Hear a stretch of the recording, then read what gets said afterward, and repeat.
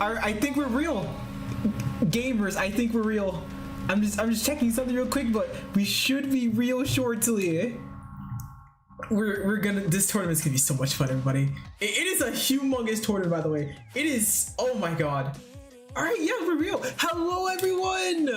Hello, welcome in. We are playing in a massive, humongous Pokemon Champions tournament. There are 6,000 people in this thing. Actually, it's closer to 7,000 than 6,000. It is a ridiculous amount, everyone. Welcome in. I hope you are having a fantastic morning, afternoon, whatever the heck your time zone is. I'm going to break down what team I'm using in this huge tournament, and we are going to get started with the second round pretty shortly.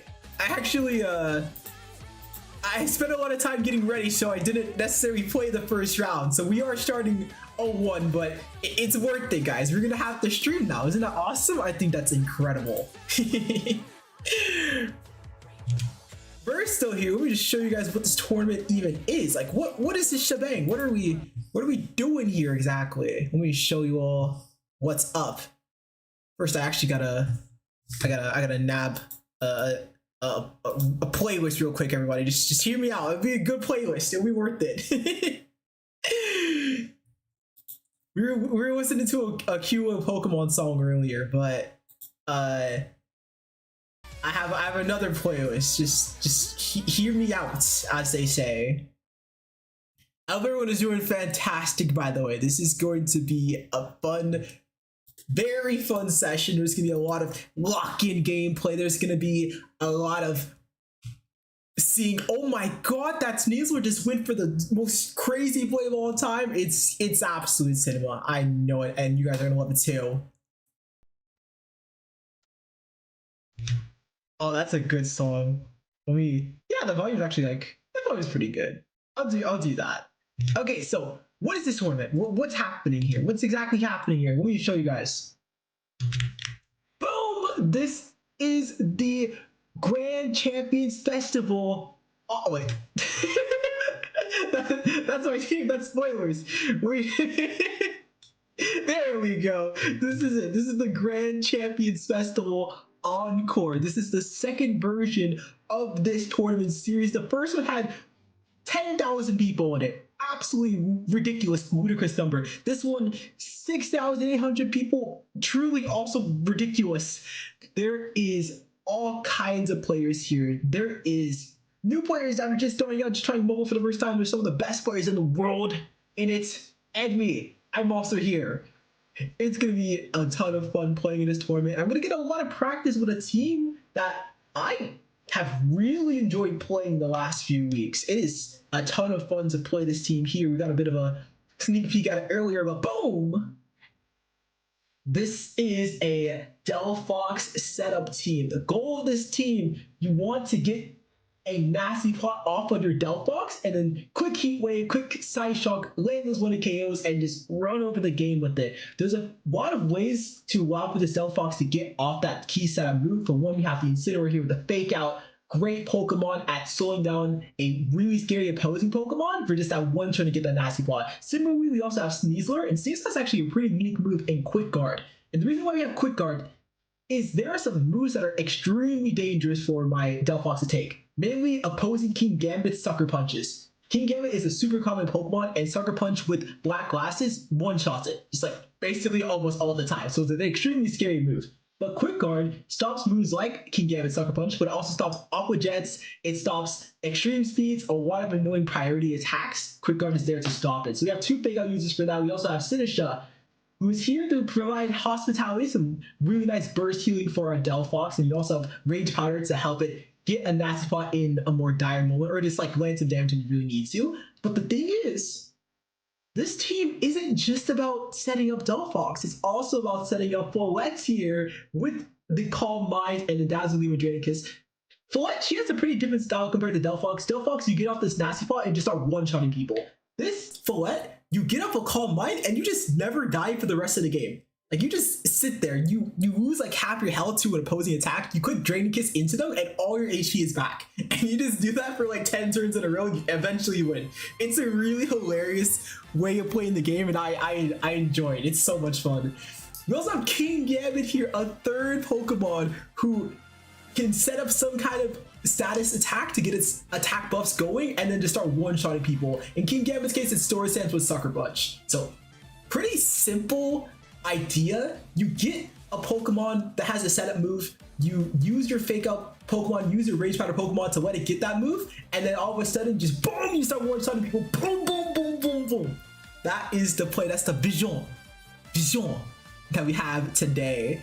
This guy says, hi! First time I've been able to make it to a new channel. Hazelcat, what is up? Oh my god, it's been so long since I've seen ya. I hope you're doing fantastic, Hazelcat. We're going to play a super intense, difficult tournament, and I am super duper excited for it. Hope you're doing well as well. Hope you're having a great time as well.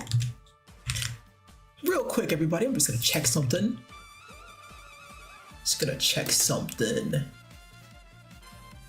Okay, awesome. Nice. We are streaming both on Twitch and YouTube, so if you want to check it out, the Twitch gang, boom, you have that as well. I want to do both Twitch and YouTube because, you know, I have awesome YouTube fans, I have awesome Twitch fans, I have awesome fans in the donut space. I want everyone to be able to see this stream because, oh my god, you're gonna be some crazy things today, guys. Absolutely crazy things. Alright, so that's what our team's looking like here. I'm pretty sure. Yes, we are very close to having our next round start shortly. I am hyped for that. Super duper hyped. I'm gonna send a ping real quick in my server to show that I am live, and then we're gonna be in a pretty fun waiting room until our next round begins.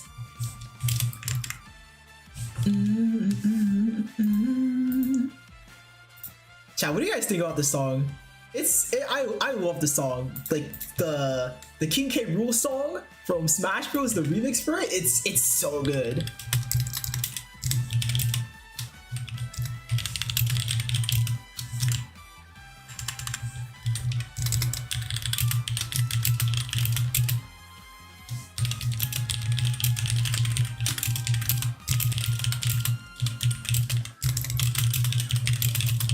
You guys like the keyboard ASMR, by the way? I hope you guys love it. It's so loud, but it's like a good loud. It's like ice cubes, you know?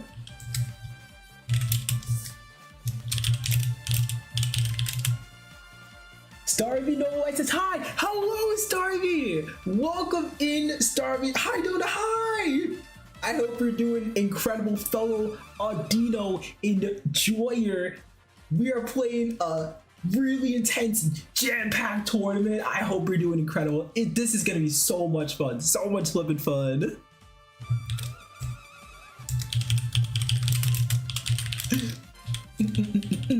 Right now, I'm typing a big announcement in my server so that people hop in the stream as well. I'm so hyped. This is gonna be so great.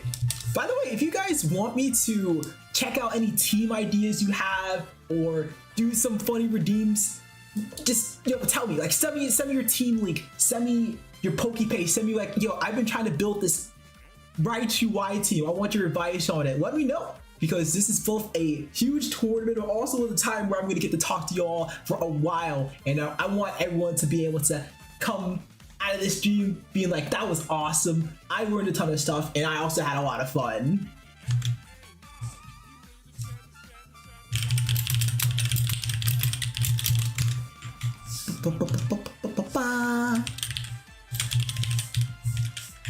All right, announcements almost sent.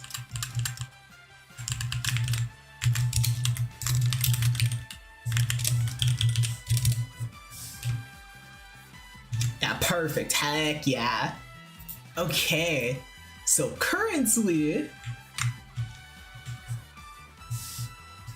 Starby says, I don't know how to play, but okay. Heck yeah.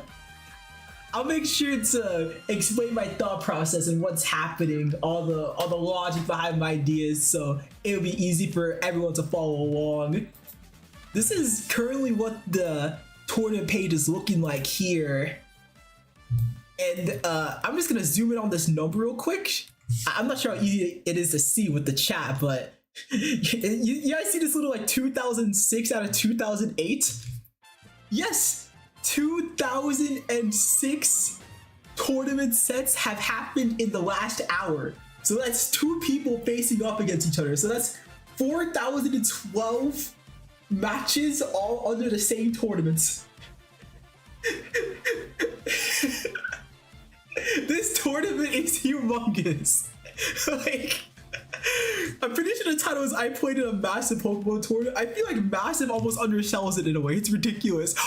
Jacob, thank you for the Prime sub. Oh my gosh. Welcome in. I hope you're doing incredible. That's amazing. Thank you. That means a ton. Arigato gozaimasu.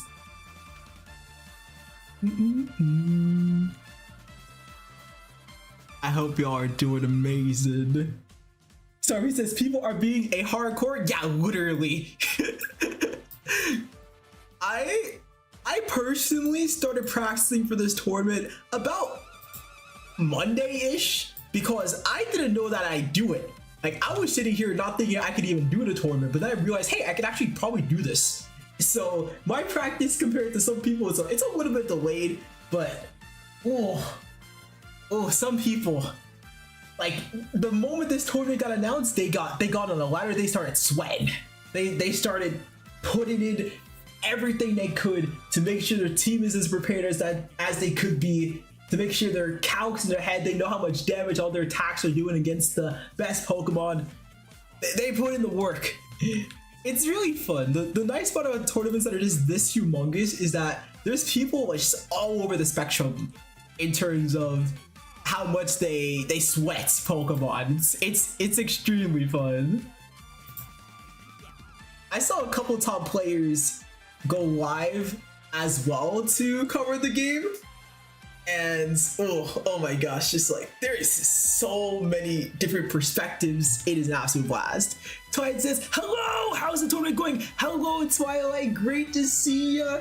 It has been pretty darn swell so far. Now granted, I haven't played any matches yet, largely because I did a sacrifice. So you guys know like chess, where you can like sacrifice pieces. I sacrificed my first round so I could get the stream ready. But yes, I'm really excited to play a ton of games. It's gonna be a ton of fun. A gambit? Yes, a gambit. I did the stream gambit, one of the most common chess gambits. Starry says, I wish I could play a little. Honestly, understandable. It's a little bit hard to find this kind of stuff because it's like people announce it, people talk about it for sure, but you gotta have to be like in the right place at the right time to know about it. It's a little bit tricky. Yeah. So it says, I'm hoping to go as well. I do need to go to work soon, but I have this on the background. Wishing luck in the tournament. Thank you, Twilight. I appreciate the kind wishes, big hearts. I'm gonna post a heart out. Actually, wait, I'm gonna post a good heart. Oh, that's the only heart I have? You know, let me put this. I'll put a smile. There we go. Let me just double check here. We should have our match like any moment now. Yes. Okay. We should have our match any moment now, guys, which is very hype.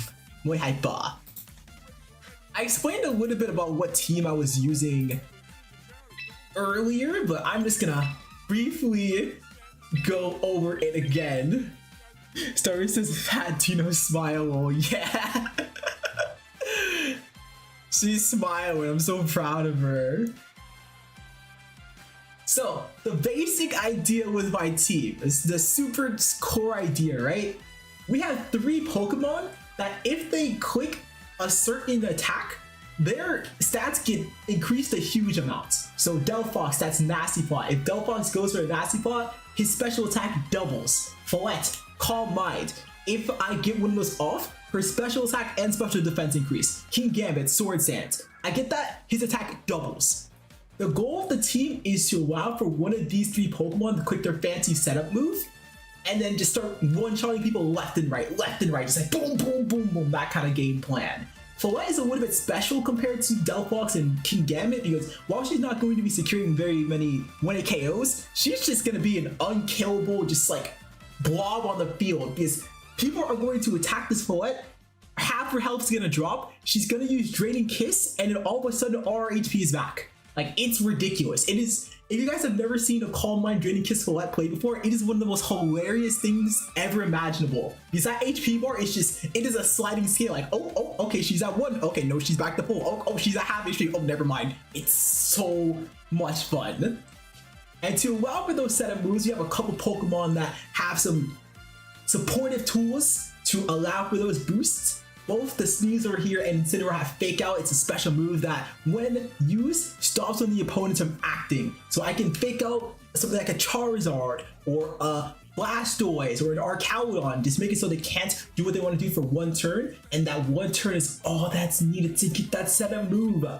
Sinistcha is a bit special where, yes, Sinistcha doesn't have Fake Out, but it does have Rage Powder, which is a move that forces any attacks that will go into these Pokemon to go right into Sinistcha. So it's functionally pretty similar to Fake Out. It's a move that lets me get off my setup moves, so I like it. Very simple game plan, but a very, very good one. This is one of the best styles to play if you're looking for a team in Pokemon Champions to try out. Okay, we should have our next set. I'll be shocked if we don't. We still don't, no!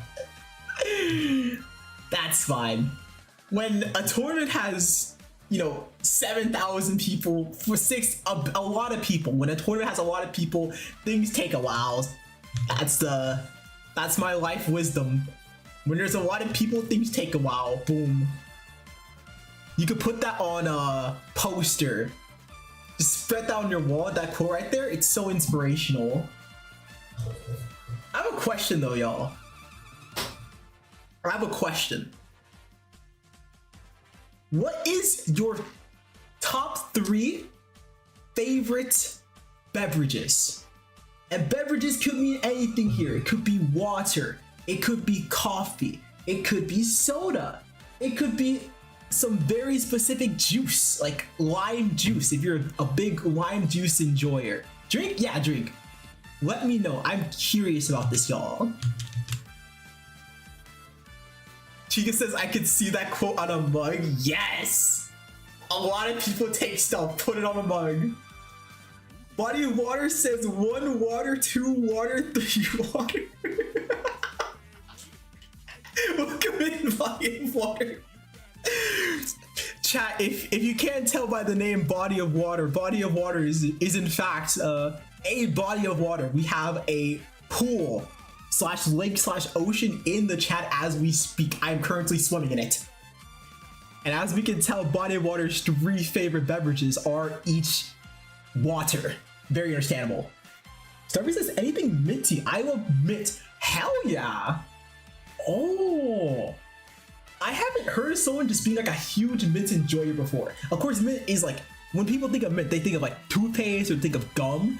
I also think of that like that, but maybe I gotta try some more mint, themed beverages or foods. Sounds pretty good. Chica says, I like beet juice. Beet juice? Yo, you guys are giving me suggestions. I've never tried beet juice. What does beet juice taste like? It sounds like it'd be like a very like rootsy kind of plain. No, not plain as in like a bad plain, but like a very earthy kind of flavor. I'm curious. Oh! Guys, it's real. We have a new round. Okay, who am I facing here? Let's see, everybody. Who am I facing? I'm fighting Amelia H. I'm down. Let's go. I'm gonna tell Amelia H hello. I'll let them know. I'll make the room. Guys, let's do this. It's our first set. The actual first set, right? The actual first set I skipped over because I needed to get the stream ready. So this is the actual first sets here. Now, I need to show Amelia H my room ID, the special room ID. However, if I show this to the stream, someone just might actually, I don't care about that. Hang on, I'm gonna ask. Nah, I don't care. Let me just send this to them real quick. Okay, there we go.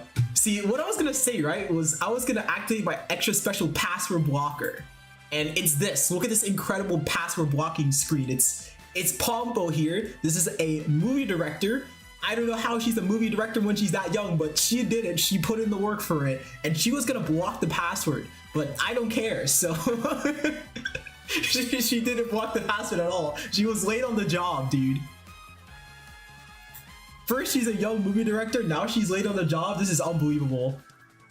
Chica says donuts. Ah, I'm craving donuts now. You know what to do, Chica. You know what time it is. Hit up your local Dunkin' Donuts. What the fuck am I? What is this team? Wait, hang on. Okay, so we're fighting a Mega Scizor team that has Tailwinds and a number of very offensive Pokemon. We have the Tyrantrum with Choice Scarf, we have the Quadsir with Life Orb. That could actually do quite a bit of damage. Hydrapple with Focus Sash. Chat, I'm gonna be real, I have not fought 2 Pokemon on this team in the entirety of my Pokemon Champions journey so far.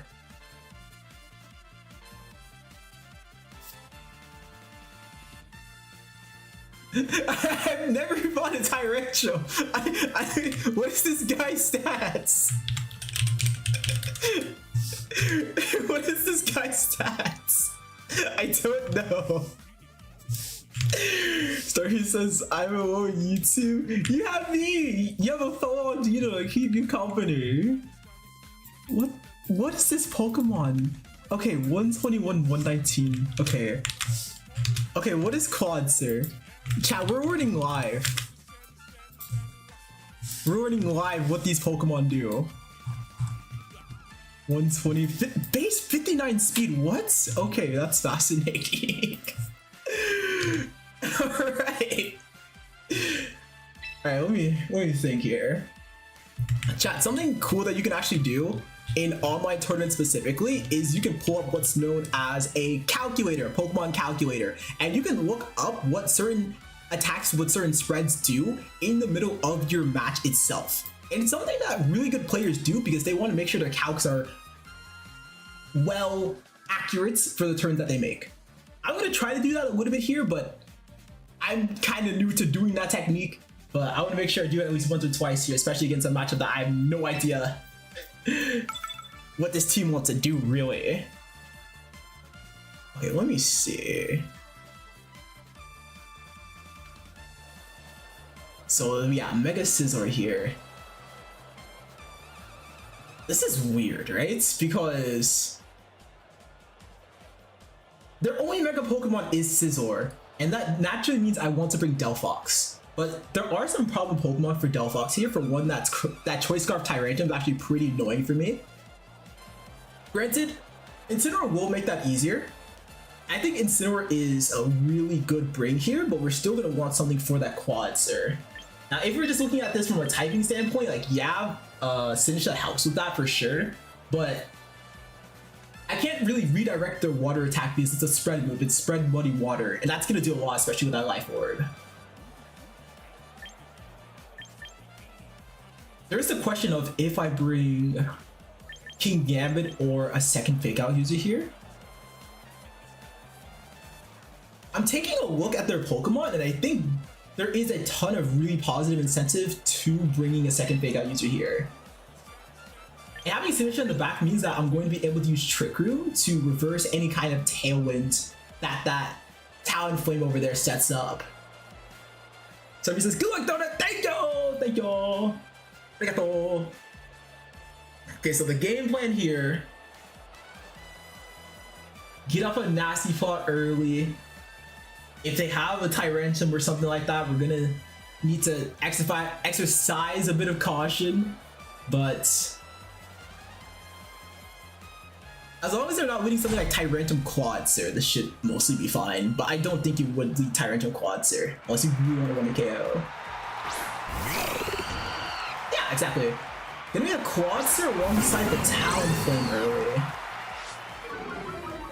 So the Intimidate will help if this Talonflame wants to get aggressive this turn, but this is a pretty scary game state because they have two Pokemon that could. They have a Quadsir with Muddy Water, and that hits both of my Pokemon on the field super effectively.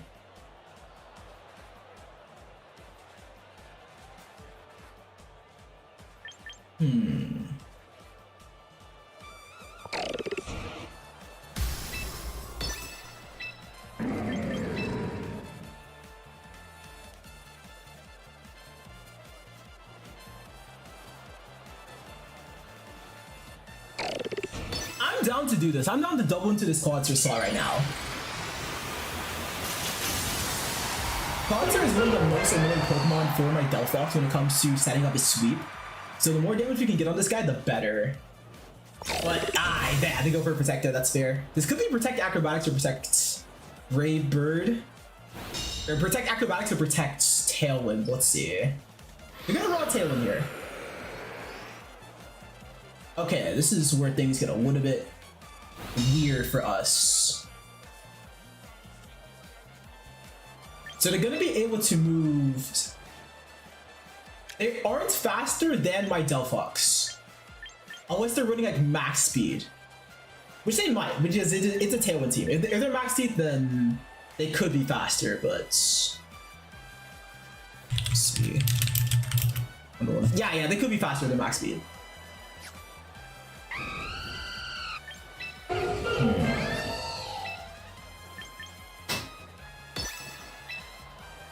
I'm thinking for now, let's play a bit more defensively here. Okay, Talonflame's gonna pivot. And we Tyrantrum now. Okay.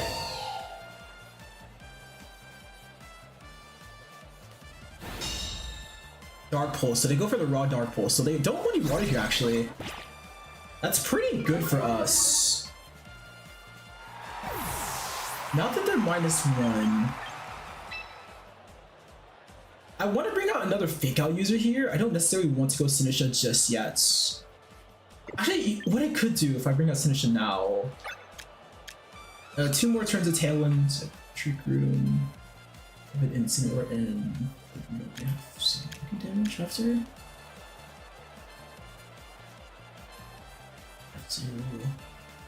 Oh! Actually, no, yeah, I see what I can do here. I see what I can do. So I want to bring out my Sinisha now. Since they have Tailwind up, if I go for Trick Room, I'm pretty much no matter what going to move first. However, Delphox is not in a safe position at all right now with the Quadsir with the Tyrantrum both on the field. So what I'm going to do is I'm going to switch my Delphox to Incineroar. I'm comfortable with doing this because I don't have any kind of setup moves yet. I haven't used a Nasty Pot yet. I have no boost right now. And their Scizor isn't on the field while they've also revealed 3 of the Pokemon. Now, Sinisha is a Ghost type, so it is weak to the Dark Pulse that Quadsir has. But I have the Cobra Berry to basically negate that resistance, negate that weakness one time. Raw Iron Tail, which we take pretty cleanly. Dark Pulse is going to be used, but look at that Cobra Berry. This will still hurt a little bit, but yeah, as we see, it's way less damage than what it would have been otherwise. You're going to take some Life Orb Chip. And Trick Room now goes up. That Tyrantrum is a bit weaker now as well, thanks to the Intimidate that it did. So Head Smash will still hurt for sure, but it's not going to hurt as much as it would otherwise. Here, I'm thinking of doubling into this Quadsir, but I think a safer play would be Fake Out into Tyrantrum and then Matcha Gotcha.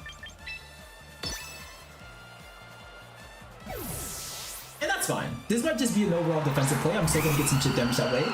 Talonflame coming out now means that I'm gonna be able to remove its Gale Wings, and that's huge. It's not gonna have any sort of priority flying type boosts right now. Machigata is not gonna be too relevant, but doing that is really nice. Stopping their Gale Wings like that.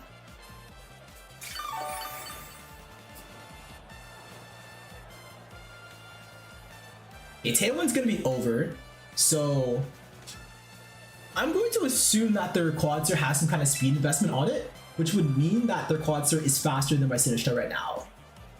My Sinisha is 90 speed total, while their quads are, if they run max speed, would be over 100. So, question is, what would be the cleanest play for me right now? Still removing the quads, I think, is the biggest deal. I don't think I'm going to take a flying attack cleanly, as really any of the Pokemon I have in my field right now. I could... Do I just sacrifice here? I think I'd go for Raw Machagacha. If they pivot again, they pivot again. Okay, they don't pivot, so this is going to be some big damage on one of the most annoying Pokemon for my Sinisha to deal with. And that high damage could mean I survive a flying type attack from Talonflame here. Burn as well is going to be... It'll be cute. It won't matter too much, but it'll be cute. Yep, Throat Chop's gonna connect, so Quatsu's not gonna have any sort of damage throughout this turn. Acrobatics goes off, and the healing from Machagacha barely keeps me alive. That is huge. That is really nice. I super appreciate that, because now Sinisha can be annoying for one more turn. Scizor is going to come on the field now, and that's pretty nice because my Incineroar is directly threatening right now. We still have 2 more turns of Tailwind, so I can just spam Flare Blitz into this guy for now, and they could Bullet Punch here. They could very well Bullet Punch me. Am I okay with switching out to sacrifice Sinisha right now? The thing is, I really just needed Sinisha for the...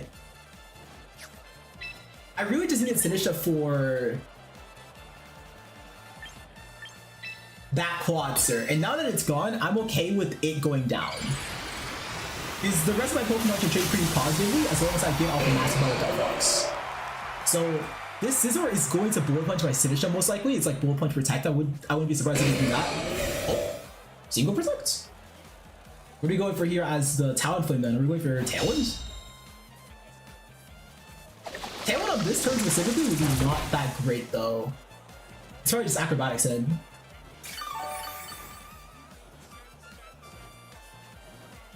The Flare Blitz gonna dink. Oh, you're gonna Flare Blitz my Sinisha. Okay, yeah, that's fine, that's fine. So this is a sacrifice? Yep. Okay, so now this is a really interesting spot. One more turn of Tailwinds on the dots, while... Oh, I see what we can do. Alright. Here's the thing about burning your Protect and the typings that are left for my opponents. They have either Scizor or Tyranitar as a potential Pokemon that could be on that left slots. And a skilled player would try to switch out their Scizor right now to save their Mega from getting blown up. But if I go for the combination of Close Combat and Flare Blitz into this left side, I will always hit whoever could potentially be in the slot for super effective damage. And because they protected on that turn, they can't safely protect this turn. So sure, there is a 1 in 3 chance of them getting a double protect and that being like kind of annoying. But essentially, if they don't get specifically a double protect, whatever's on this left slot is gonna go poof. And look at that. We're about to see this live in action. Big Stepper comes out. And like, oh no, it quad resists my Flare Blitz. What am I going to do? Aw, nards. Oh man, that stinks. Ah, what am I gonna do about that?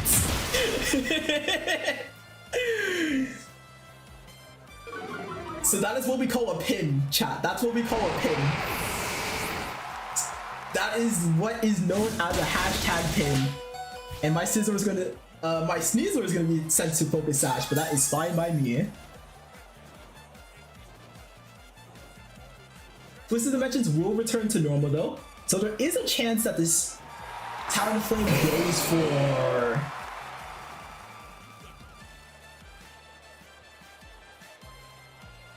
a Tailwind here. We'll just double check what the Scizor can use. The Scizor has Bullet Punch, Dual Wing Beat, or Bug Bite, so it can't hit my Delphox for really significant damage. What I'm gonna do is attack this Talonflame since it is more threatening than this Scizor right now in the context of my Delphox. There is a question of if they just protect Bullet Punch right now.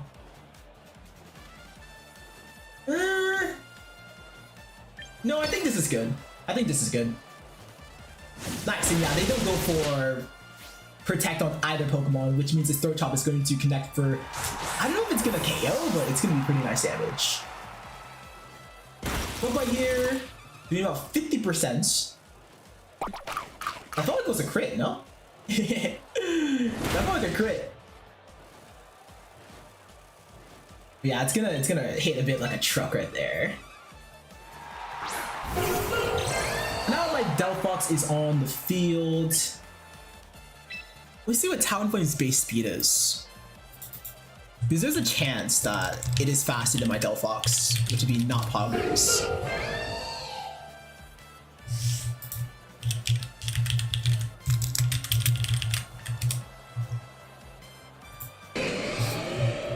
It's base 126 speed, so if you're max Jolly, maybe, but I think the best play here would be for Throat Chop and Heat Wave.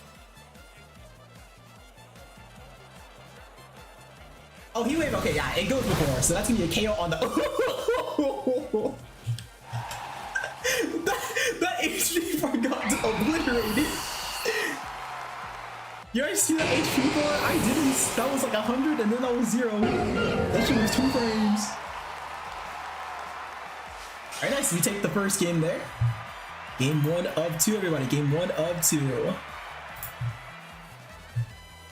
Technically, game 1 of 3. I'm gonna write down some stuff so I can make sure I'm still locked in. So they went Quadsir and Talonflame. This guy's probably like high speed. And then yeah, they went for Dark Pulse into my Delphox, not Braixen. There is an early Tailwind, but of course the Trick Room was really good into that. They had Tyrantrum as the third guy. They went for Iron Tail one time, which was like kind of weird. I don't know if they ever went for Head Smash with it. And Scizor went for Bug Bite before going down. It's also worth noting that Mega Delphox is the fastest Mon in this matchup, with Talonflame being close second and then Scizor being third. Also, yeah, my Sinistcha was faster, or slower rather, it was slower than the Quadsir. I don't know my Incineroar. Oh yeah, my Incineroar is faster. Wait, yeah. Oh, the Quadsir and Sinistcha might be speed tied. Let me think. I went for Matcha Gotcha and I went for... Let me see something real quick. Okay, so I went for Matcha Gotcha and I went for Throat Chop. And that was both before their Quadsir could attack. But the thing is that my Sinistcha and my Incineroar are 1 speed apart.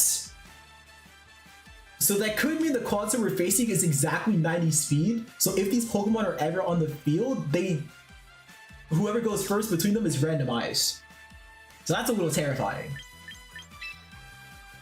But let's see here. Let's see how that could play out in this next game. So he says GG. Jesus, max Talonflame is 195. Noted. Congratulations. Thank you. Okay. Game 2 here.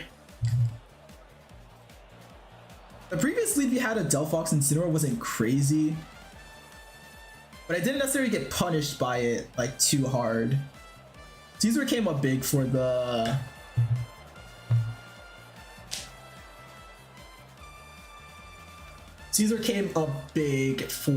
Tyrantrum. I'm honestly thinking all the Pokemon we had were like pretty important in that game. Incineroar's Intimidates did help me survive that one Acrobatics as Sinistcha, and that did help as well. Delphox of course cleaned up the endgame really smoothly.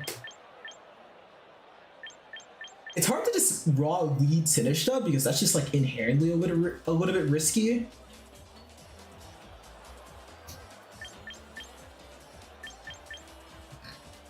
But being able to say, hey, you can't Tailwind me turn 1 is like, that sounds pretty good.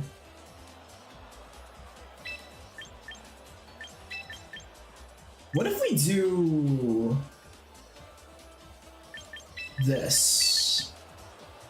So we're not going to be getting the early Intimidate, which is a little bit scary, but we can immediately fake out that Talonflame turn 1 and next turn not, or in that same turn not be threatened by double super effective hits with Muddy Water. Let's see here. Monster Talonflame, so the same lead.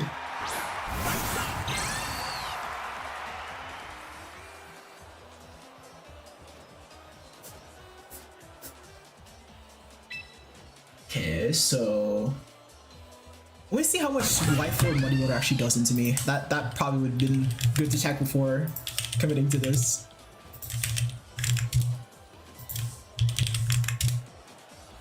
Oh yeah, that's a lot of damage. I don't know if I want to take that this early, because that might put me in range next turn.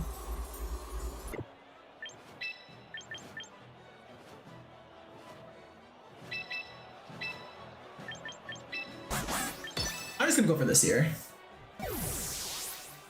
Muddy Water would still hit my Sneasel for a ton of damage, but this breaks their Gale Wings, which is, you know, always just generically pretty nice. Yeah, Muddy Water will connect here. Okay, 75%.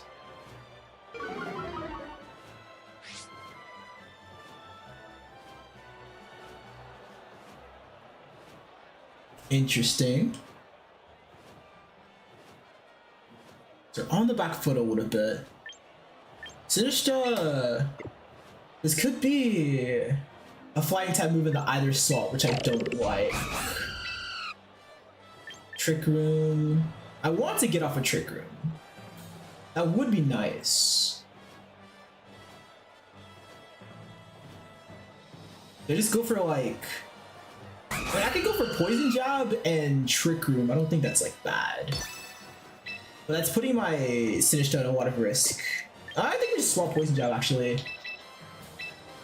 We already broke Gale Wings, which is already like a huge step towards making this game easier. In terms of having answers to Tyrantrum, we kind of just need to get a Nasty Claw basically now, since it's hard to say if Sneasel's gonna stay on the board for long. Yeah, Flurry went into my left slot here, so they really want that Sinistcha. This could be that in Muddy Water, but I'm gonna Poison Jab this Clawitzer first. Okay, like 60% into poison. We're gonna have Fake Out Pressure next turn, so that really neuters what this guy can do. Yep. So double resisted hit for here. That did about 30%. 19. Okay, this Clawitzer is pretty much gonna go down next turn. Yeah, 100%. So how can I use this?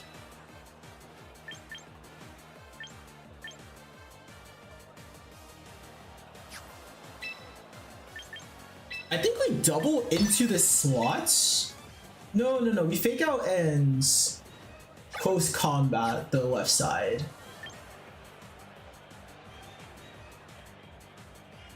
But our next turn against Talonflame's a little bit annoying that way, in that case. No, we just Fake Out the left side. Yeah, we Fake Out the left side. Well, I'm probably gonna get hit with the flying type move if I do that though. I think for now, just like secure the clean KO.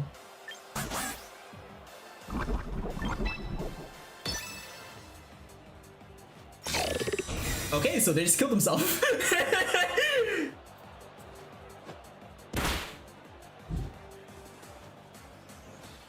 Interesting. Maybe I could have doubled the Talonflame, but yeah, this in one end this gives them like a free switch, which is annoying, but on the other end, like this Clawitzer going down means that my Incineroar has an easier time, my Delphox has a much easier time. Like I'm not like too much about it. Alright, Electros here. And this is not Mega Electros, right? It's a Citrus Berry Electros, yeah. I think this guy's base 80 speed. Let me see. Yeah, base 50 speed. Okay, so my Incineroar and my Caesar are both faster than this guy. It has Drain Punch as Coil.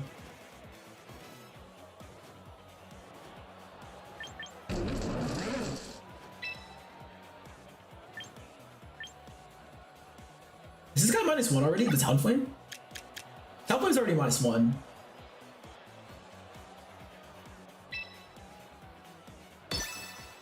Really parting shot and then just like P-jab here. It's like just being okay with sacrificing Sneasler.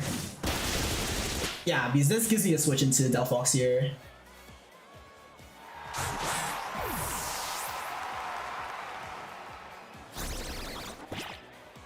Okay, so they probably go for Drain Punch into my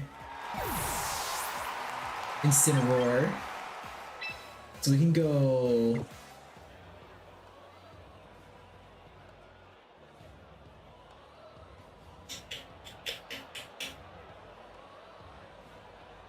Yeah, we go Sinisha here. Sinisha, and then we're faster than the Delphox already, so... Or faster than the Talonflame already. Yep, Drain Punch is going to be immune, and they are both -1.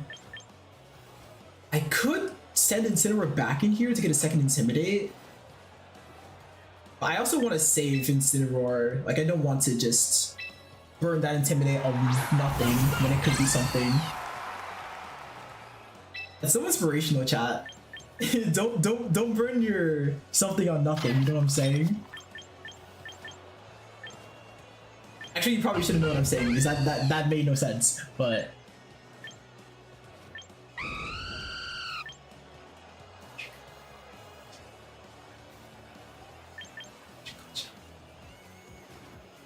Maybe I just double. This Electros isn't really threatening my guy. I can just Mega Psyshock right now. I think for now, just like click anything and then Mega Psyshock. Maybe Machigata, yeah, Machigata is, I guess, more optimal, but we already outspeed this Talonflame. And this is some of the audience members cheering in the background. Just heck yeah! The audio supporting the audio, that's incredible.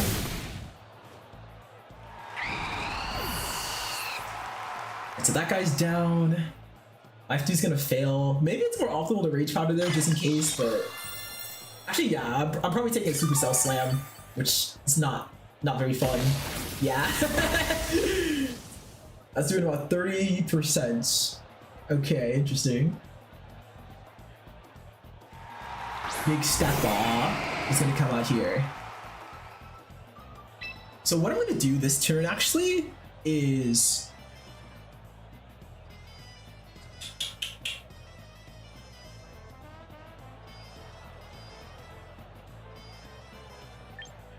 Yes! Okay, I know what to do. So, Delphox normally is the fastest Pokemon on the field here.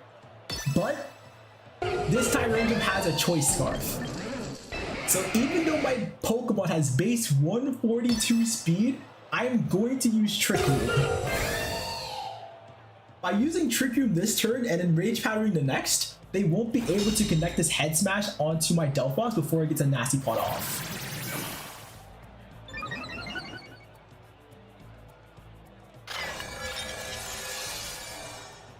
Even though this Electros technically has a coil up,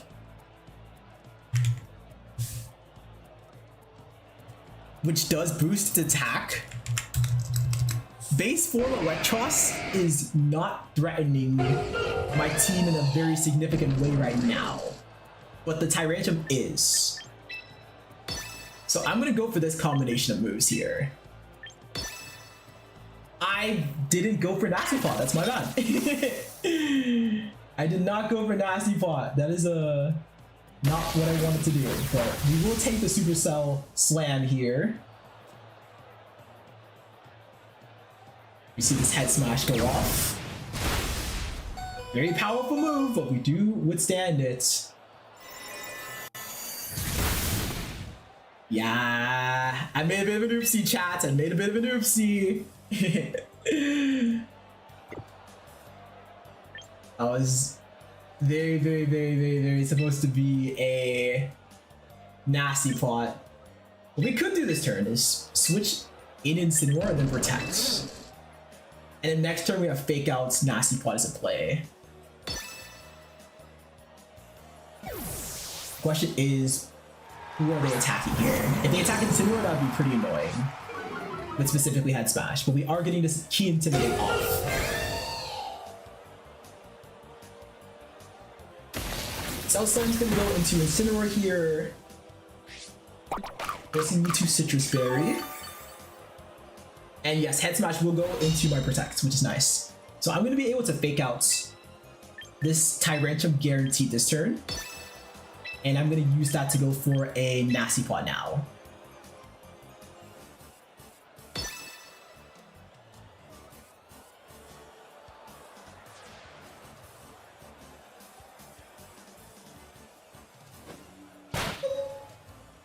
It's gonna get a smidge of chip damage.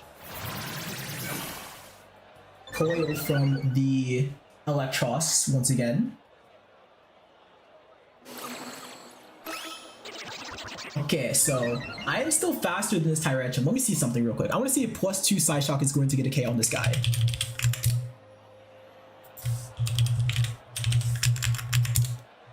Let's see, +2 Side Shock is doing, yeah, that will be a guaranteed KO. So we can go for Side Shock there, and then I guess we could Flare Blitz the other side. Yeah, we can Flare Blitz this side.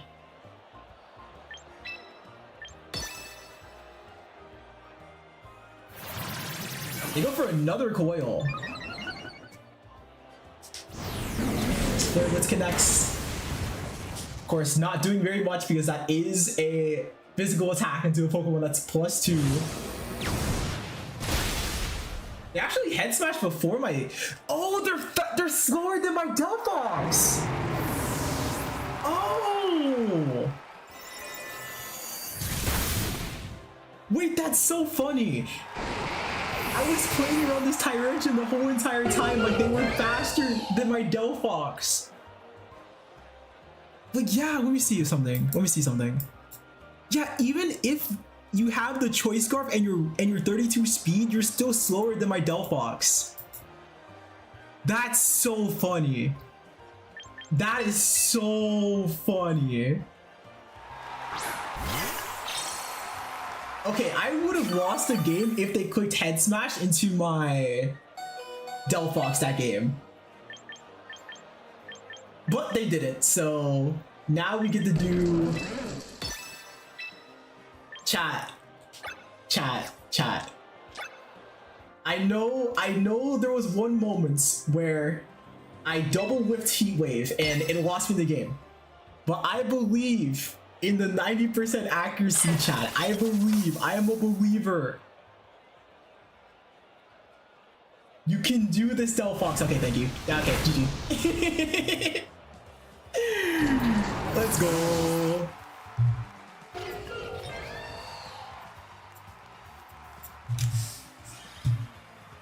Alright, 2-0. Let's go. 20 and done.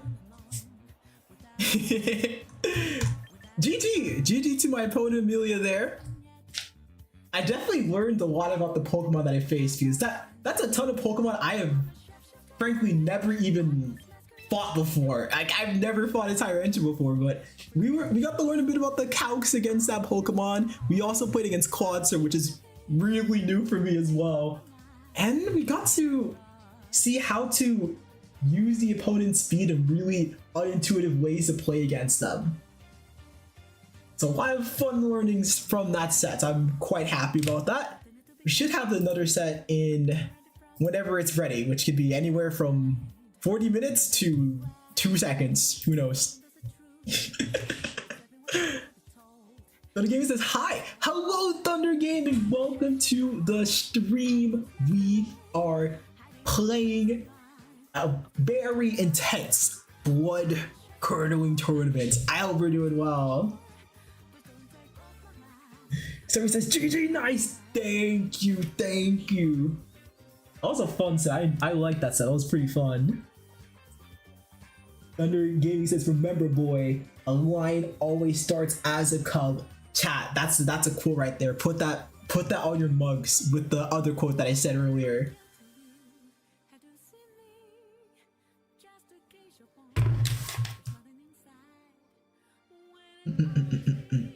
Thunder says, solve anything but don't believe in 75% accuracy. Yeah, 75% accuracy is like way too low. That's too low. Hashtag too low.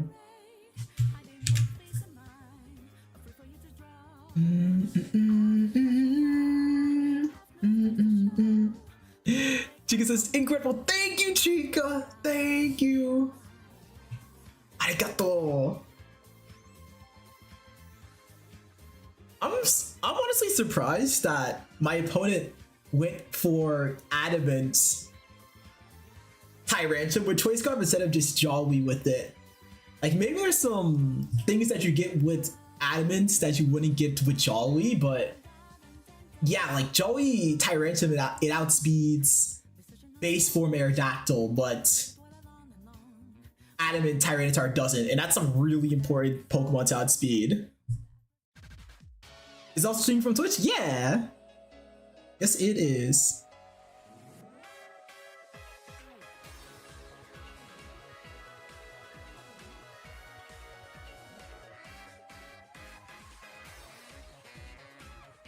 Wait, is this Bayonetta?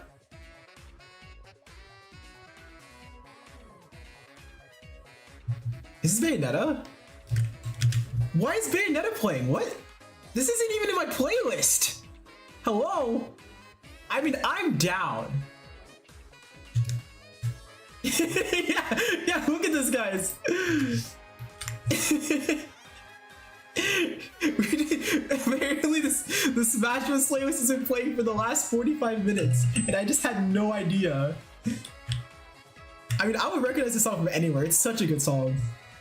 Chat, do you guys know about the Bayonetta soundtrack, how incredible it is? I hope y'all know. But also, by the way, chat, this is the website that I'm using to take a quick gander, a quick look at some of the calculations that we talked about. Like, for example, I was looking at the +2 Psyshock against Tyrantrum here, and yeah, that cleanly gets the KO. I want to see the base calculations because it did like 40% last time. I wouldn't be surprised if this Tyrantrum actually is like max HP, max attack. Or maybe it's something like, wait, if you run this, oh, okay, no, it's probably this. It's probably like 32 attack, 32 speed. Because it did 42 the first time, and then as you see, your +2 would like absolutely pick up once I get those boosts. Thunder Gaming says top 9 random music. Yeah! Bayonetta slaps so hard. Chica says, oh, I thought the music was nice. Heck yeah! I mean, yeah! The music is so good. Love it? Yes, Chica is a ball knower. Chica knows ball. But this site's absolutely incredible. I'm gonna link this to y'all. It is one of the. It's not easy to use at first by any means, right? But these kinds of websites in which you just quickly see, okay, does my Incineroar, how much does my Incineroar Throat Chop do into Quadsir? Like, I can just look that up and be like, okay, so it's probably gonna do like around 43-ish%. Being able to know if your move does a certain amount of damage makes it really easy to say, okay, I can go for this play confidently. It helps so much. It helps so much, both when you're playing, but also when you're just trying to study, like just trying to be like, okay, I want to understand this Pokemon better. It's so nice. It's so nice for those kind of things. Chica says, Bayonetta is one of my dream cosplays when I'm 5'2". I mean, hey. Bayonetta can be a short queen too, you know? Even though Bayonetta is like 8 foot whatever. Actually, wait, hang on, I want to search this up, guys. We're searching this up now. Bayonetta height. What is the height? 6? Are you serious? No. No, no, no, no, no, no, no, no, no. Bayonetta is not 6 foot 6.7 inches. That is a lie. I refuse to believe Bayonetta is 6 foot 6.7 inches. No, that's troll. There is no way. There is no way. Hey, okay, height. 11.951 Umbran Witch Height. I don't know what Umbran Witch Height converts to. No way. No. Oh no, she is 6.67 feet. Are you serious? Oh, you've gotta be joking. I am so mad. Okay, Bayonetta is a tall queen and we appreciate that. That's not the problem. The problem is that she's 6 foot 6.7 inches. Are you serious? Of all numbers, of every single number Square Enix could have chosen, why is she 6 foot 6.7 inches? I can't believe this. Somebody says, hi, I'm back. Welcome back, Starby. I'm crashing out because Bayonetta's height is 6 foot 6.7 inches. 6'7"? Yeah. I can't believe this. I am floored. I'm flabbergasted by this information. This is... I can't believe this. Jesus, I bring a stool with me to stand on? Yeah, there we go. Chica's asking, should I say it? Oh god. Should Chica say 6'7"? Bayonetta 6'7" tall. I'm taking physical pain. Chat, I wanna... You know what we're gonna do while we're waiting for some of these epic sets to wrap up? For that, we're still waiting a bit here. Not too much longer, but just a little bit. I want to see if there's any sort of sets we can just pop in on real quick. We see if Joe UX9 is in a set. Joe UX9, one of the best players in America, is currently still in a set.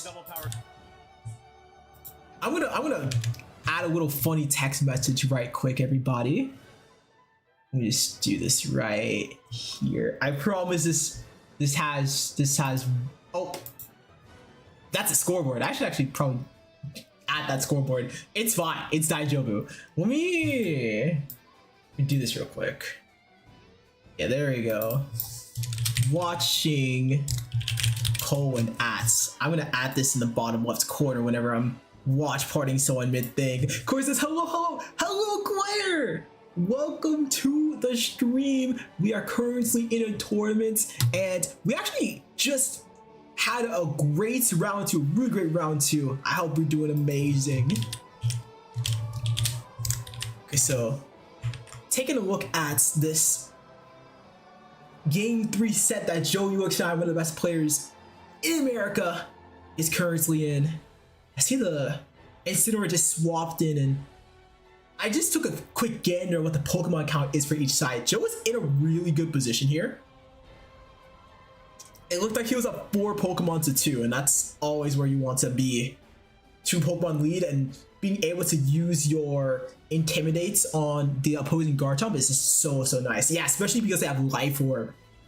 Life Orb means, okay, it will do a lot of damage. Garchomp will be doing a ton of damage here, but you're also able to continuously see it chip itself the more damage it does. Yeah, look at that, 4 Pokemon to 2 lead right now, so looking really good. Because asking, why does he hide his screen? Joe is streaming with no input delay on his stream. So if someone wanted to, they could, if they're fighting Joe, look at his stream, see his moves, and then pick moves that directly counter his moves. But by putting over a screen that masks what he's selecting, the opponents can't do that because they can't see his moves. So it's basically to avoid stream sniping.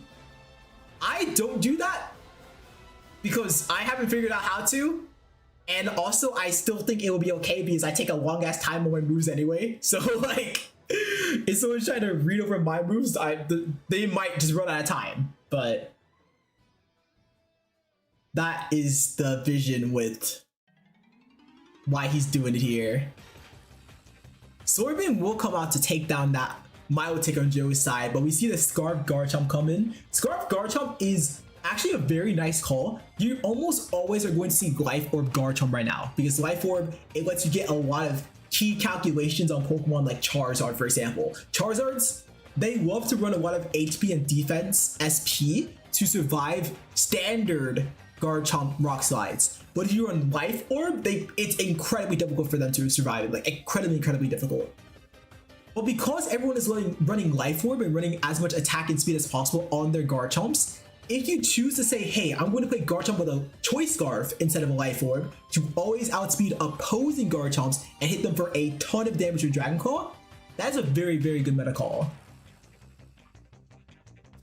One of the unique things about Pokemon and why it's so interesting to play in a tournament is metas are very hard to play around. Because if you play just like the best team in the game, yes, you will have a lot of good matchups, but you also are going to have a big target on your back when it comes to what people are prepared for. If someone has a well-constructed plan for your team and you face them and you just have like a good ass team, that is going to be harder than picking a bad team that an opponent has no idea how to face. So that's the risk and reward of picking something that's popular and good versus niche and bad. Ideally, you try to find things that are good and that are more niche, so that when opponents face you, they're fighting something that is consistent, but they're also fighting something that they don't know how to fight. And when you have that combination of things in your team, you have a very good chance of doing well in the tournament. Usually when a tournament is won, it's not won by the most popular best team at the time. It's won by something that has a good matchup into that team that people also aren't fully prepared for in the builder. Like it pretty much almost always is like that.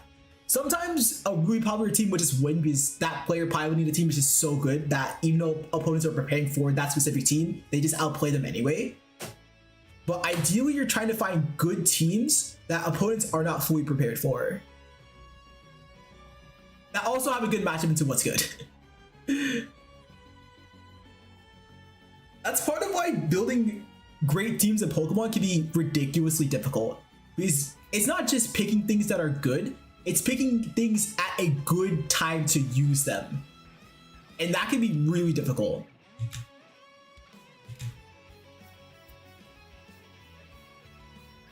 So here we see Heat Wave take out Joe's Charizard, meaning he's going to be down to 2 Pokemon. But as we talked about, that is a Choice Scarf Garchomp, so it's going to be able to hit this Charizard before it can attack again, and very likely take it out. I do have to say that this opponent is really making things difficult for Joe. Like, this is an exceptional player, and he's in a Game 3 situation, which is something that is, zero shame about. Zero shame whatsoever. It's more saying to the opponent that, wow, this opponent's like really good.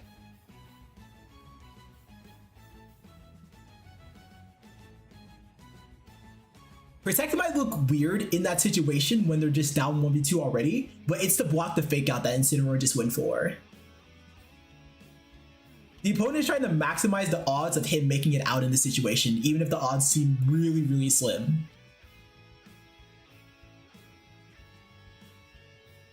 Because you genuinely never know in Pokemon. Like, sometimes a game looks like a guaranteed win, but something weird can happen in the universe to make it not a guaranteed win. In this case, though, it was a guaranteed win. So Joe takes that there. Very nice. Shout out to Joe. One of the best player-creator hybrids in the scene, and also just one of the best players in NA. I don't think we're gonna find another stream before our next round begins. I'd be surprised because there's not that many sets left. Pairings. Yeah, there's only 18 left. Maybe there's something on the Grand Champions Festival official stream itself. Let's see here. Let me see.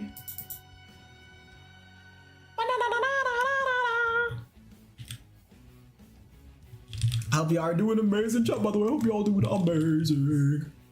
Hashtag amazing. By the way, if you all haven't seen what the official stream looks like, it is so pretty. It's very pretty. There's a lot of custom assets and things made to make the sets and just in general make everything look pretty, which I'm a big fan of.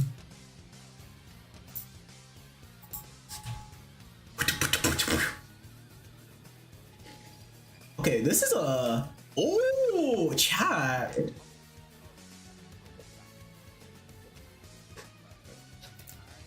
This is a great stream to pull up because there's some very unique teams.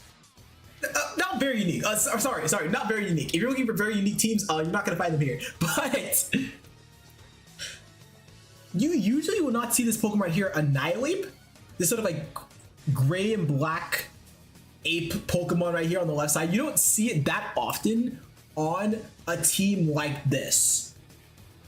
So I'm very curious on what it's for on the team. I'm curious, like, because you can run that Pokemon. You can run Annihilate in a more slow pace style with bulk ups and getting Rage Fist and just trading to the opponent well.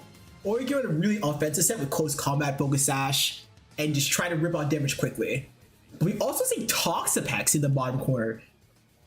Toxapex, if you guys have not been paying attention to the last like 6 months of VGC, you would not ever expect this Pokemon to be in a high level tournament.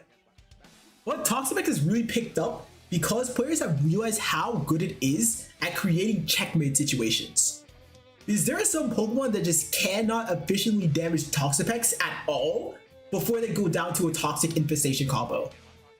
And if you play around taking on the Pokemon that are hard for Toxapex to face and then only leaving the ones Toxapex needs to face down as good matchups for it, it is so hard to face. So hard. And people have gotten better and better at finding teams that allow for Toxapex to create those checkmate situations. Chica says NAIC champ. Yep. Chat, if you guys know about the North America International Championships, the player on the left side, Francesco Piopero, or just Piopero here, is the winner of that tournament. The first international tournaments of Pokemon Champions, and an extraordinarily difficult one to even play in top 16 at, and this guy won it. So this is a very high talent set. This is a very high level set we're seeing right now. And it says, hello, you want to Donuts? Hi, Adir! I'm currently 1-1, yes. However, I did not play the first sets as I was setting up stream during that time, which is, you know, I wanted to set up the streams. I wanted to make sure that everyone could get to see this incredible tournament and, you know, see me play alongside it. So it was an okay sacrifice in my head. I hope we're doing well in here. Hope your run is popping off so far. We see the opponents trading damage into each other pretty aggressively. That Garchomp will go down, but as we see, both of the opposing Pokemon are poisons on Kuvu's end. And poison doesn't seem like the, you know, the most scary status effect or anything like that, you know, in the first place. However, it can add up really fast. Like super fast. That Basket Legion, for example, is very low on his HP already. He's already at 14%, while that Garchomp is at 60%. So in a few turns, it's going to be super low, if not just taken out outright with a combination of Toxic and Infestation. And that combined with Infestation having a very special effect of making it so if you use Infestation as Toxapex, you trap the opponent in. Like, Garchomp cannot switch out. So by combining Infestation with Incineroar's Intimidates, this Garchomp is basically a do-nothing Pokemon right now, which is crazy to say for what's the best Pokemon in the game. Of course, Garchomp can still do damage even if it's intimidated, because it's still just a great Pokemon, right? But it's not going to be doing as much as you would wish to get out of this really hard situation. And moments like this is just what makes Toxapex shine Like the ability to look at that! That Garchomp just lost 40% of its health in like one turn! And that guy's not even getting like attacked properly. This Toxapex creates these really, really lights out situations. It's so hard to deal with if you haven't fought a Toxapex before. But even if you have, if you just don't have the right Pokemon to damage Toxapex in time, it is hell to fight. Instead of absolute cinema, it's absolute hell. Starry says, phew, I'm still #1. Nice. Starry safeguarding the #1 chatter slots. And he says, I have to admit, I'm not happy with my performance right now, but there are still 6 sets for me to improve. That's a very fair way of looking at it, yeah. I can see how like losing the first set just doesn't feel great, you know, really at all, but I definitely think there is a lot of time, a lot of chances to, you know, like just brick by brick build the things to understand this team, the format, the fundamentals of VGC better. And I mean, I'm in it for the growth. I want to place as well as I can, for sure. I'm in it because long term, these kinds of tournaments will really pay off for me as a player. And the more I'm in these kind of settings where I get to fight really difficult players, the better. Look at that Garchomp's HP! That guy was at 62% 2 turns ago!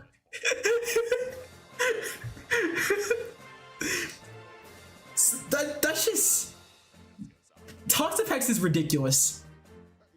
It's not broken by any means. It's not overtuned either by any means, but the Toxic Infestation combo is so insanely difficult for some Pokemon to deal with. And that's a Pokemon that's good into Toxapex. Like, Garchomp, at least Garchomp and Salmi Tantrum specifically, like, are good in the Toxapex. But if it traps you in and you have that Incineroar to just gradually lower that Garchomp's attack, it's just like, it's just a sit there Pokemon at that point. Like, you just keep booming it over and over. She says, well, you're here to play good Pokemon, not score max. Yeah! Play some good ass mounds. Look at that! Francesco Piopero, with a unique team and unique call for the metagame, takes his second round. Very nice. Very nice of him. Starry says the greatest player won. Yeah! Starry is just so... Yeah, I said Starry. I was trying to say Starry is so good at the game. I mean, hell yeah. Francesco is so good at the game. There we go. Let me see if there's any other sets we're waiting for. I just got BAM! Thank you! Thank you, Plusidin, for the follow. Thank you so much. Arigato. Arigato, myself. Hope you're having a great afternoon. We're having a fun time. We're playing a super huge tournament, a massive tournament. It's been fun so far. It's been pretty fun. Pretty poggers.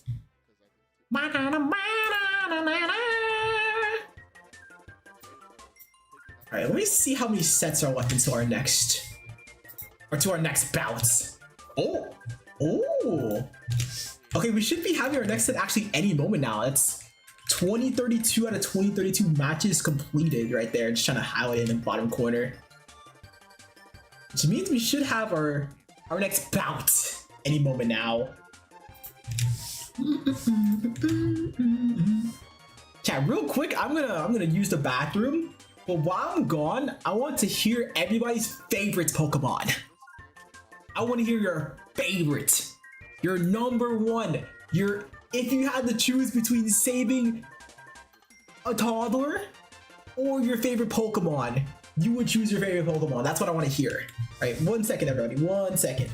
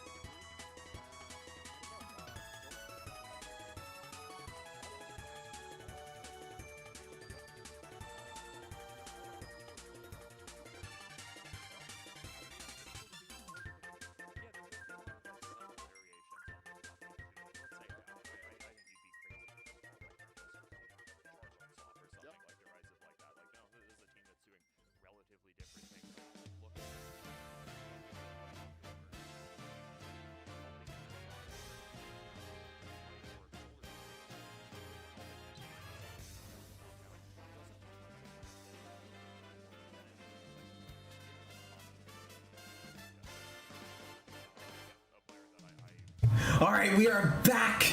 All right, what's everybody's favorite Pokemon? Stormy says, Audino! Audino! Audino, my top one! There we go. That's what we're talking about. That's that passion. That's that Poke passion we're talking about right there. Hell yeah. Love it. Absolute cinema. Hashtag absolute cinema. Cinema.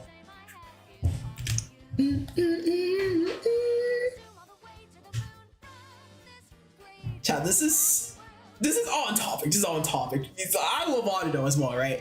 I really like this model. It's so much fun. It's a very fun model.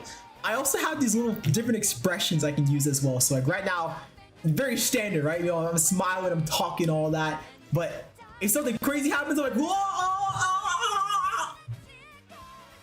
If this ever happens, chat, there's squirrels in my eyes. I'm shocked over what just happened. It's time for this face. They also have this face where if I want to go like, oh my god. There's 50% off the all-you-can-eat buffet. This is this face right there. This is my face. Shock, absolute gasp. I really like saying absolute cinema and just replacing a cinema with something random. Absolute gasp. Shout's absolute gasp. Chat, believe it or not, we are still waiting for our next pairing. Still wait maxing. I just realized this was playing in the background. This is Scraw, by the way. Everyone say hi, Scraw. This is the person that created this tournament, created this whole entire thing. So it's absolute Audino. That's perfect. There, actually, I want to make that a picture now. I want to make like the freaking absolute cinema meme. But then I just put in Audino right here. That'd be tough. I'm kind of already raising my hands if you think about it, right? Like I have my controller in one of my hands, but I'm already basically having my hands up. Wait, let me get a zoom in. Let me get an Audi zoom in real quick.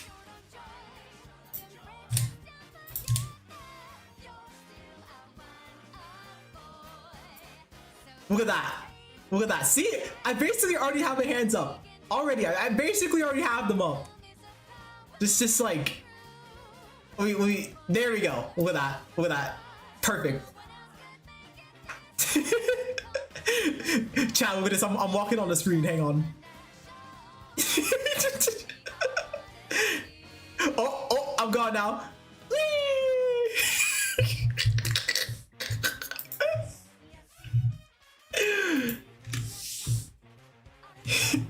So he says, yes, that would be tough. I know what I'm making after the stream, chat. So someone remind me after the stream, absolute Audino. Just let me know that. I'll just immediately I'll be like, oh yeah, I know what I must do. Alright. Give me that new juicy set Grand Champions Festival Encore. Please, Grand Champions Festival Encore, I need this.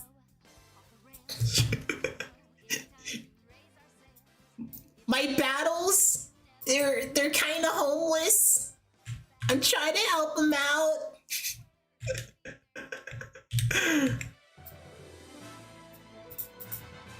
Oh my gosh, I'm so excited. Starby says, Loki, I thought no YouTuber would have Audino as their thing, but then I found your YouTube channel randomly. It's fate. There's a line in an anime called JoJo Bizarre Adventure, one of the greatest animes of all time, saying that Stan users attract other Stan users. Stan is like their power system, basically, right? And it's similar here. Audino fans attract other Audino fans. It's just, that's how it works. It's hashtag fate. That's E. This meeting was scripted by the heavens.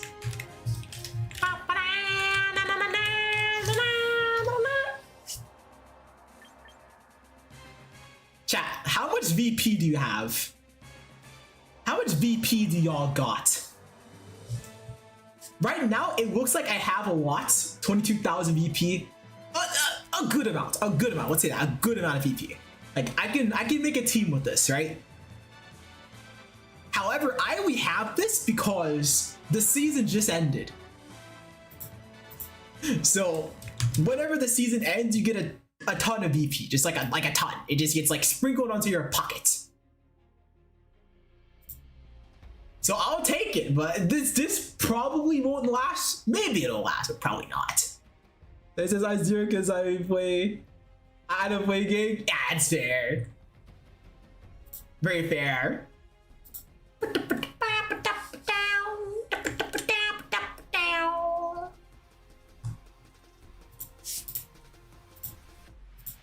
Alright. Grand Champions Festival, please! They're probably handling some stuff in the background. I'm down to be patient.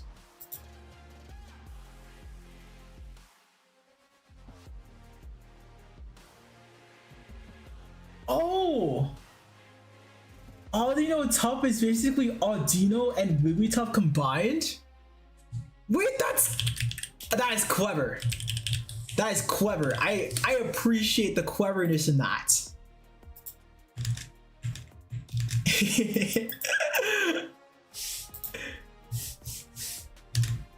I can. It's like the two pink like circular Pokemon. They did a fusion dance. Both are tough. Both are tough. I can attest to that. I can agree with that. Wigglytuff is like, chat. If you know about this, you know. But there was a special Wigglytuff back in the day for a special Pokemon spin-off called Pokemon Mystery Dungeon Explorers of Sky. And that Wigglytuff was so silly and so ludicrously powerful. I appreciated her. She was strength. She was kindness, she was strength, she was the moment. Shout out to Wigglytuff, shout out to Pokemon Mystery Dungeon Explorers of Sky.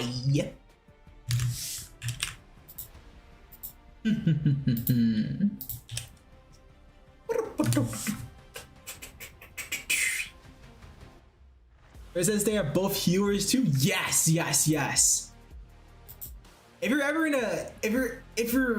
a spot where like you have a bruise or you're feeling really tired for the day and you have an Audino or you have a Wigglytuff, you're good.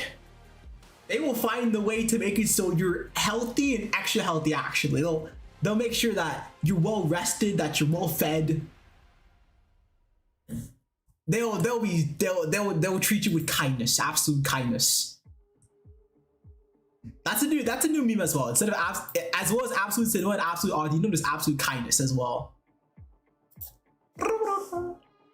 What a North Story assistance? Yep. Yep.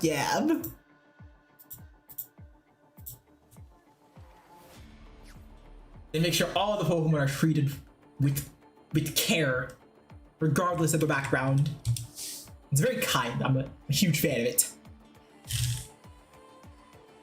Let me think. We have just a few minutes until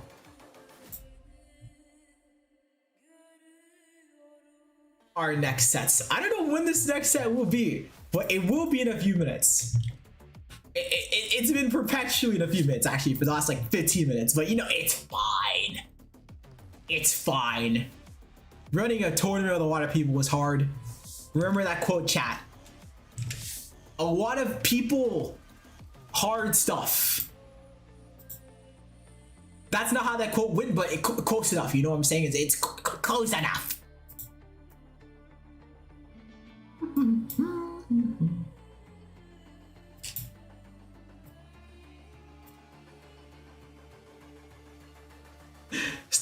Starby says Wigglytuff is singing toughly while Audino listens to the peak.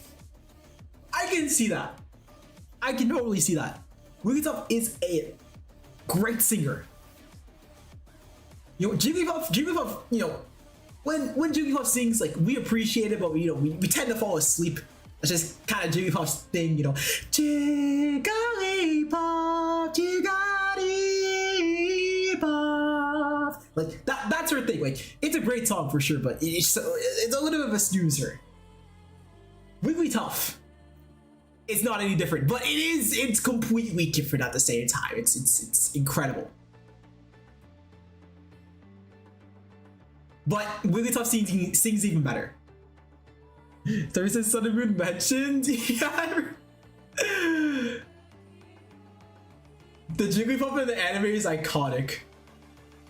That's GOAT status right there. The GOAT singer. Adino's ears are sensitive? I didn't even know that. She's just like me for real. My ears are sensitive. Oh my god. Maybe I am on Audino chat. Like what? Like if I turn on my camera, like what if I just have like Audino ears, like on the back of my head or something? Like who knows at this point? I might just be her.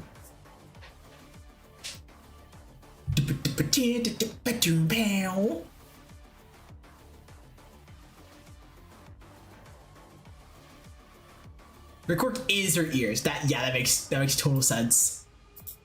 Total sense. Actually, I want to look at something. I want to learn more about the Audino ear lore. Let me see. I want to know all about this. Oh, okay. She's the hearing Pokemon. Okay, yeah, that makes sense. Her quirk is her ears, and she's the hearing Pokemon. Damn, I know nothing about Pokemon. The best part about playing Pokemon is that the more I play it, the more I realize I don't know heck. I don't know heck. I know a lot, but I also don't know a lot, you know?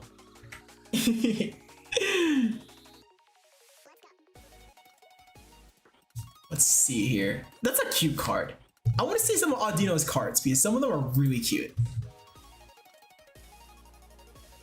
A little Ipe Audino, that's cute. Shout out to Pokemon Pit Crew.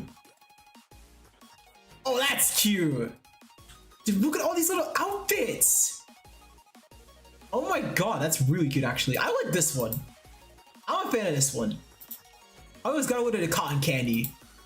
I like this. This is a thumbs up. I give this a big thumbs up here. Absolute adorability. Oh, these little headshots as well. That's cute. I like that. So this is so kawaii. Burp Dino. Literally. We got Audino. We got Audino, and then we got Perp Dino. Incredible. I like it. The colors too. These are great colors. There's a lot of care put into how a Dino looks. I'm a fan of it. Cute medals there. I like that. Ooh. Got some anime shots as well. That's a cute head picture. This is cute. This is from Cafe Remix, right? I'm assuming it's from Cafe Remix. I gotta give this game a try because it looks absolutely adorable. I have no idea what the gameplay is even like, but it looks really, really cute. This is a cute picture. This is from a pretty old 3DS game, but oh my god, that's a cute head shot of her.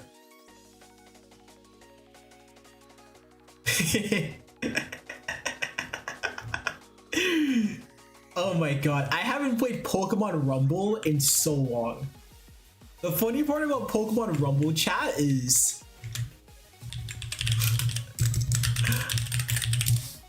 all the characters they're wind-up toys. So instead of them looking like, you know, standard Pokemon, they just have these really silly bodies. Like they look so almost like 8-bit in a way, but it's so charming. And they have little wind up things behind them so that they can be, you know, turned on. It's incredible. It's really cute. So it says, I want an Audino Pokemon card. My town has no packs of Audino in it. No!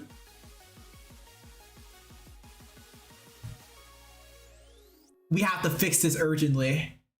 We need a new mayor to come into office and say every single game shop must have an Audino card in it. It is must. It is the new law. It is the law of whatever city you're in. It's official. Official. Alright, come on, Pokemon champions. Oh, they are. Oh my gosh. Yes, something has to be happening on the back end because we do not have a round 3 yet. But we'll get it eventually. I know we will. So it says yes, yes, exactly. If you're in Twitch chat and you are an aspiring person of power, you want to be a mayor, you want to be a representative for a city, the people request Audino cards. The people beseech Audino cards. This must happen. We need more of them.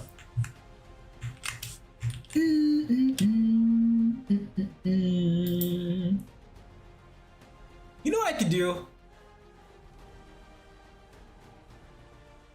Let me see something. I have an idea.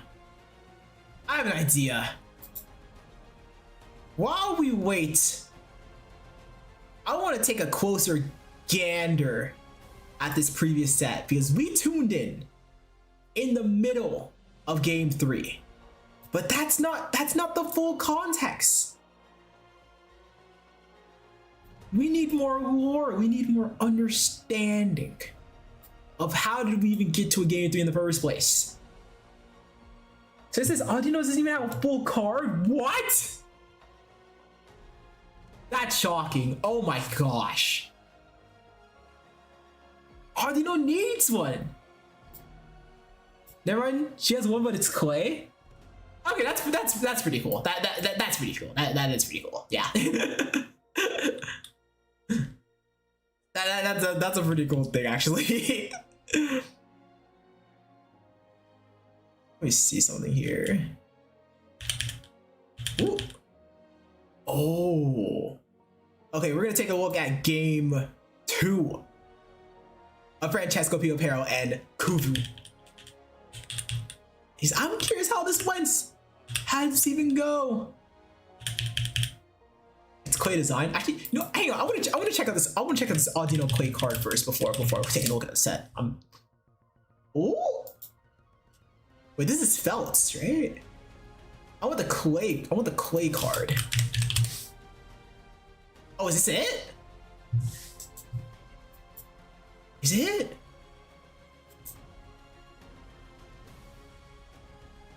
Yup. Oh my god, it's really cute.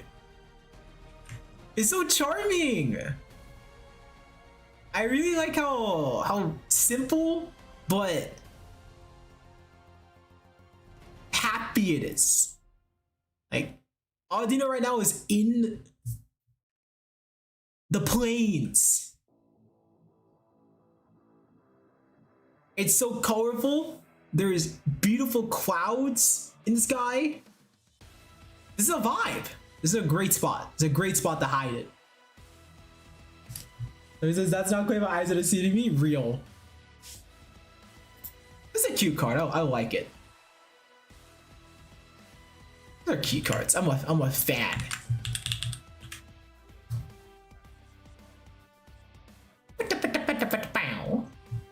Okay, so what happened in this game here? So currently in the middle of this game 2, we're seeing the same 4 Pokemon that Francesco went in game 3. Well, on the other hand, we're seeing the Staraptor come out from Kuvu. Staraptor is a really unique Pokemon. Really unique Pokemon. Mainly since it can use moves like Close Combat and actually get buffed instead of debuffed. So you can do some really scary damage while also becoming super hard to KO. Like you just become this super tank basically that you take very little damage from if you can get the boost to do it. You see the Dragon Claw go into where the Staraptor was, but that really nice swap in from the Whimsicott means that you're not taking that damage. But Toxapex also swapped in for I believe, Incineroar. So it's also gonna eat up that Wave Crash from Basculegion. So this is a pretty scary spot for the Garchomp right now. If this Basculegion goes for a Wave Crash into the left side, it's gonna be hard to tank that. Unless we just go Incineroar again. Which we very well could just go Incineroar again, but I don't know if you want to lose this much health on your Incineroar this early. We will see the Incineroar swap though. But Basculegion actually swaps out? Bass swaps out for Garchomp themselves. What a play! That's a crazy call. Kuvu just used the fear, the pressure of Basculegion's damage to get their Garchomp in for free. And while Garchomp does get Toxic here, you are in a position where you could go for a super effective attack into that Toxapex and begin to slow it down. We saw in game 3, the game 3 of the set, how scary it can be to have your Garchomp get whittled down by Pex or by Incineroar before that can actually do damage into it. So this is a nice position for Kuvu. You're saying, hey, I'm going to get some damage into this Toxapex cleanly and at least somewhat safely compared to game 3. So this is playing Among Us right now. Among Us sounds fun. I hope you're having a fun time playing Mongi.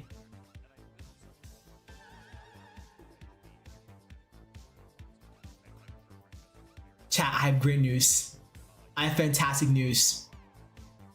We're gonna take a pause from this set for a very good reason. An incredible reason.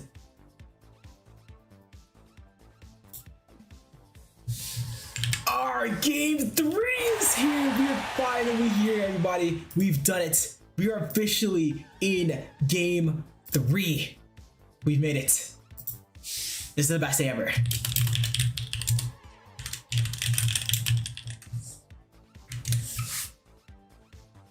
We are real. We are alive. We are playing Pokemon. This is awesome. It's the best day ever.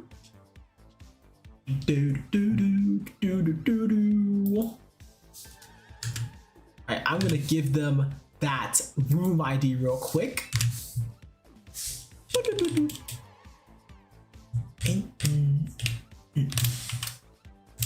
Banger.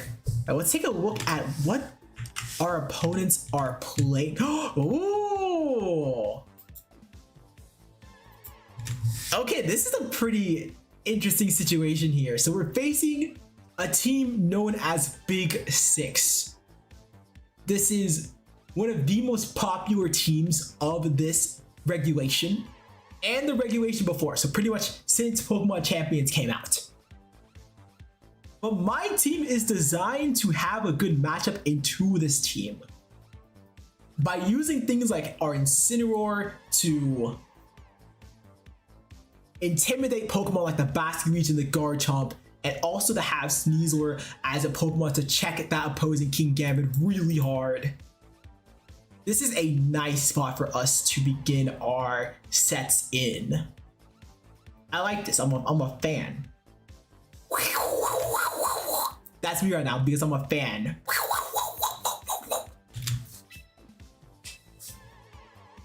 Alrighty. It's time for game number 1. Game 1. You guys know that in Japan, the way you say wolf in Japan is wan, like W-A-N. It's awesome. I love it.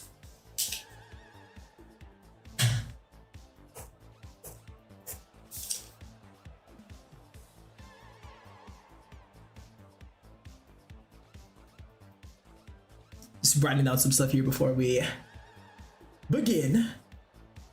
Probably gonna leave you two guys. I want you in the back for sure.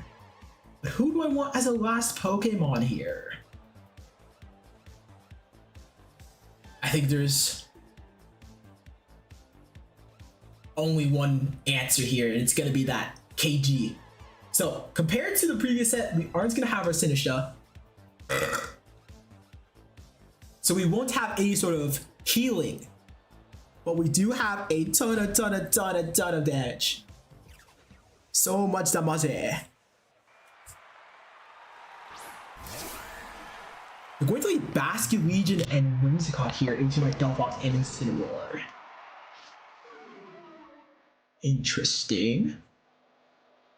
So you have Tailwind, Wave Crash,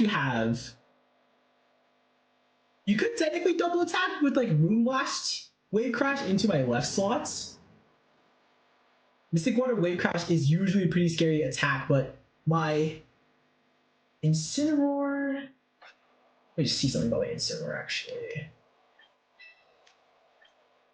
Oh yeah, okay, yeah, it is indeed pretty scary. Let me think here. I'm willing to take that damage right now.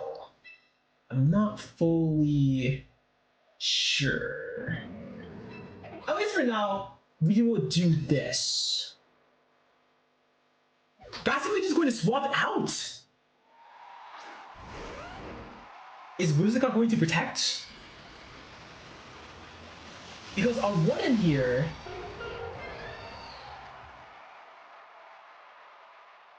I don't have to worry about Mystic Water Wave Crash, but oh! Whimsicott's gonna go down before. Wait, he wave? He would connect up the targets! That's gonna be a down Whimsicott, meaning that the knockout Tailwind and their speed control is completely gone, giving my Delphox the fastest speed in the lobby right now. That's huge. That is humongous. And now I don't have to worry about Encore either. But this spot itself is still not very great for me. The main reason is they have a lot of super effective damage into my dual fire types right now. But this is still pretty darn interesting, I will say. I may have to sacrifice a Pokemon though, which I don't fully like.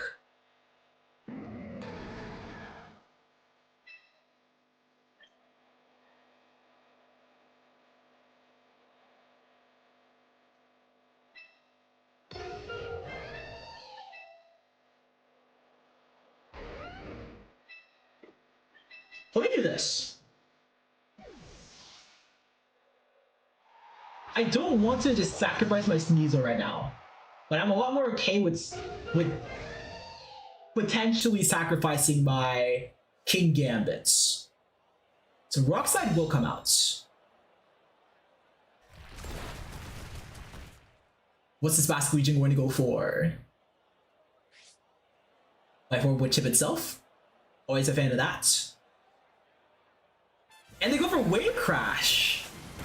Mystic Water Wave Crash does not KO my King Gambit. And it's going to do a decent bit of chip to this Basket Legion. What this means is that I can swap my Delphox into Incineroar, get this double Intimidate going right here, right now. And I am scaring their Basket Legion a ton. They could swap to Charizard and Earthquake right now. I think if you do that, it's a very fair and understandable play.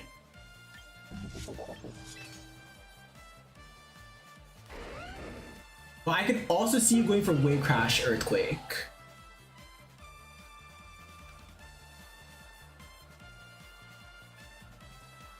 Garchomp is generally less of a threat for my team than Basket Legion is, so even if they swap out the Basket Legion here, I'm okay with that.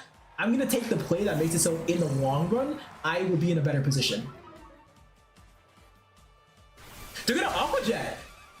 Oh, so I can't Sucker Punch them now. Oh, that's a cool call. Yeah, I respect that call. I very, very respect that call. Dragon Claw into my King Gambit, which it doesn't KO!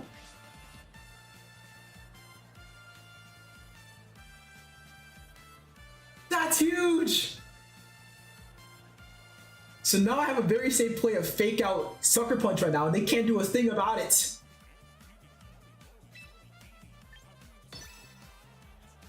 They could technically Aqua Jet, actually. Yeah, they could Aqua Jet. They could just Aqua Jet my KG, which would be kind of annoying. Let me try something here.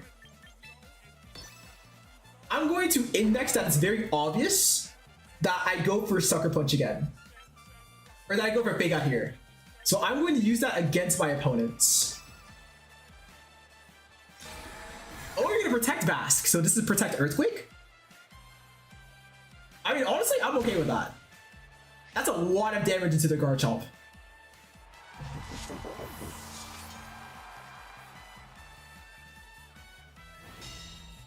Wait, does Garchomp just KO itself? 1-1 Earthquake. I'm gonna lose my Incineroar here. Actually took more than... Yeah, that was a crit! I was wondering! I was like, that did way more than I thought it would. But... alas, we are here, you know?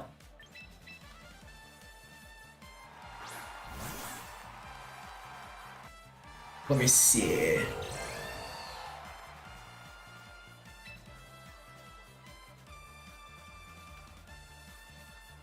So you have Wave Crash, you have swapping out.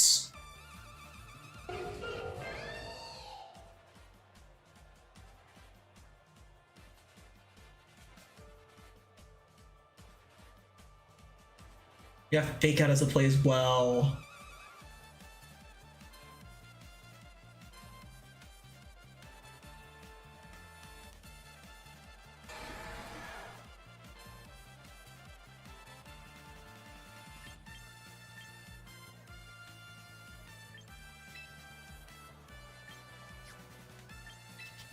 I'm okay with this. I'm gonna go for a very, very, very safe play. This play is extremely safe. A Fake Out goes off. Does this Bask Wave Crash or does it Aqua Jets? It Wave Crashes into my Protect! Nice! Okay, so Charizard and Basculegion are presumably the last two Pokemon. Yes. So we are faster than both here.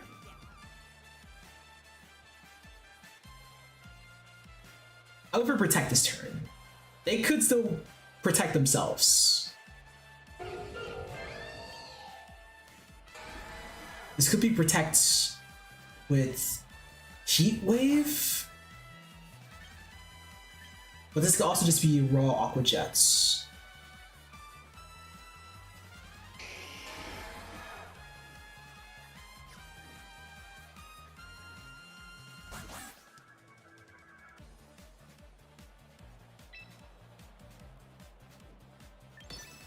I'm gonna go all in on a crazy prediction here.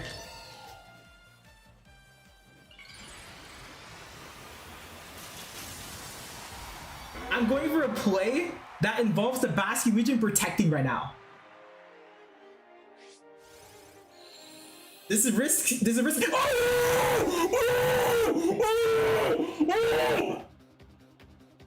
First shot. This is doing like 40%. Poison job. Clutch up for me, dog. Poison job. Oh! Oh!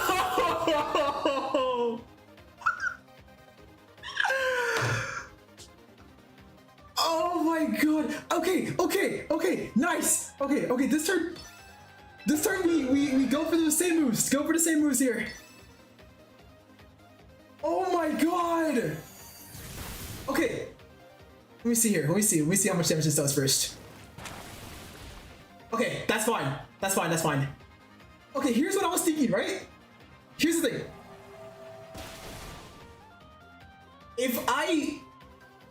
If their Basculegion dies on that previous turn, they just lose the game on the spot.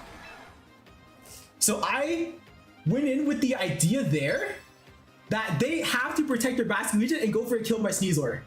And that's literally what they did. They went for Protect and probably either Weather Ball or Heat Wave, but probably Weather Ball. So by me calling out that you need to protect your Basculegion to stay in the game and doubling into their Charizard, I take out their Zard before they can take out their Sneasler, and I created that 2v1 pin at the end. Oh my god, what a fucking endgame! Oh, I love Pokemon! That's ridiculous. That's absurd. That is a crazy endgame right there. Alright, we need to write some things down. We need to because that got a lot closer than I would have liked. We clutched up, which is just incredible, right? I want to make sure that I'm putting myself in the best positions we can here. Okay, so they did basket and women's quad. They double swapped both. Chomp notoriously went for that rock slide and then went for that EQ protect play with the Bastion Legion. Bass also went for Aqua Jet before that. There was a rock slides, there was a I already said that. There was the dequad by King Gambit. My King Gambit living there meant I got the Sucker Punch chip. Protect. Jolly Chomp, that's a Jolly Chomp. And then Zard didn't get to go for anything. Two of the Pokemon didn't click a single move. It was really the Bastion Legion and Chomp together that were like very awkward to deal with.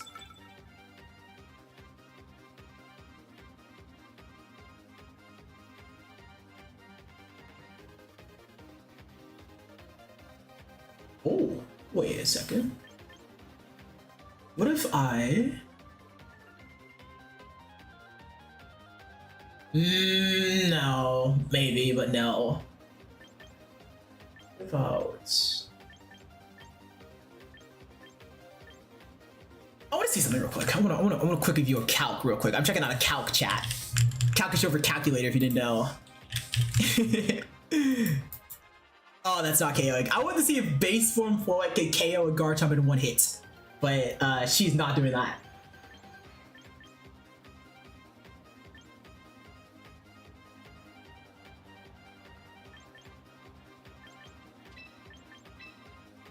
I want to bring the same form, but I want to lead them slightly differently here.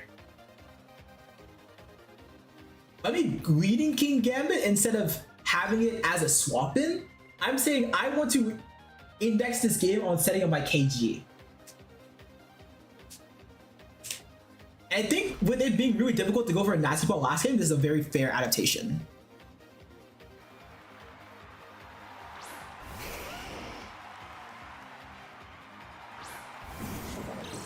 Okay, this is interesting. So we have a very safe Earthquake as the Garchomp here. I want to see if how much Warp Earthquake's doing at -1.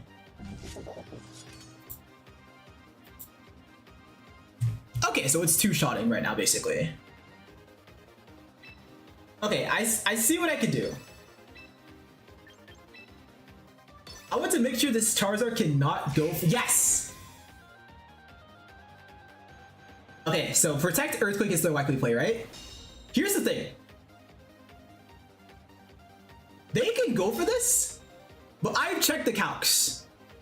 This is doing about half my HP. Yep. Life Orb's gonna happen. You see that Citrus Berry there? That's gonna play a big deal. So now I'm in a really fun position for my opponent to deal with. This Charizard protected, so it could attack, but if it attacks, it will get one-shot by my Sucker Punch. But the question is, how can I keep King Gambit alive while also having the Sucker Punch pressure? And not just make this a gamble. I could protect, but if they double attack here, that's going to be not very fun. And I'm also not going to have my Incineroar for the rest of the game. And I'm not sure how I feel about that. So I'm going to try...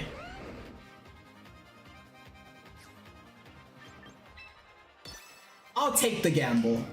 I'll take your flipping gamble. Okay, I just locked in Flare Blitz. That's not good.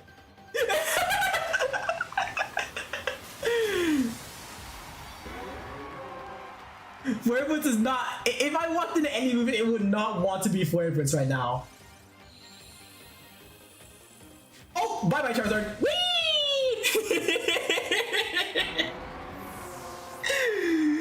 Their Charizard thought they would be attacking this game? Are they serious? Okay, so on one end, amazing that we took out their Mega Pokemon like that. On another end, I just killed my fucking Incineroar, so... So a great play to misplay the same turn. I am down to my last two Pokemon, and they still potentially have the Mask Region or the King Gambit in the back, and that's neither of those are Pokemon I necessarily want to be facing down right now.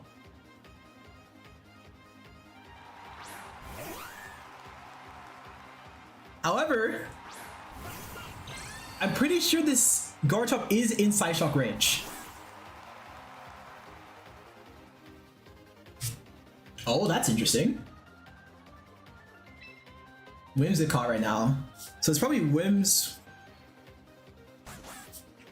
Bask, if I had to guess, and you're trying to wait out the sun right now.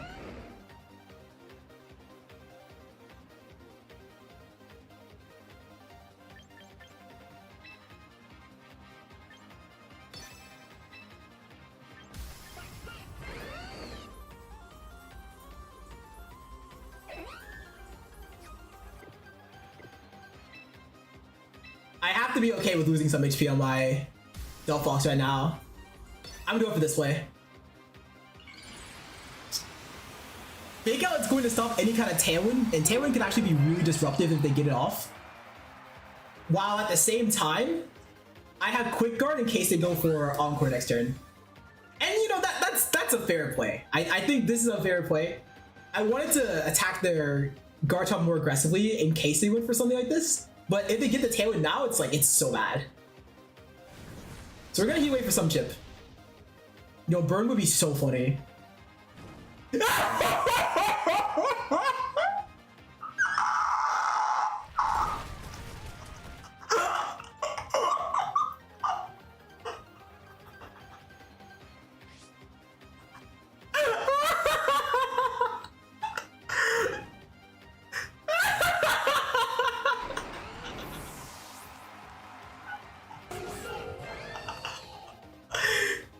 Hey, was I wrong? I wasn't wrong.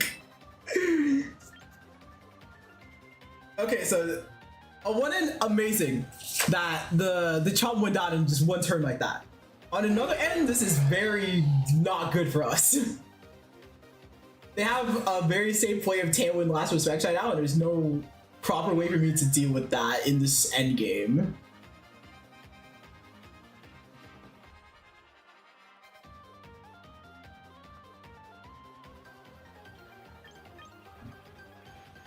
Let's see. No, I can't Quick Guard right now. I have to Poison Jab.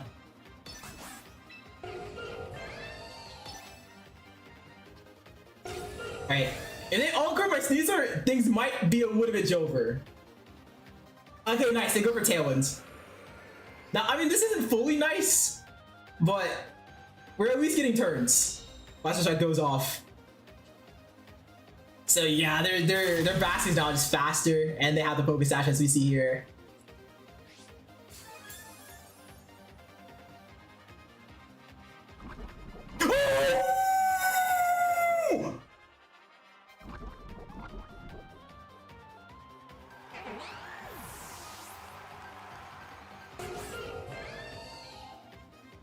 Okay.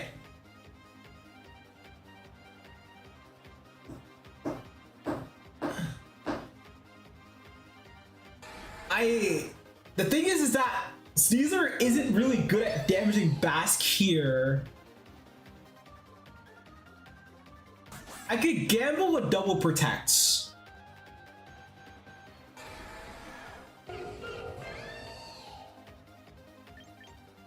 But I also kind of need the Psyshock now.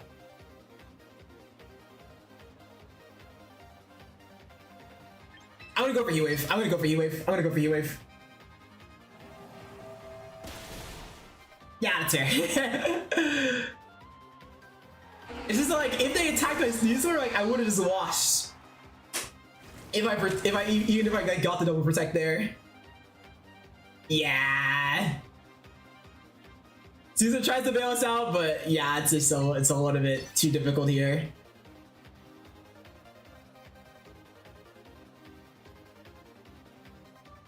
If P-Jab goes, but yeah, the Tailwind is strong here. Tailwind is quite strong.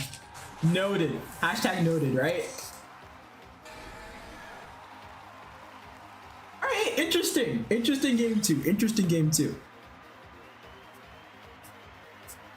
The call to bring doing Whimsicott in that mid game did change things up a fair bit, and I did not play around the Garchomp as effectively as I could have. There's a lot of incentive here to bring Sinistcha game 3 between Earthquakes being difficult to deal with and the Basque in that endgame and also the Tailwinds. A lot of their adaptations are yeah, a lot of their adaptations are around Pokemon that Sinistcha can play against pretty well. It's gonna be a battle of how we shut down the Charizard and allow Sinistcha to get its kick going. Well, what is the lead? What is the lead here?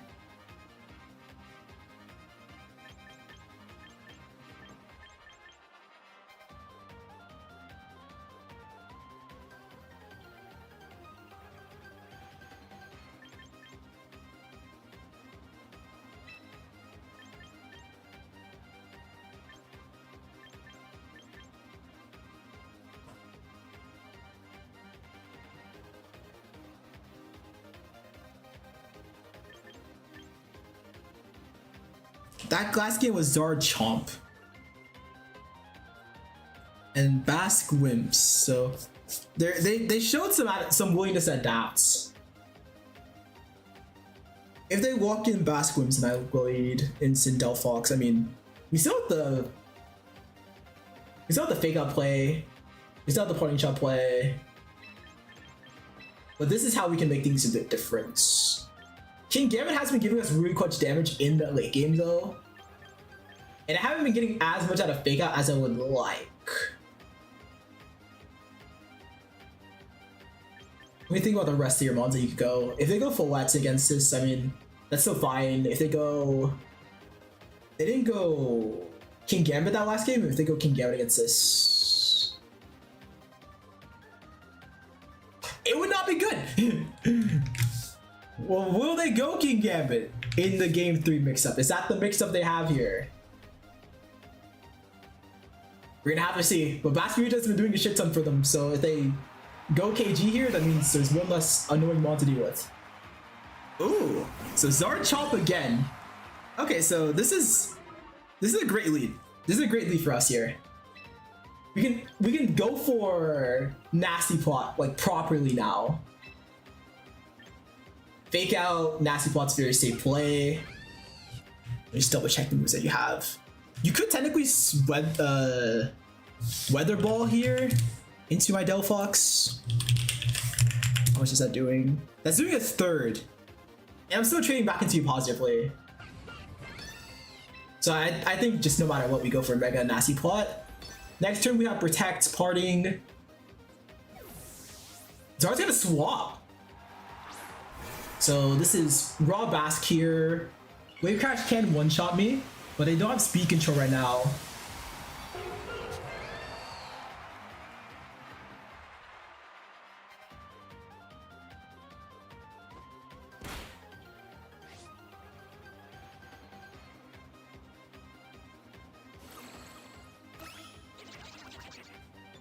Wait, what? Why would they swap Basque Legion? What? Am I missing something?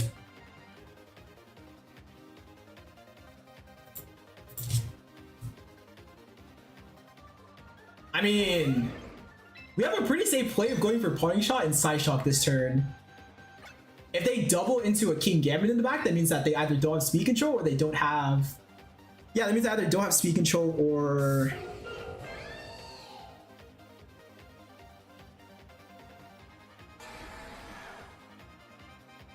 Yeah, that basically means they wouldn't have speed control. They protect. What is the vision here? They double protect. Okay, I think they realize the spot that they're in.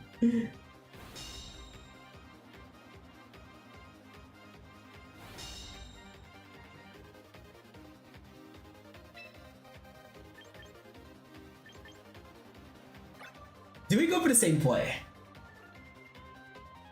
I could very well make a call that they're going to swap their Basque region out for King Gambit or for Whimsicott.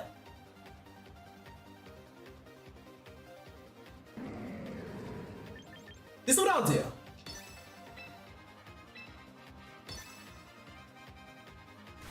Oh, okay, they're just gonna awkward. Yeah!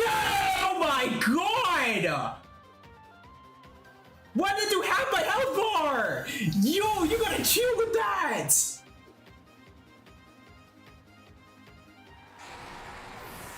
Okay, I'm looking at the calcs. Okay, I can totally see how that did have a health bar. Okay, so yeah, we're just gonna trade here.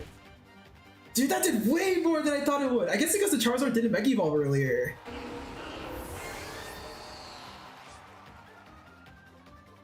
Wow!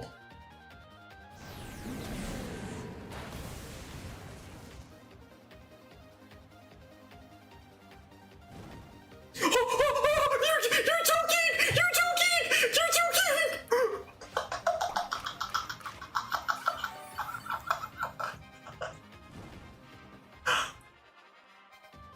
No way! The Charizard got burned! Or the Garchomp got burned! You're joking! Are you serious?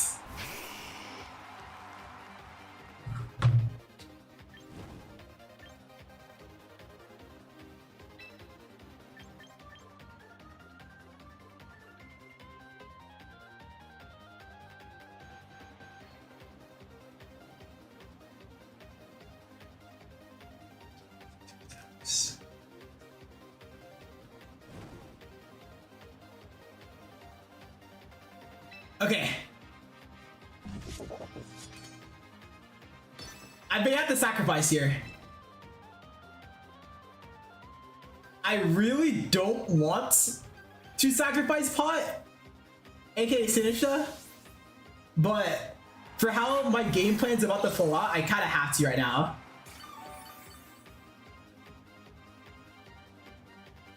Okay, they protect. I mean, I'll take it. They're not doing any damage with their Garchomp.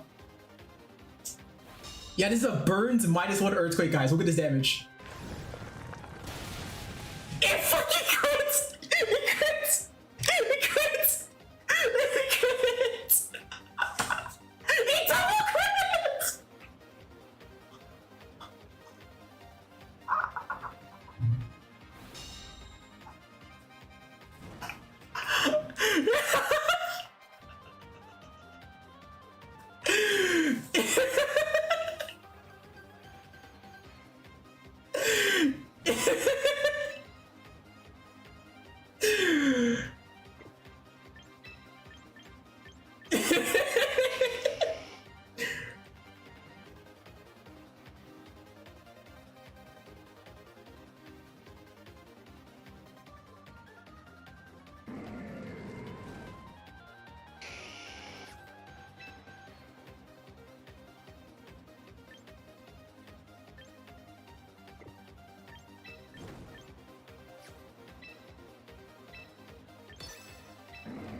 I just have to click something at this point. Oh, that completely changes things. Because now this Charizard can KO with Heat Wave right now. Wow. That's so funny.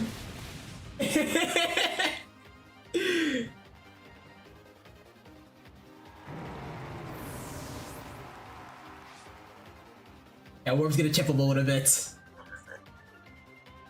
Yeah, Weather Ball, single target Weather Ball, and Identity protects. Yeah.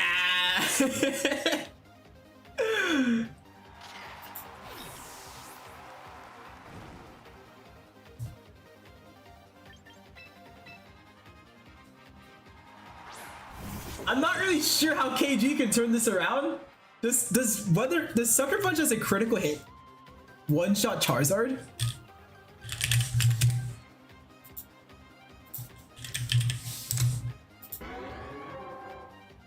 Sucker Punch, critical hit. Ah, that doesn't KO. Ah, if they have like no bulk, this could KO. But so many Charizards already run bulk. Yeah.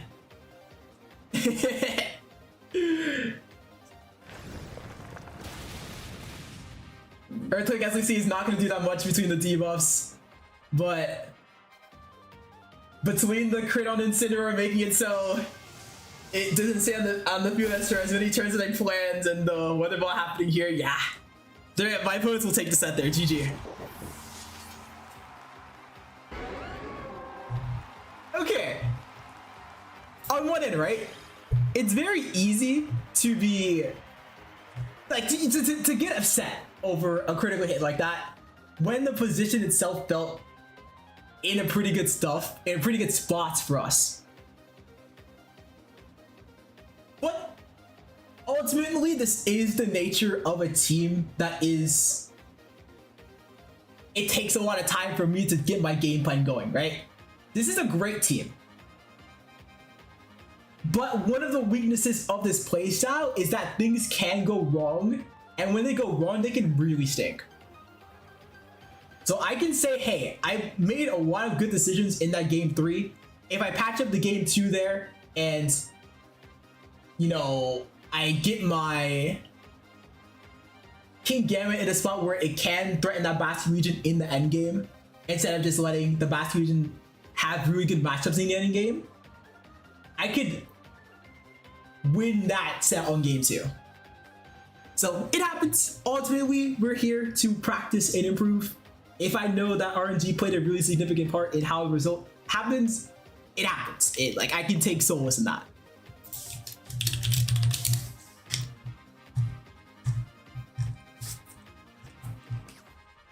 But GG to my opponent, so GG the cool guy. GG around the board. That was one of the most intense sets I've had against Big Six ever with this team.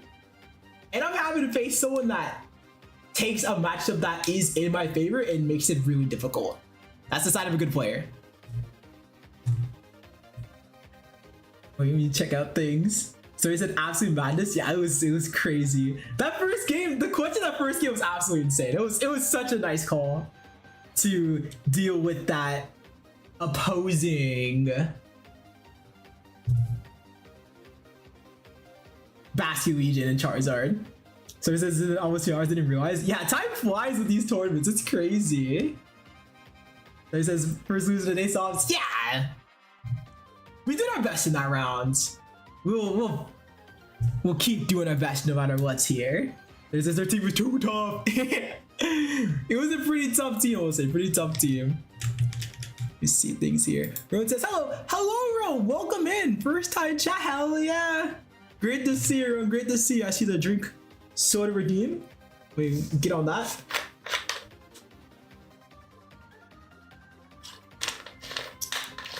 Absolutely delicious. Hope you're doing great, Rowan. We just finished our second set of the day. We got 5 more, so quite a few. We're not sweet. That was the first time chat. Yeah, funnily enough. Even though we've known each other for a while, I haven't really properly streamed on Twitch much so far, so it's understandable.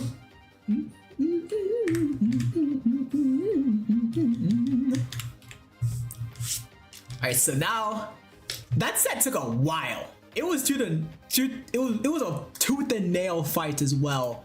So I wouldn't be surprised if there's not that many sets left to our next round. Let's see.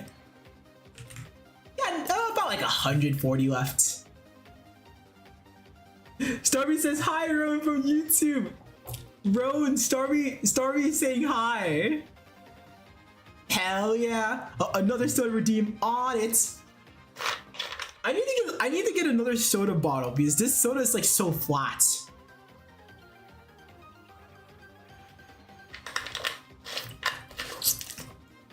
These are fresh soda here, freshly carbonated soda.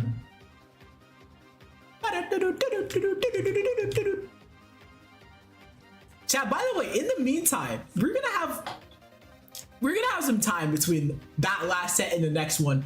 If you all have Pokemon you want me to talk about. Or if you have a team that you want me to review, send them in the chat. I want to review. So he says, I wish I get a free bad soda. I mean, hell yeah, soda's really yummy. Hashtag yumma yumma yums.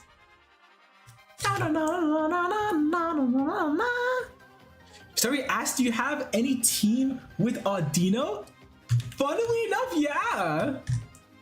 Audino as a Pokemon it's pretty difficult to use them well. Well, very difficult to use them well. Extremely difficult. But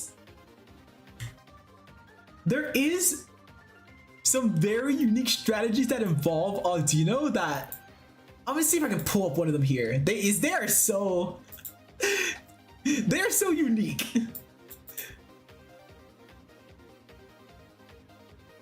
Very unique styles of team here.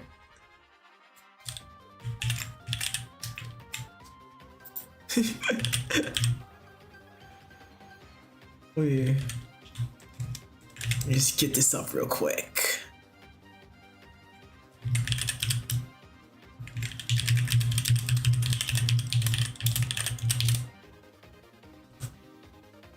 So it says, I see you use Audino on your shirt but not really understand.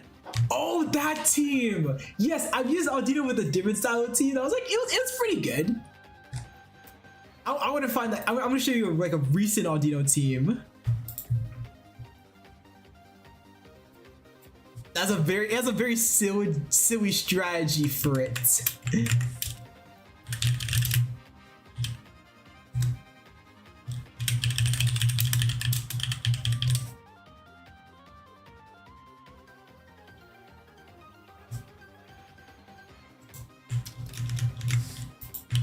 Okay, that should be the website for it. Oh, is this it? No! I want to find this thing.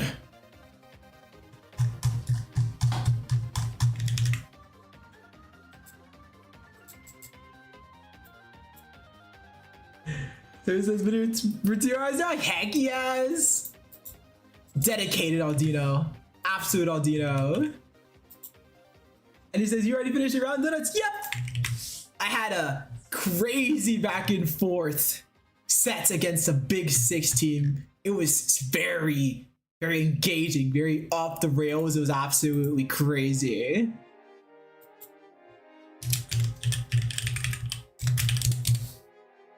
Let me see if I can find this here.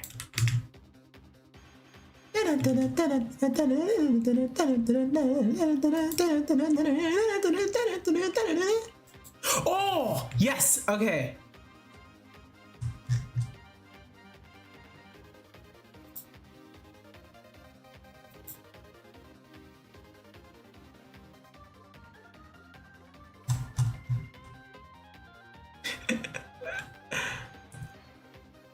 Okay, that should be... Yes, okay. So, this is a really, really good Japanese player that has made an Audino team, and it has some very unique strategies on it. We'll call it unique strategies. So, Audino in this game gets access to a really special move, right? A very unique move called Simple Beam. And if you use Simple Beam on someone, whenever their stats get changed, they get changed a ridiculous amount, like truly insane amount. So the idea is that you use Simple Beam, this move that makes it so if you go for something like an Iron Defense, your defense gets quadrupled instead of doubled. You use Simple Beam on your own teammates, and then they use moves that make them ridiculously bulky, like super duper bulky. So for example, right, we have Audino here and we have Snorlax. Let me see if I can, I'm gonna make this picture like really, really big. It is in Japanese, but I'll see what the moves mean. So you guys think we don't have to read Japanese for this, but basically Audino gets to use that special move, right? Simple beam into either Snorlax or into Slow Bro, and then they each have moves that make them basically unkillable. Like if you simple beam into your Snorlax, Snorlax gets to use Stockpile, and Stockpile increases both of its defenses. So simple beam, Stockpile, you become super unkillable, and then you use Body Press, which is a move that gets more powerful the higher your defense is, to just boom people. Like they just get absolutely destroyed. It is super hilarious.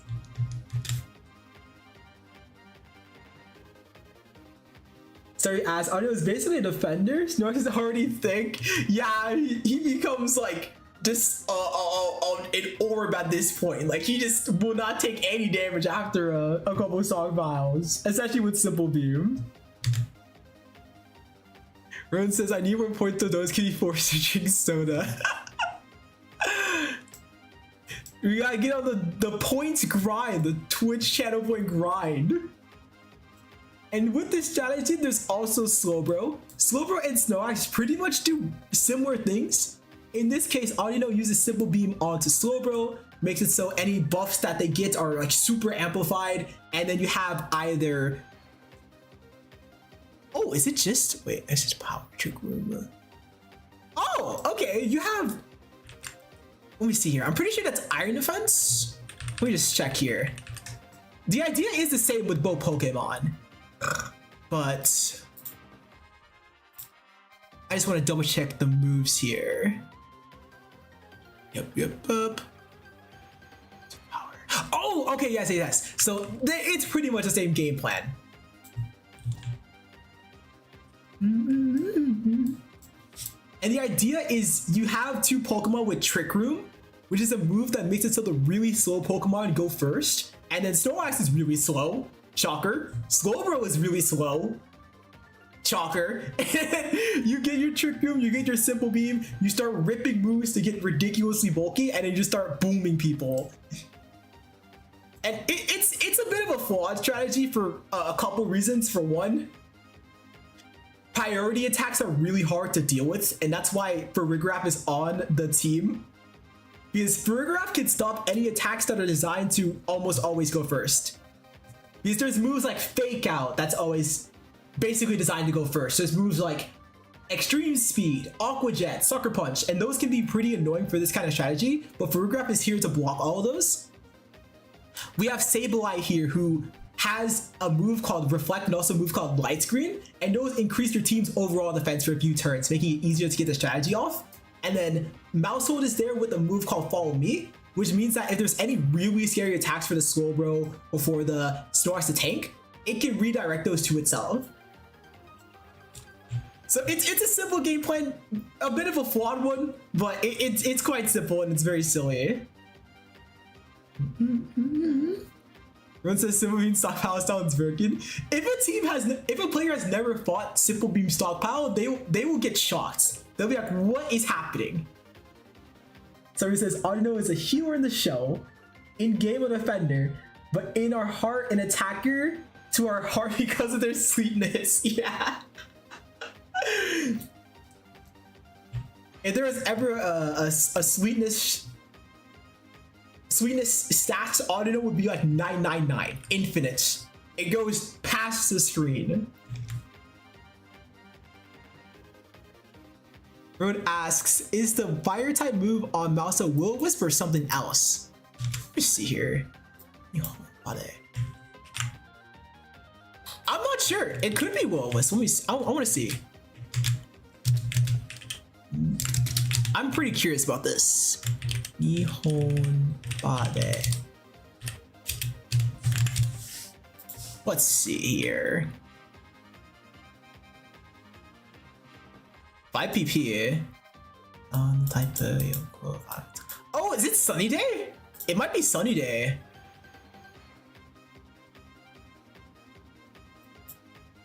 What technique? Yeah, it's Sunny Day. Not fully sure why they have Sunny Day when they have no fire type moves, but maybe it's to help against rain teams and just like slowing them down. I can see rain being pretty annoying for this kind of team to deal with, so I respect it. Also learned Sunny Day, yeah. Weather moves are very weird with who warns them and who doesn't warn them. All right, I'm gonna grab some soda real quick. I want to get soda that's not like giga flat. I want something crisp. Hashtag crisp. While I'm gone, by the way, guys, let me know. Let me know. What is your favorite color? I want to hear what your favorite colors are, and then I come back. You know, I want to see a field of colors. I want to see whatever your favorites are.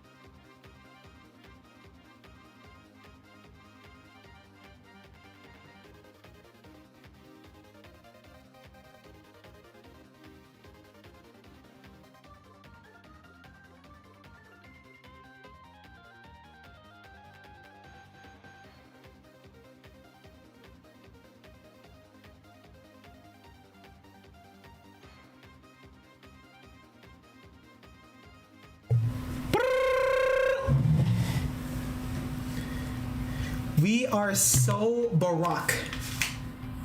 Okay. Okay. We are so returned. Okay, so when I was gone, I asked y'all what your favorite color was. I'm gonna see. Story says, ah! Hell yeah.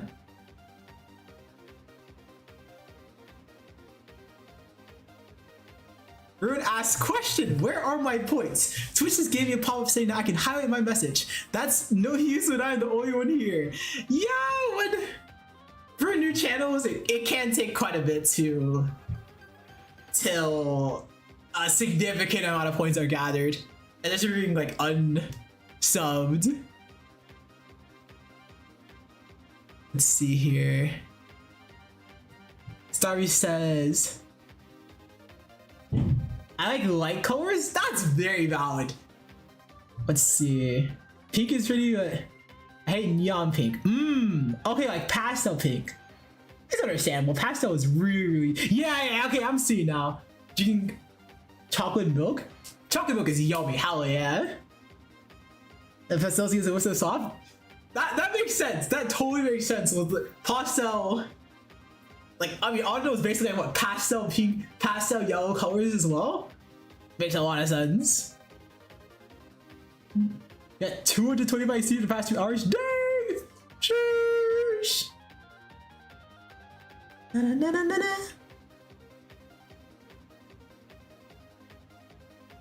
Yeah! Yes! That dance is so much fun. I've been enjoying studying some of the music from Project Sekai because it's so good. The stories behind the characters are really nuanced. I like the game. I like the music. I like the dances. It's great. Huge fan. Oh, hey, this third soda. Let's go. Yum. A third soda redeem has hit the. Oh, you guys heard that? That was awesome.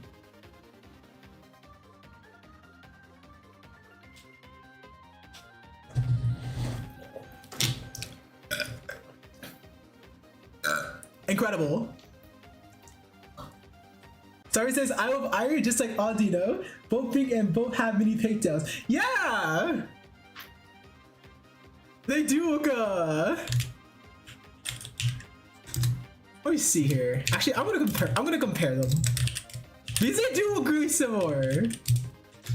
Starry says absolutely burp. Soda goes crazy like that. It was crazy. It says holy burp.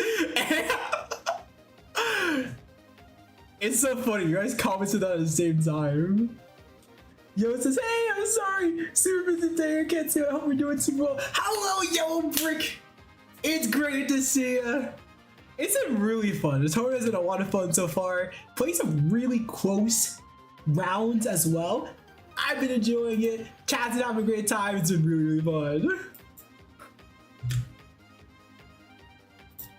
Now this is actually really, I like that you brought that up. Okay, so chat for reference, right? This is obviously, right? This is Audino. Shocker.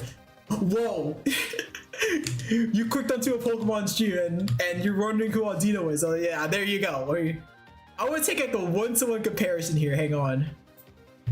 Because that's Audino right there. And then you brought up Irie. This is a character from a gacha game who is like a dancer idol, basically.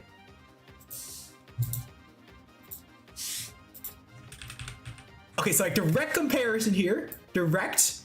Yeah, they're both like very pink.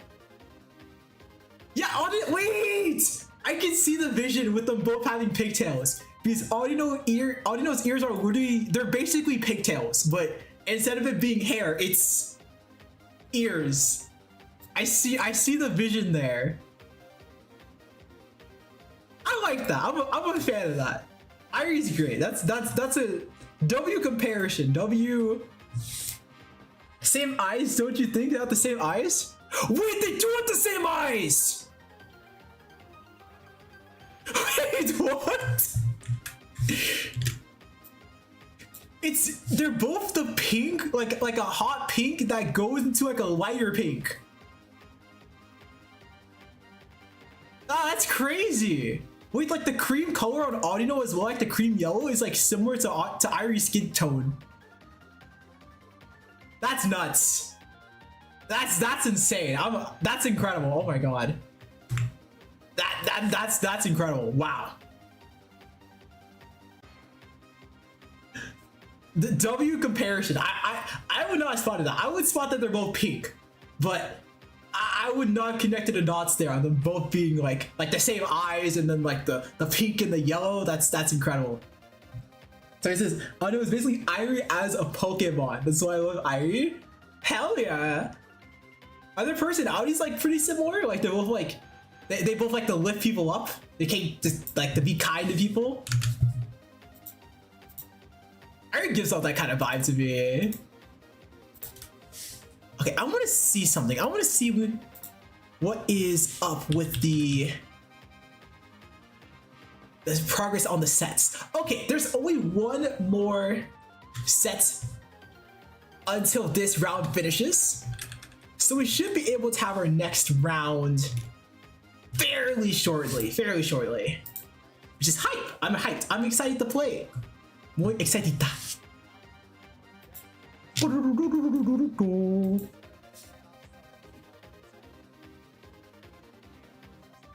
Starby says, Irie is a tsundere.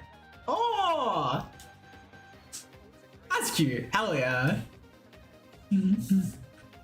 Roman says, I will cook some food, see in the Discord. Hell yeah. Roman is a chef, chat. Roman will cook some good ass things. There was a pizza. There's a pizza that she made. It was a good looking pizza. It was nice. There was a whole like pizza oven as well. It was cool. I liked it. I enjoyed it. Well, I don't know if it's like actually a pizza oven, but like it looked like one. Shit. Okay, let's see. Yeah, we probably got like 10-ish more minutes. Chat, what? This song has been playing for 20 minutes straight. The DDD battle song from Kirby Triple Deluxe has been playing for 20 minutes straight. Why? How did this happen? How did we get here? What the fuck? I mean, I'm down. I think there's a great song to listen to for 20 minutes straight. It would be DDD's battle theme, but whatever. Sure, I'll take it. I'll take it. All right, let's take a brief stint at some of the what the heck? Chat. What is this team? Hang on. I need to make sure I'm getting my. Hang on. Let's just zoom in on this real quick. Okay. So this team, for reference, is 2-0. So they are currently undefeated going into this round 3 set. It features one Pokemon that's seen as good, another Pokemon that's also seen as good, to be fair. Yeah, seen as good at this point. And then just like 4 random ass guys. Mega Electros came out, and Mega Electros has a good ability, like a very, very, very good ability, but the Pokemon itself doesn't work with the ability itself. Like, if you gave Electros' ability Elevate to any great Pokemon, they would become broken. But Electros itself doesn't do the best job at showing off its strengths.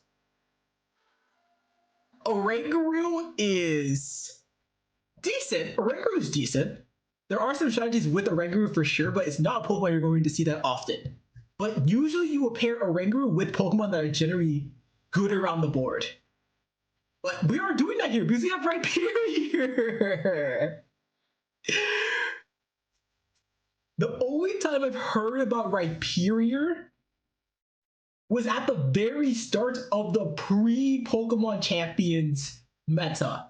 Like, people basically made fake metas to practice champions before it came out, and people thought Rhyperior would be good in champions because of that meta. But it wasn't. It hasn't been at all. And then this guy, Mr. Rhyme. This is not a Pokemon. This is not a real Pokemon, chat. This is a generation. you do not see this Pokemon. Like, Rhyperior, whatever, sure. Oranguru, understandable. Just fine. This, you do not see this guy. So I'm extremely curious. How does this team cook? What is it doing here? Because it's in a pretty good position. What the fuck is it fighting? I'm not even gonna get into that second team. What? Oh my god. Starvey says Ash's knockoff mom. That's literally, yeah, that's Mr. Rhyme right there. Like, why are they here? Okay, wait. How much time do we have for this next set? Because I wanna. Okay, we're gonna have some time to look at it. That's awesome. Because what is happening here? How did we get here?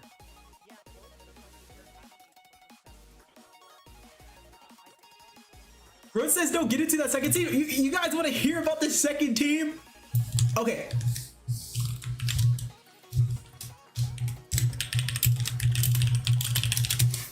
This team, granted, isn't as bad. This is understandable. I can respect this kind of team. Because this is also a Trick Room team, but it's featuring some really good pieces. Pieces basically just mean like Pokemon and what they do, like together, right? Fergraf is the best Trick Room setter in the game. So if you want a Pokemon to set Trick Room for your team that's based around Trick Room, yeah, this is where you start. It's incredible start.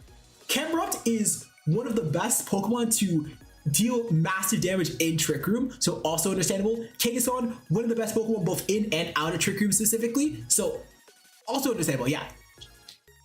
Basking Region is just one of the best Pokemon, period, so very understandable, right? These pieces, yeah. Abomasnow, sure. Abomasnow is picking up in popularity when it comes to being used on Trick Room, so also understandable. Scrafty is interesting.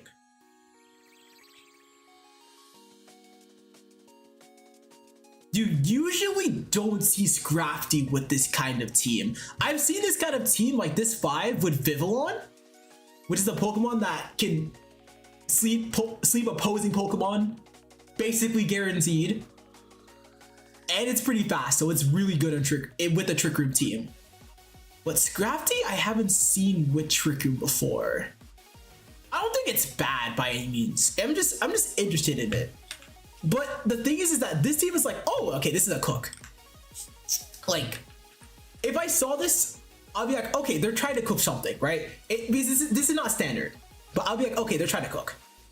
However, this team, in context of whatever the hell this team on the left is, blows my mind. Because how did we get this cook team versus this?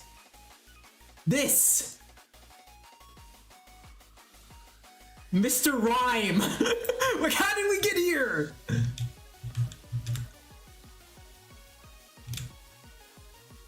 It's like if there was like a cook scale from 1 to 10, 1 being the most meta team you could imagine and 10 being the most random thing conceivable. This team is like a 7 on that scale and the other one is like a 5. So the levels of cook here is really high. Actually, it's arguable this is like an 8, but there are some hopefully chefs next to the ovens, next to the stove tops right now. Oh, that's a nice turn. I'm assuming this Torkoal is leftover, so it's going to heal back a bit of that HP, but... Oh, Pharynx is going to go over Trick Room! That's interesting because Torkoal is on the field.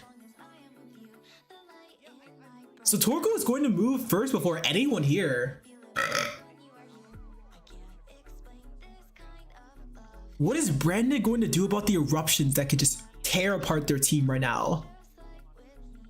Electros can Mega Evolve as well. And Electros is starting like some damage into the Scrafty. Actually, quite a bit of damage into the Scrafty because you usually run fighting type moves on that Pokemon. But Torkoal is the real threat. Sorry, says if the team we are seeing right now that has Ash's knockoff mod wins, I'm shocked.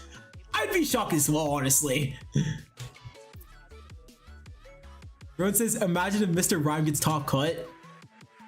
The funny part about Mr. Rhyme is that the organizer for this tournament, his #1 favorite Pokemon is Mr. Rhyme. Like, he worked his ass off to get Mr. Rhyme into Champions tier, which is the top 300 ranked players in the world. He worked his tail off to get Mr. Rhyme up there. Oh, wait, what? The Torkoal was slower, or the Torkoal was faster. Wait, what? No, there's no way. Oh no, it wasn't faster. Okay, it wasn't faster. Never mind. So Torkoal attacked first and did good damage, but wow. Does Torkoal not have Eruption here? I thought it would have Eruption. I mean, this is still like a pretty good damage trade. Like, you're getting a lot on the Scrafty, but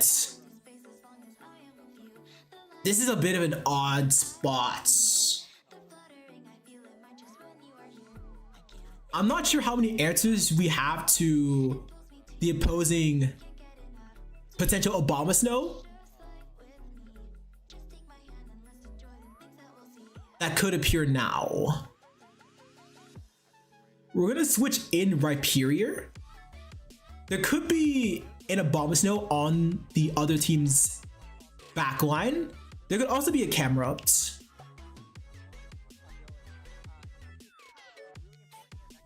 I don't think either would be too bad, but Abomasnow would be not great for the remaining Pokemon on Highweedle's team to fight.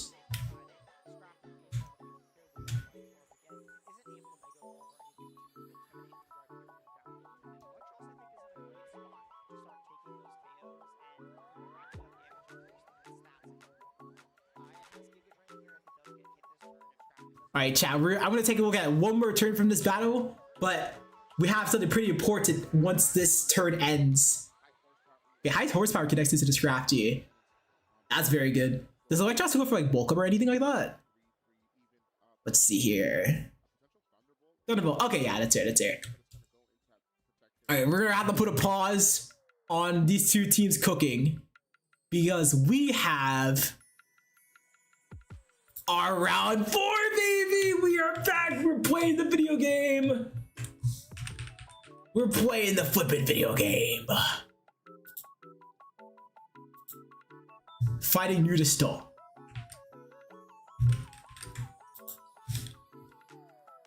Let's do it.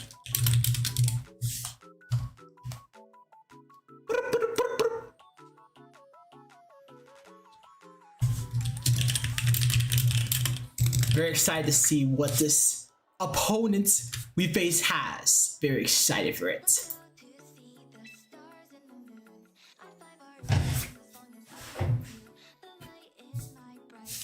Okay, so there is the thingy. I'm gonna pull up, boom, the password blocker. Password blocker Ponpo. This is her name. If you guys ever want to say hi to my password blocker, her name's Ponpo. P-O-N-P-O, Pompo. Pompo. It's a very fun name.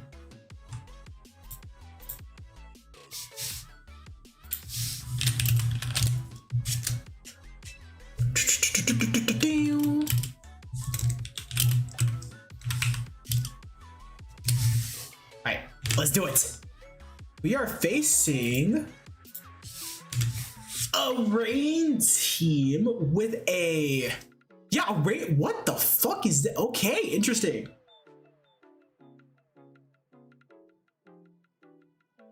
Huh.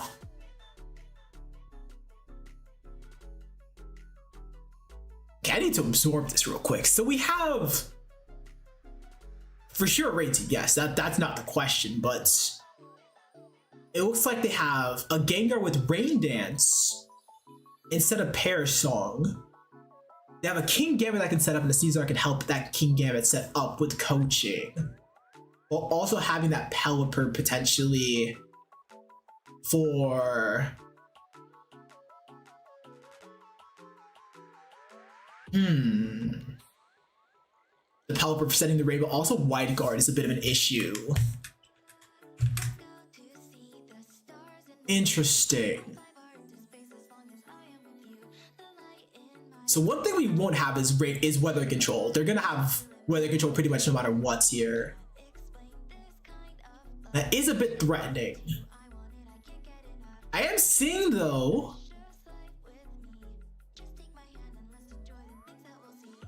our King Gambit is really strong here. Like really strong here.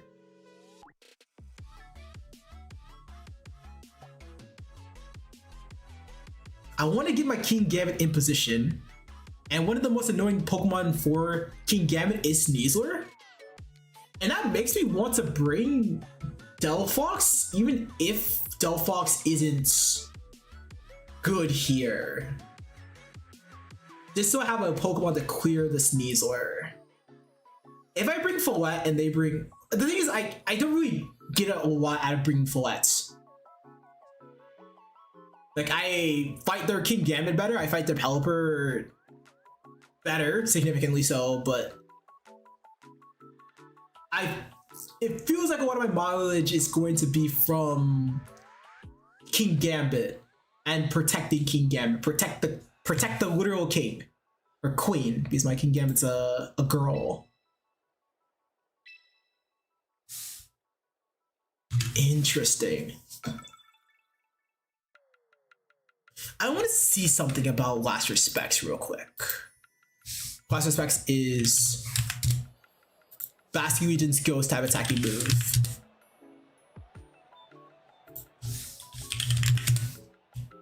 Okay, and Cosset Berry, take that off. Oh wow. Oh, okay, yeah, that's fine. That's a fine amount of damage.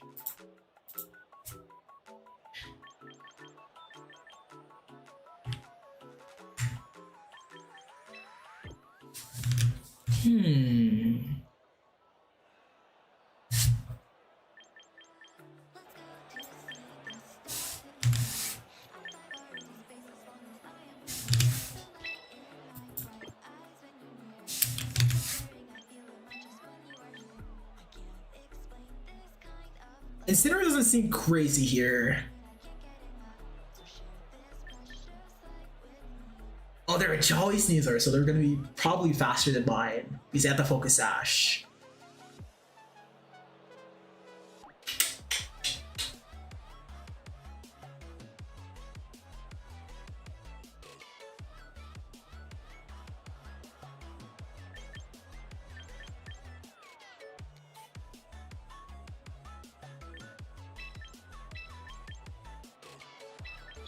I want to try this here.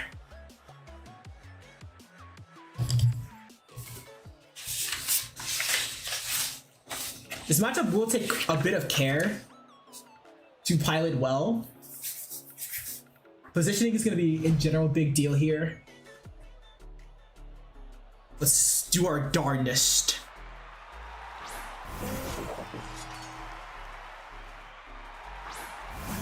So they're going to lead their rain mode with King Gambit immediately. This Pelipper does have Hurricane, so it could send me to Sash pretty quickly. But they don't have any kind of Wide Guard or anything like that.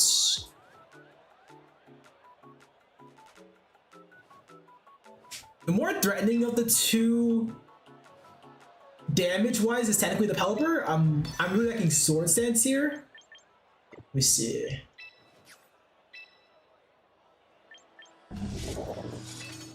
What if I get really aggressive? What did it have to swap here?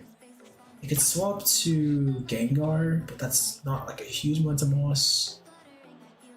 I could swap to Bastion Legion, which is actually pretty annoying. I don't like this. Huh? Okay, I'll take it. I think I can tell what happens. This opponent likely expected for me to go for fake out because it's just generally so good to go for fake out as a Sneasler. But my opponent expecting fake out left their King Gambit open for a big meaty close combat. That's huge. We see their Sneasler come out though. And now they're threatening, funnily enough, the same thing that I just did into their King Gambits. So we're gonna have to do some pivoting here. However, that's gonna be a little bit difficult because they have a pretty safe play of Hurricane close combat, and I don't necessarily have a good switching for that.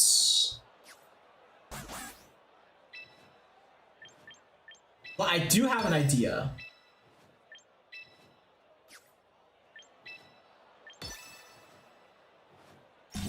Protect. They pick up my protect. Okay. Hurricane's gonna go into my Sneasler, so I will get time to Focus Sash here. However, this close combat will go into the Sneasler with probably no bulk and does an insane amount of damage for being a not very effective hit. And what this means is that if the Sneasler ever goes for an attacking move into my King Gambit right now, it would get one shot with Sucker Punch before it can do anything. So how do we use this?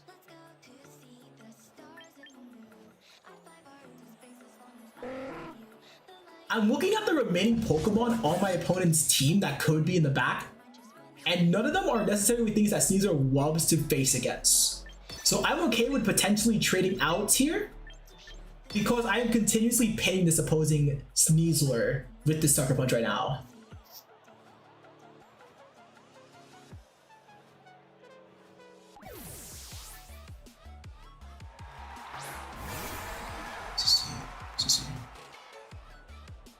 Oh, so they're gonna switch right away and go for coaching. Okay, this is interesting. I'm going to get this Poison Jab into their Bastion Legion though. Not a crazy amount of damage, but... So now, we kind of have to make a call.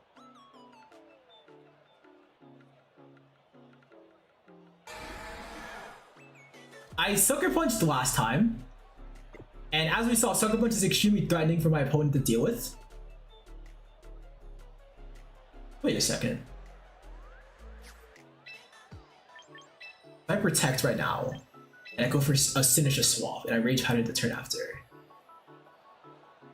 what can they do into me? They have Poison, they have Fighting, they have Water, they have Ghosts.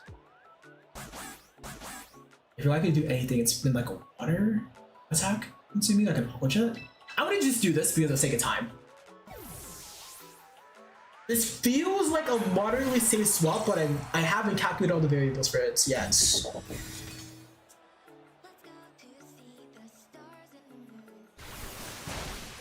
Aqua Jet. Okay, Aqua Jet. So they did go for the Aqua Jet to try and clean up my Sneasler. Some Life Orb chip here. Sneasler goes for close combat then, I'm assuming. Yep. Okay. CC. Their Tailwind's over. But that's not too significant right now. How much do I need to use this Pokemon? It's nice. Means almost over, let's come back up. Help us up. I'm still gonna need King Gambit. No matter how this turn develops. I think the safest play is to go for Sucker Punch into specifically Bastion Legion and then Rage Powder. Because I will be immune to the close combats that are going into King Gambit with Sinistra. While Bastion Legion is just a major threat generally. They swapped their Sneasler, so they may be trying to get Fake Out Pressure back. But that's the last turn of Rain. Because this is the last turn of Rain, Pelipper has to swap out and swap back in to give Basket Legion its Swift Swim back. I want to see something about Side Shock and Basket Legion. So Side Shock into a no bulk Basket Legion is doing about 62%. So this guy needs a little bit more chip before Side Shock will KO. Okay. But this Basket Legion is also just way less threatening now. Like way less threatening. That means that, can I go for this? I think I just Sucker Punched the Pelipper now. Yes! Okay, if the Pelipper... I mean, if the Pelipper protects, the Pelipper protects, right? But it doesn't protect! This plus 2 Sucker Punch, that's a dead Pelipper! They lost their rain access! And their Sneasler! Never mind. Their Sneasler has way too much HP. Never mind. I thought their Sneasler was like 1 HP. I thought they were my Sneasler. Oh! Okay, that was a huge call then. That was a humongous call. Because this Basket Legion has Swift Swim instead of adaptability, its damage is just significantly neutered right now. It's still a Basket Legion, so it's gonna hit like a truck, right? But now it's hitting for much less than it would like to.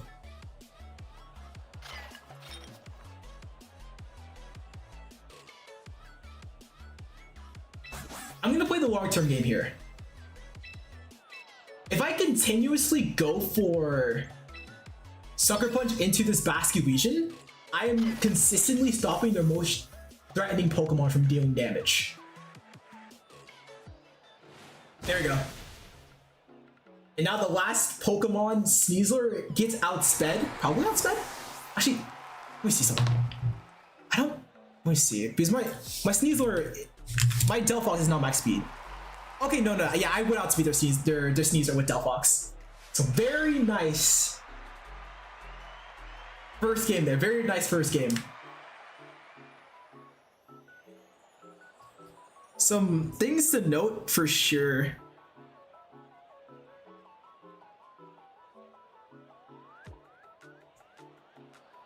Rage Powder felt extremely valuable, as well as Sneaser's ability to threaten the opposing King Gambit. Like, yes, we got the 1 KO with Close Combat early by just like, you know, catching him off guard like that, which put us really far ahead.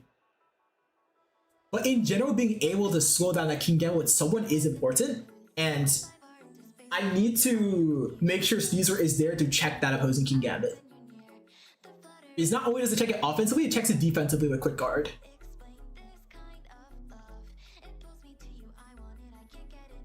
Against the Pokemon that they win, Sneasler, King Gambit, Basket Legion, I mean, Incineroar technically is still helpful here.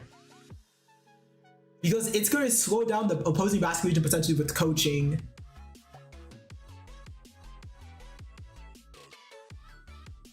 And it also intimidates that Sneasler as well, because it's not an unburdened Sneasler. Oh, it is an unburdened Sneasler. It is unburdened. It's unburdened with Focus Ash, but still, it doesn't have White Herb, which is how it would actually cancel out the Intimidates.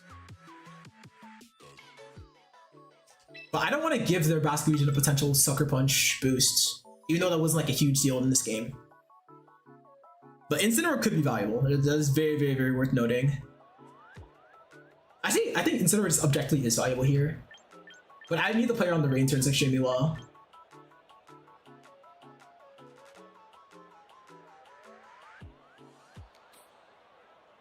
The Pelipper doesn't have Protect. It has White Guard, but it doesn't have Protect.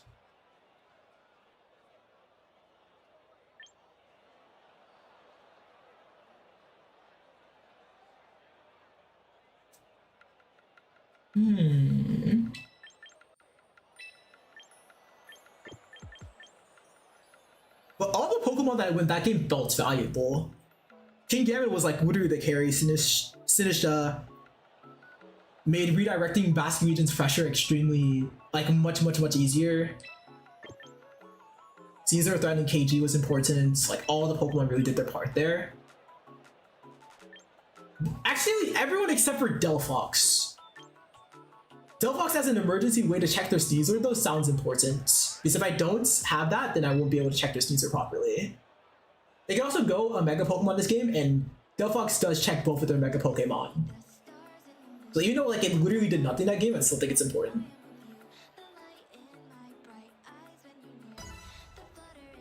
I want to see if I can take advantage of their Pelipper not having Protect this game.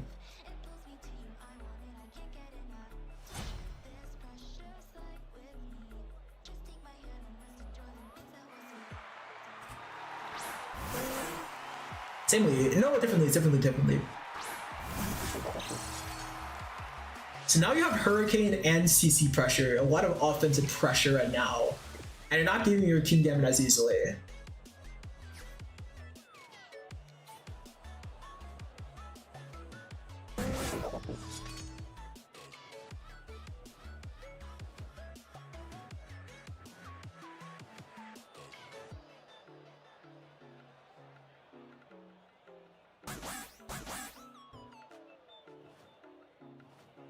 Okay, I see how we can play this. This is calling that they're unlikely to go for a raw Hurricane right now. They would rather get the speed control. I get this wrong. I don't think it's the end of the world, but this is what this call is assuming. Okay, they go for raw Hurricane. Okay, this is like probably half my health. Okay. But now I'm threatening their Sneasler right now with Psychic. I want to go for this.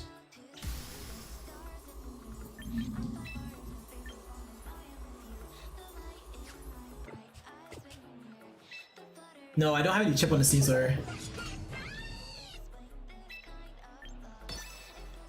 It doesn't have close combat, which is worth noting. Or it doesn't have quick guard, which is worth noting. Protect Hurricane is annoying here.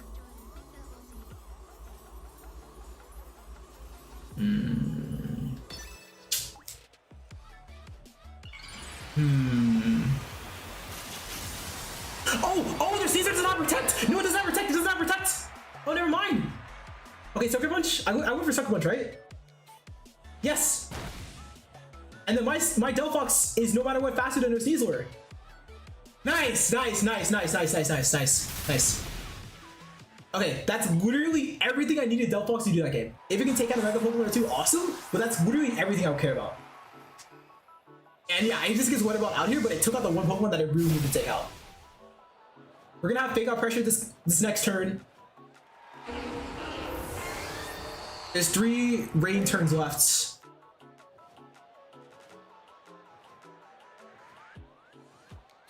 If they're Warp Swift Slim, I would be surprised if they're having any kind of bulk.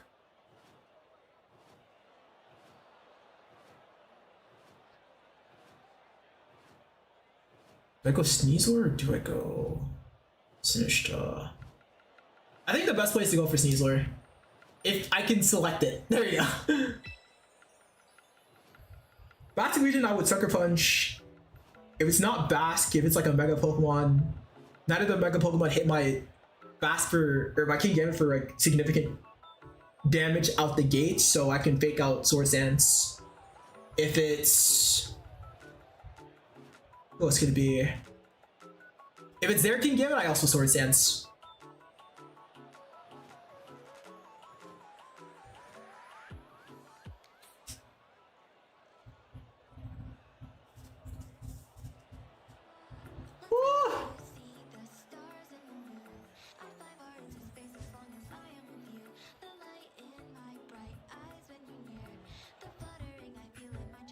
Oh. Okay, there we go. We're back. That was a long ass waiting screen. Okay, it is Basque Legion. Okay. 3 turns left to rain. Fake Out Sucker Punch is generally fine. I don't know if their guy has the... No, I have Black Glasses. You would need an insane amount of books to survive Black Glasses specifically. And I don't think you're one-shotting me back with anything. So Fake Out Sucker Punch here.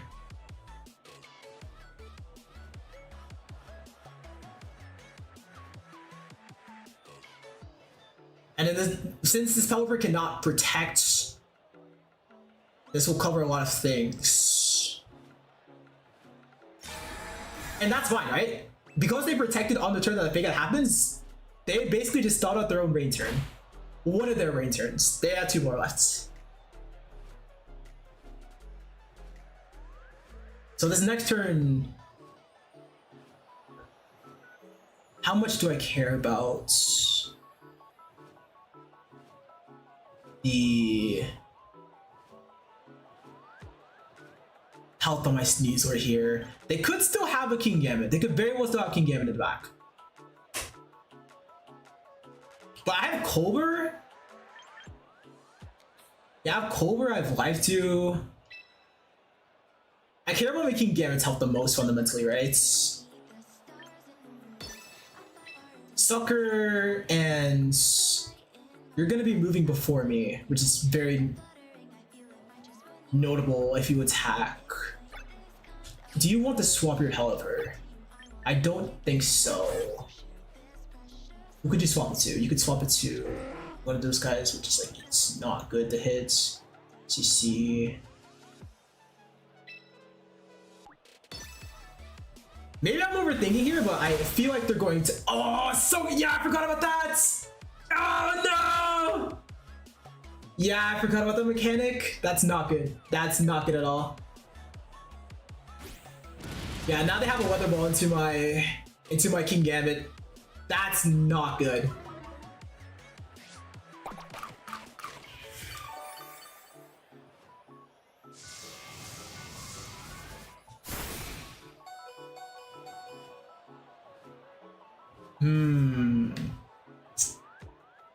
I mean, we have a pretty automatic player of protect, swap, Sinistcha, and then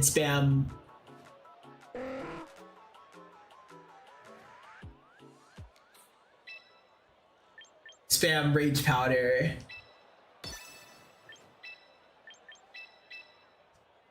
That sucks. They don't have any spread moves. At least.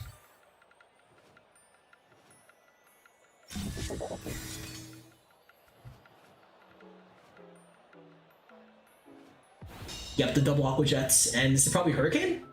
Yeah. There's no more rain turns left at least, so we will be able to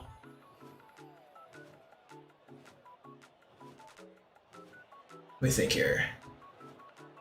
King Gambit is going to be moving after both, most likely, because I don't have a lot of speed investments. So we're not necessarily out of the woodworks yet.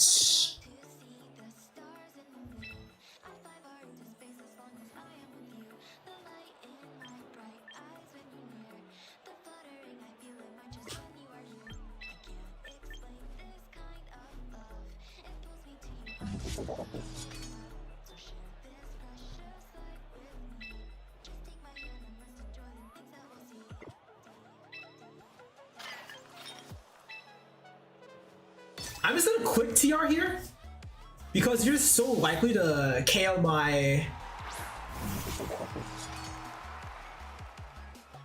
You're so likely to KO my Sinistcha here with Aqua Jets. Oh!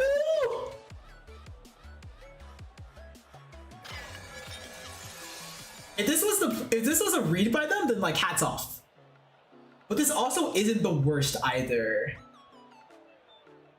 There's a good chance though that they wanted to double out so they can reset the rain.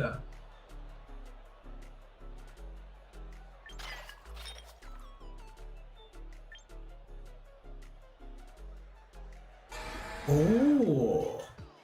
I mean, if you double out here, you're gonna be moving last. But do you just Aqua Jet at that point? If you Aqua Jet me though, you're getting my KG in for free.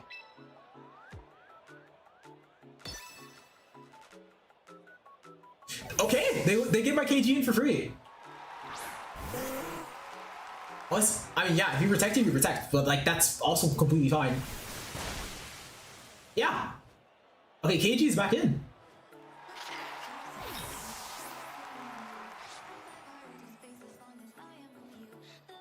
Do I 2-hit KO their Pelly with this though?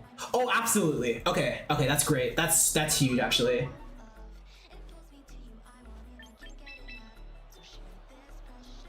So we have Kowtow with close combat this turn.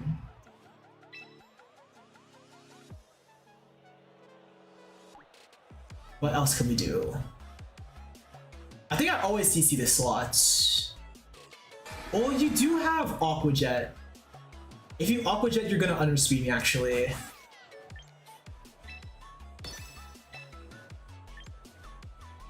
But if... Oh, wait, what if... I feel like they're gonna see that if they kill King Gambit, they win the game here. Oh, this is so unnecessarily risky. Let's see.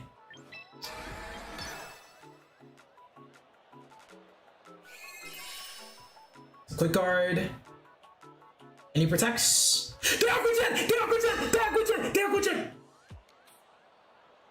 That's Kowtow!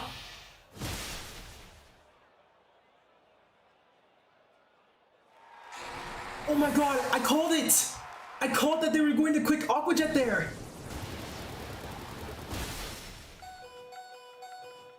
That's huge! That's their scariest Pokemon gone. I'm a little confused though. But oh my god, okay. So just King Gambit remains. But the King Gambit underspeeds me right now. And they have Kowtow. So this is gonna be still really difficult. If they double attack here...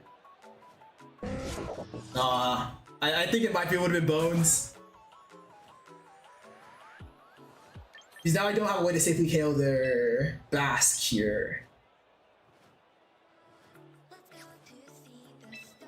Or their King Gambit here.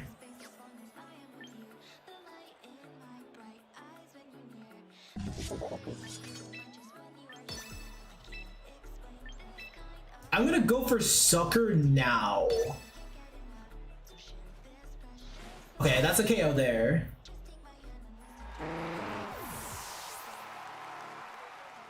Yeah, they're gonna Kowtow me. Okay, now they have the health advantage is the problem. Let me see something.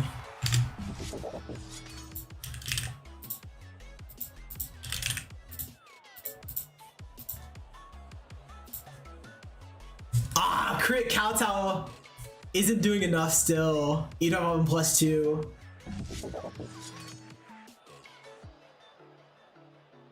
They could just double Kowtow as well. Let me see here.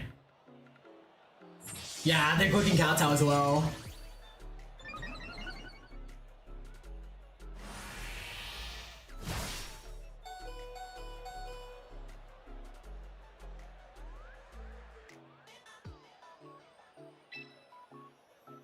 The only thing that can save you right now is like if they let me go for a second one of these, but then it's still a roll if it KOs.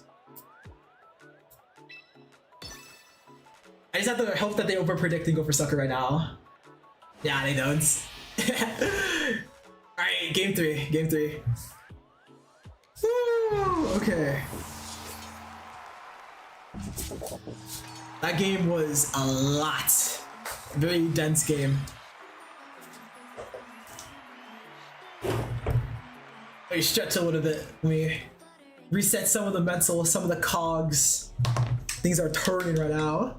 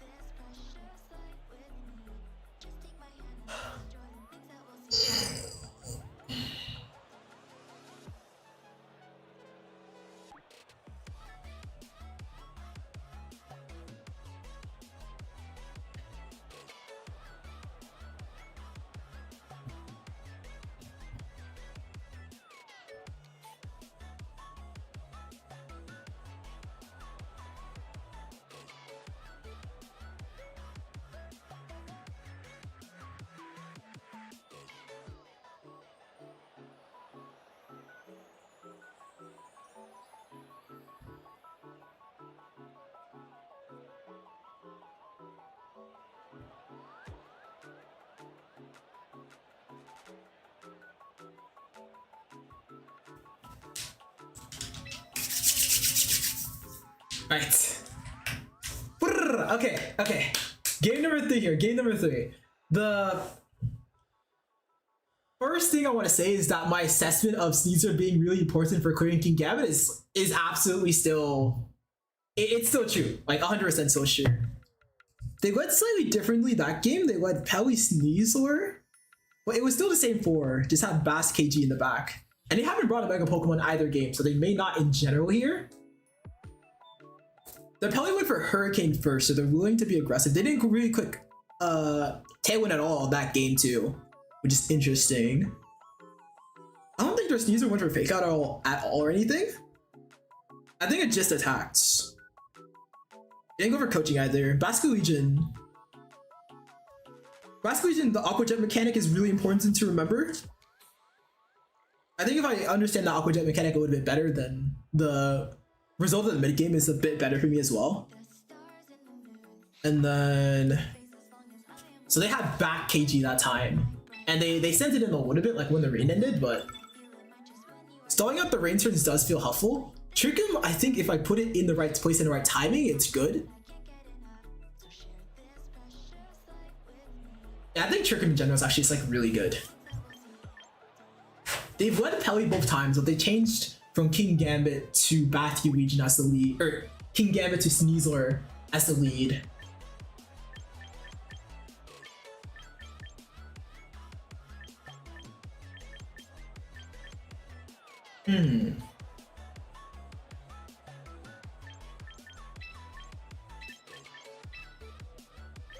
What if I try this? How much does...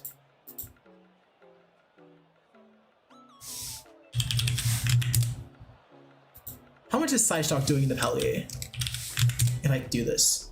Oh, that's nearly one-shotting a class Pelipper. So Psyshock, so Fake Out Psyshock would be a 1 KO on their Pelly. And then last time if they led Sneasler.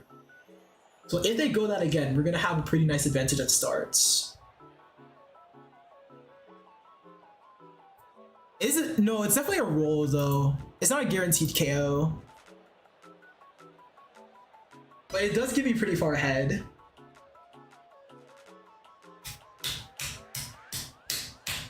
Alright, game 3 y'all, game 3. Marbles all in the...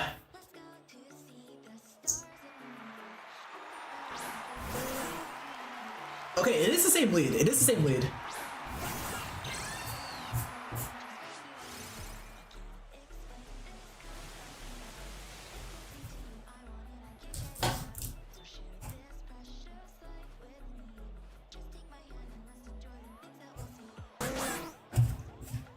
Okay, so I currently am putting a lot of pressure on both of their mons here. I wouldn't be surprised if we just Fake Out trade this turn. Wait a second. Did I... Oh! Oh!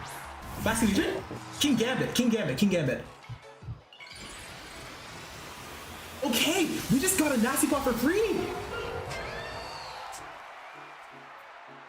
Okay, that's huge. So now I'm throwing one-shots on either of their Poke... Wait.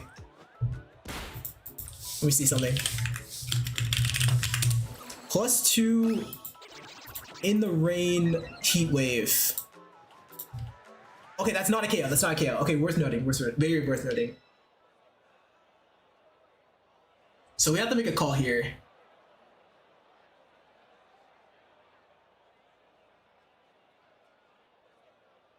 You're gonna be scared of the Delphox first.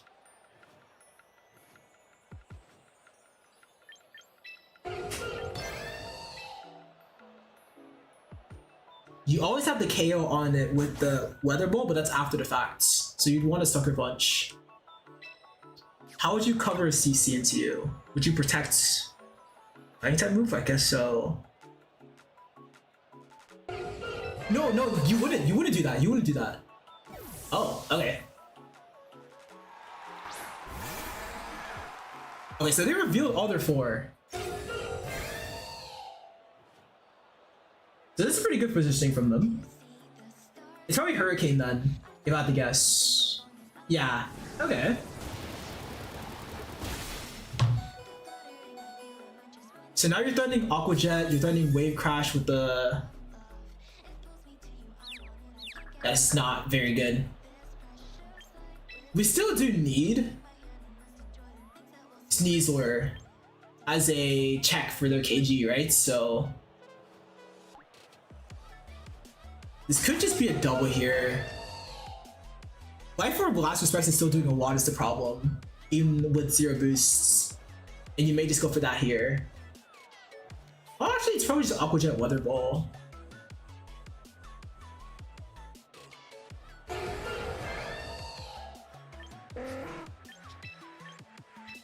I'm gonna swap in a very particular order.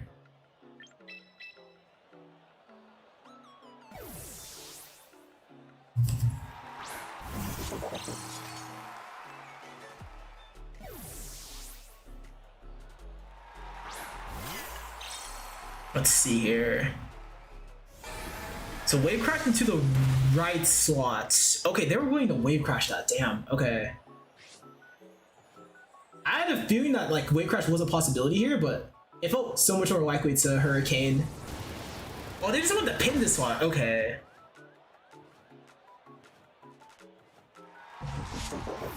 Interesting. How many turns of rain are left? There's 2 more turns. So we can't necessarily stall this how we want to right now.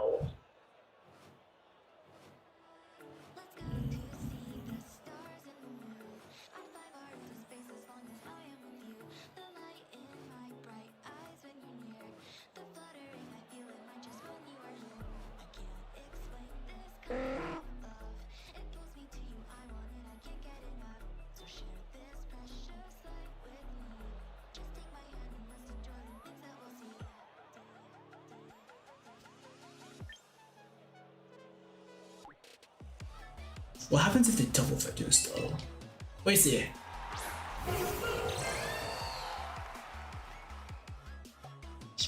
Even if it's for the quick guard, we still need Sneasler in a lot of ways. Can't necessarily go for Trickery right now though. I don't think that's the best call either.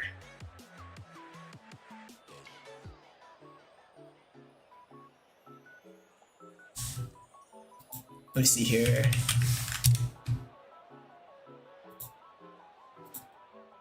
Sideshock isn't getting the KO right now either.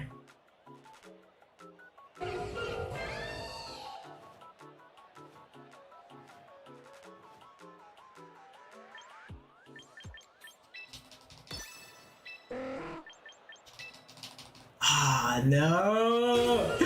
Your time's out! Yeah, we just timed out. Nah, that's not a play that's going to get us back into the game at all. We're gonna get to see a bit of their intentions, but no. We absolutely needed to click something with Delphox there.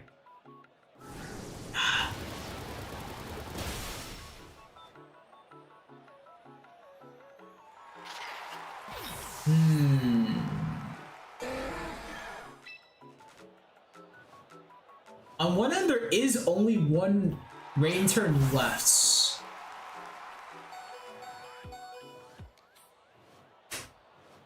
Let's see.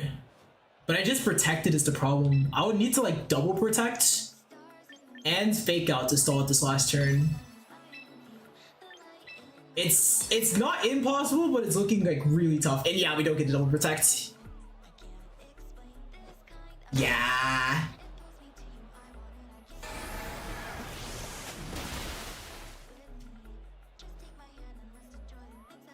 That's so interesting. The double swap in the middle of the game really shifted the momentum of the sets. Because I went for close combat into their KG, but they doubled into Basque, and then they were in a situation where Basque could get off and attack for free alongside the pressure from the Hurricane. it created a position where they were able to really easily pin whatever was on the right side, especially with Viper Text coming out. So then the play next time there would be, it'd be Quick Guard with either Heat Wave or Side Shock. The only thing is that Heat Wave doesn't secure the KO there even at +2 because of the rain.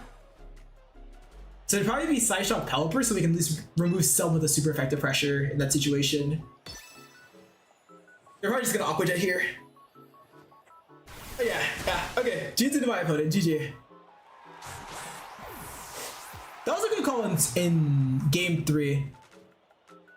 It was a very risky one still because if I went for save damage into the right side, I would take out their Basque and that would put me really far ahead. But that's just part of the nature of game 3. You tend to make calls that are more all or nothing. And my opponent made the right call there, so GG.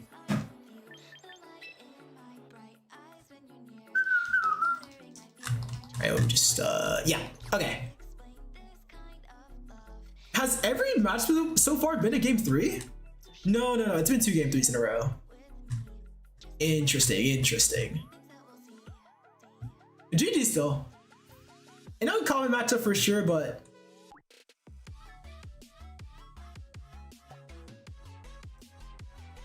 I can definitely tell why some versions of this team have the Blastoise over Follette.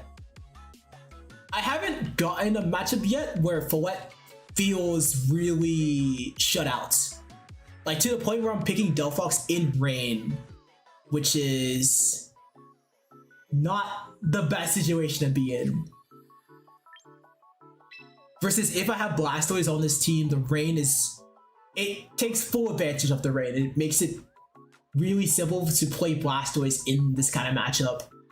So that's a less common type of rain for sure, but it's worth noting like why people have been running Blastoise more recently. It's one of the matchups where it really begins to shine. Right, GG y'all. I'm gonna read up some of the messages. So let me read up some of the messages here. Right, Starvey says, playing Gartic Mode with your friend. Oh, how's that going? That sounds fun. That sounds very, very yum.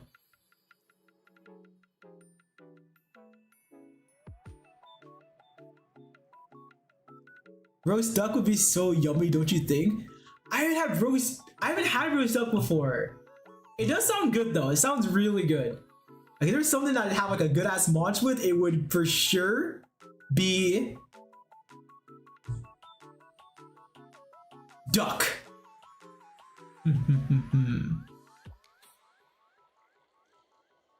Alright, let's see here.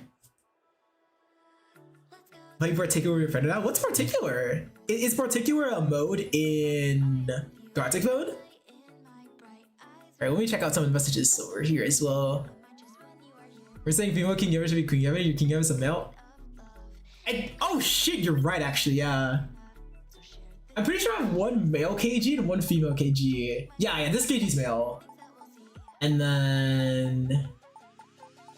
where are you? Should be right here. Yeah, this KG I'm pretty sure. Yeah. Now we go. This is it. This is my female KG. So I guess I was thinking about thriving when I was using this KG here. That's pretty funny. So number 4 boat. So that number 4.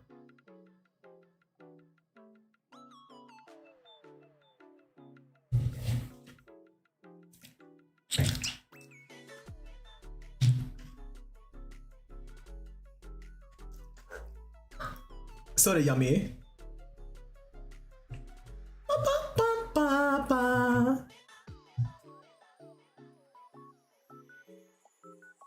Okay, how many sets are we waiting for? Usually it's been about like 10 to 30 minutes, honestly, between wait times. How many are we waiting for? Pairings! Oh, not that many. Yeah, only 10 more sets. Wow. The stars in the moon. Okay, so we got a little bit of time at least. Got a little bit of time.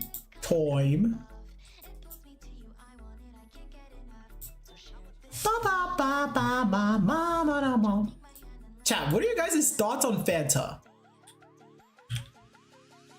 Because I have a very unique kind of Fanta right now. It's this pineapple flavored Fanta. And I've not had this kind of soda before. But even though I haven't had it before, it's pretty darn good. It has a solid taste to it, like a respectable taste. If there was a soda tier list, I would put this at a good B tier. Like the high B, low A kind of tier. Alright, let's check out some of these sets in the meantime. Oh, wait, this is pretty nice. Somebody says, love Fanta. Hell yeah. Hell yeah. But you want to taste the orange can flavor? Yeah, that's definitely like the most popular one, I'd imagine. Like, because it's just the default kind. But it's good. It is a very solid taste. Very thumbs up taste. Yummy yummy. I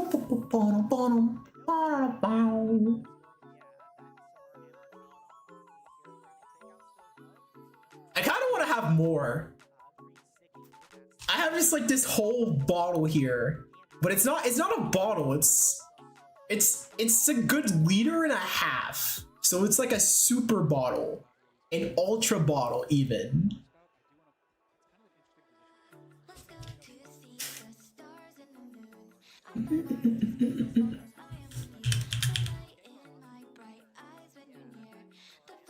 My body's like craving carbs right now. Crave maxing them right now.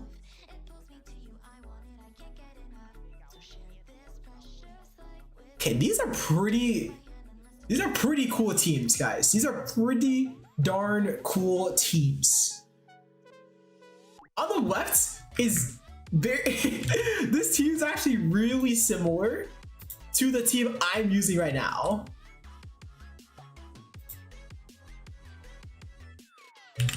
Very, very similar.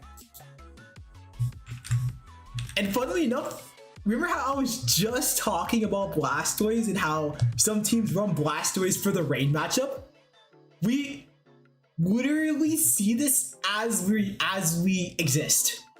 Because there's the Blastoise, right? And then the Delphoxy, Incineroar. These four we also have. We both have the same four of Incineroar, Delphox, Sneasler, and Sinistcha. But here they have Mousehold. I've been seeing some teams use Mousehold in place of King Gambit, and it puts more stress on your carries, your Delphox and your Blastoise to be doing the damage. But it's a lot easier for them to do it as well with someone like Mousehold on the team. So that's interesting. Oh shit! Chat, by the way, if you guys are not in my Discord, you need to hop in ASAP. I don't have a Discord command. Yeah, it's fine. Let me post the link here. That's so funny. I don't even have a... Here it is.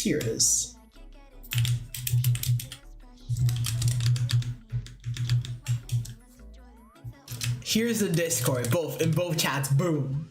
But I see this banger.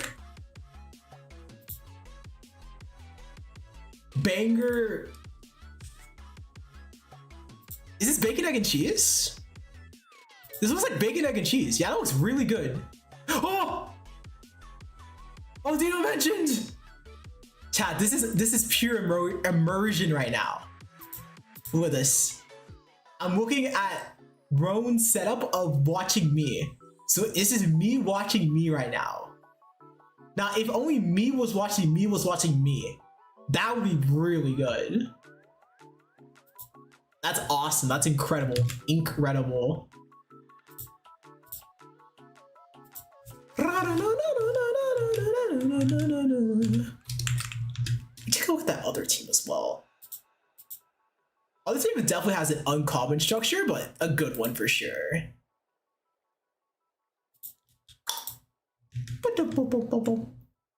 Boom! Yeah, this is a very interesting rain team. Very interesting. There's almost 3 different ways of playing the game with this team. Because Swampert, when Swampert's on the field, you're immediately threatening so much damage. And it's ridiculously fast in the rain. So you can say either A, I'm going Pelipper and Swampert and being like, I'm gonna threaten a 1-hit KO like right off the bat. Or you have Gengar with Incineroar, and Gengar is so good at using Perish Song and trapping the opponents in. So you can trap 2 opponents in that aren't ready for Gengar's Perish Song and then just get a huge lead. But then you also have Archaudon, which is a Pokemon that is so good at setting up and can become unkillable if played well. So a lot of different ways to approach playing the team and playing against the team, which I like. It's very interesting. By them having Archaudon at the start, you're in a pretty good spot. The Sneasel or Close Combat's still very scary for sure, but this is pretty interesting.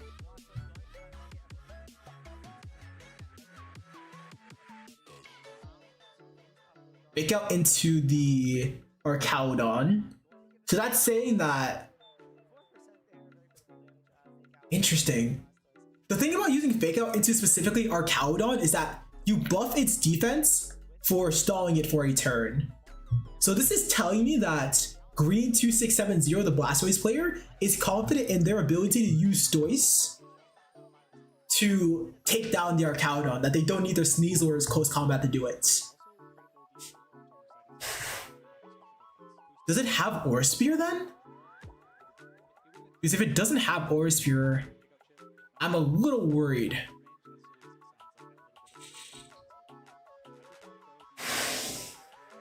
Caesar's going to swap out. Are we going to Sinisha here? We're going to Mousehold. As Incineroar swaps out for Politoed. Okay, so we're going for that Electro Shot. Oh, Blastoise is going to protect. Okay, understandable. But this is still not that great.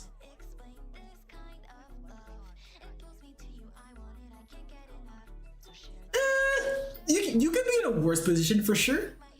Something that's really big here is Mousehold Super Fang.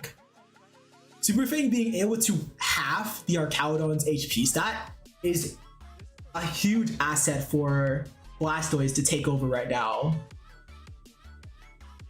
But this spot's still a little bit scary.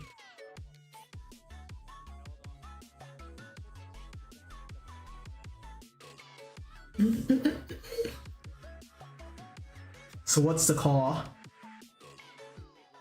I feel like if you're the opponent, you have you're gonna go for follow me. You're not even gonna go for Super Fang. Okay, Water Spout Rain boosted right now.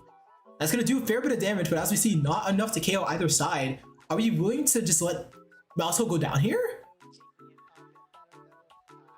I guess so. Is this a +2 Electro Shots? Does the Mousehold not have Super Fang? Maybe they do have Super Fang and they expected their opponent to play more scared of it. Encore. This is a very scary spot for Green right now. Because that Blastoise and pretty much everything on Green Sea right now is in range of some kind of 1-hit KO. Wait, actually, real quick, chat. Let me just check out the. Okay, there's only one set remaining. Okay, good. I just want to make sure we weren't like actively in a sets right now.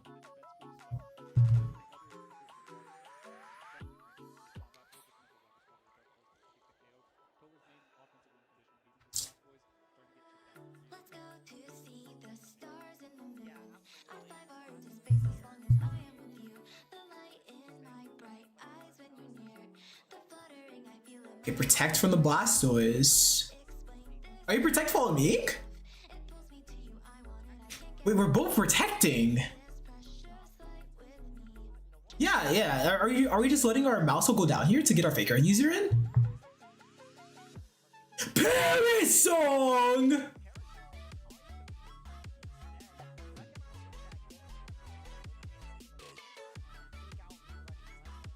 Wait, what?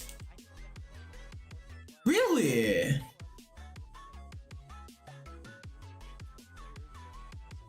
Is that really helping you? Oh, this Politoed might be going for Parashong to force the opponents to switch around. But you also force your own Arcalodon to forgo its boosts. Not sure how worth it that is. Because yeah, Blastoise doesn't have a Shell Smash up. It can't just swap out. Are we going for like maybe like one quick Electro Shots and then swapping out?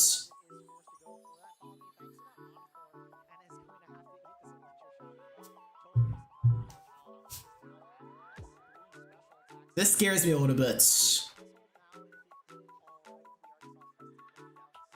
Maybe if we double Parashong, just like double raw Parashong on turn 3, that'd be so funny. I mean, if they do, they're a god. Okay, yeah, they won the roll. Just trying to get damage into what was that Blastoise.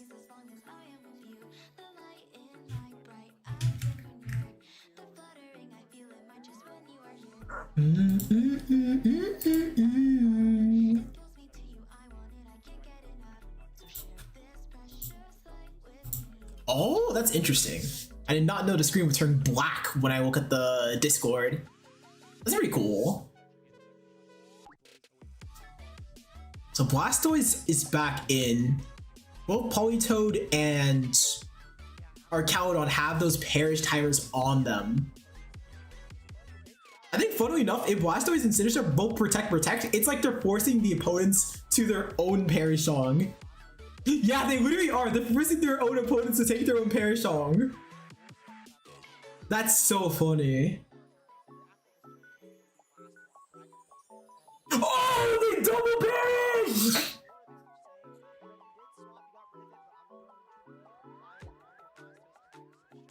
They double perish!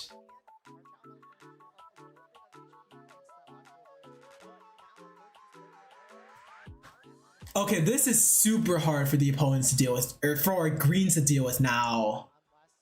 For super effective damage, but at +3, you know, Dragon Pulse is still going to do a lot of damage. I think that was actually a brilliant Parasong controller. If you actually go for Weather Ball or an Encore that turn, okay. Very free Rage Powder and Shell Smash, unless you just don't want to see a double. Yeah.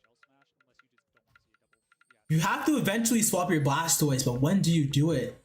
And ideally, you swap out your Sinister as well. You just have to find the turn for it somehow. Okay, Pollen Scum's gonna swap off for chirp chirp. Okay, so they just sacrificed their Sinister, or sorry, yeah, well, their Arcalodon. Sorry about that. They sacked their Arcalodon here. But the Shell Smash is a very interesting call. So yeah, Dragon Ball is going to take out Sinister here, like no question. But Arcalodon trading out in return means that they're going to get one of their fake out users back in, or they're going to get Politoed in now. However, if you get your Politoed in, you're now giving this Blastoise not just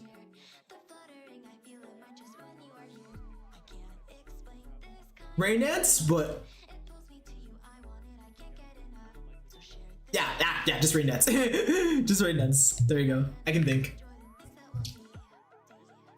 Real quick, are we on our next set? Oh shit, that's beginning any moment now. Okay, that's interesting.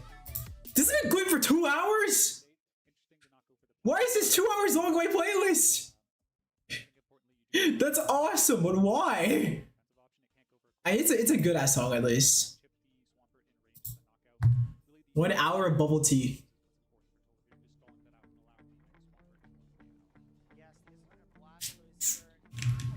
Okay, pretending that the airplane, night sky, and like shooting stars.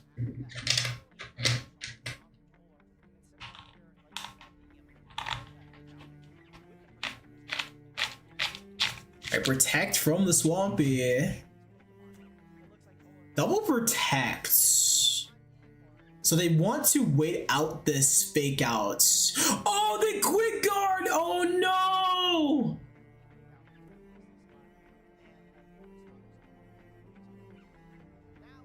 Okay, this Sneasler is going. Oh no! Dude, I forgot that Blastoise had that perish timer on them. Yeah, this is absolutely going to game 3. This is such an interesting example of how to use Perish Song without Shadow Tag. Because Dim Sum was able to use Perish Song twice in spots that would be really awkward for the opponents when it comes to the number of Pokemon they have left. And yeah, the Incineroar just gets a double protect for fun, but they do not need that at this point. Yeah, Politoed doesn't even go down either. Wow, what a play. Right. We're gonna chillax here until the next round begins.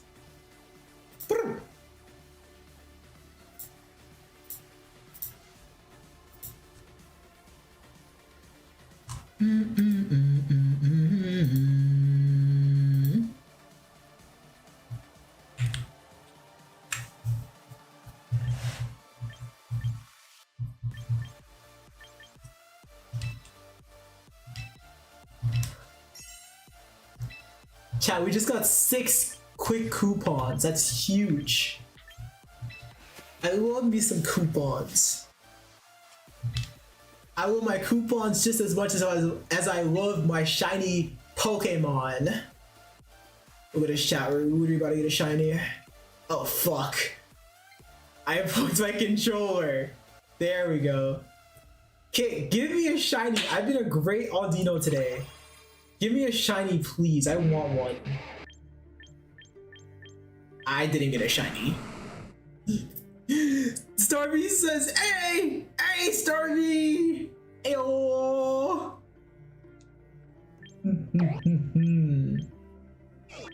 We're waiting for our next round. What do I want here? I think Stunfisk is really funny because it looks like a pancake. This thing is a pancake. It's a pancake that you slightly turn vertically, just like a hint, so you can get that sleek, obtuse angle. This is a pancake. I want the pancake. Still playing Gartic? Hell yeah. Dude, Gartic is so silly. Every time I play Gartic Phone with some like friends or whatever, the drawings just get so all over the place. It's so much fun.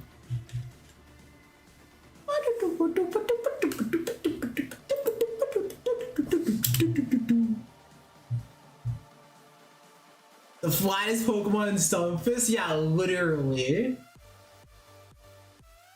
So 2D.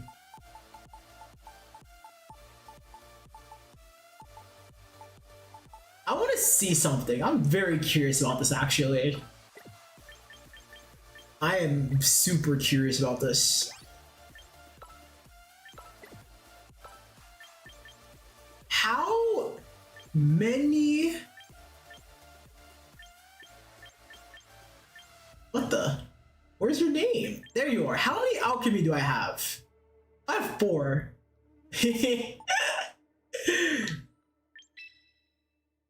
There we go. We got So Yummy over here. This flavor of alchemy is so freaking cute. This one is so adorable, and there's hearts. This is what is known as pure cinema. This is just beautiful. It's absolutely beautiful. I love it. 10 out of 10. 10 out of 10. Sarby says, Algreevy would be yummy. Yes. Yes. She is appropriately named So Yummy because, oh my god. Like, she shoots out ice cream. She really shoots out ice cream. It's incredible. Then get fatty backers like Pikachu. Yeah. It's literally, it's so powerful. It's very filling ice cream, as she has proven in her G-Max form. But this Pokemon is just so freaking cute. So cute. And here, this one's a blueberry one. In a Cherish Ball. I like the Cherish Ball. It looks really nice. I think I actually got this one in, yeah, I got this one in Pokemon Champions. The blueberry one's cute. I like it. My favorite is for sure like the ruby with the hearts, because it's just like, look at me. Like they look the same. They literally look the same. The only thing is that she has hearts and I have donuts. Nuts.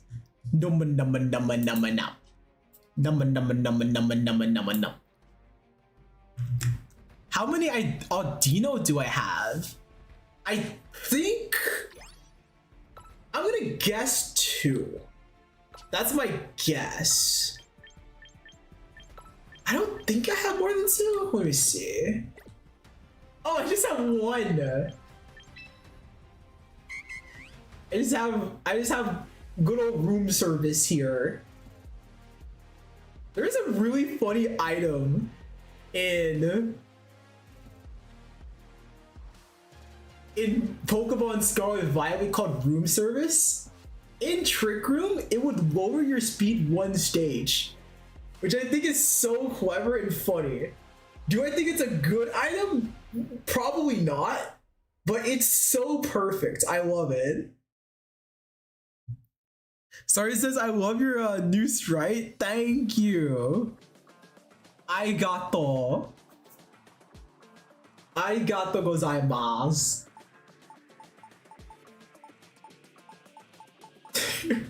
Wait, what the hell?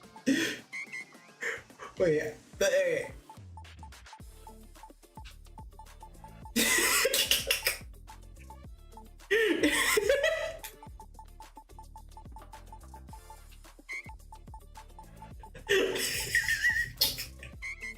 That's awesome. Why can't I do that? That's amazing. She's a crazy good DJ. Starvey says, I too Audino in Pokemon Go because your friend gave you one. Hell yeah. Your friend was like, you understand peak. Here's the Peakemon. Is it a Pokemon Peakemon? Because Audino is peak.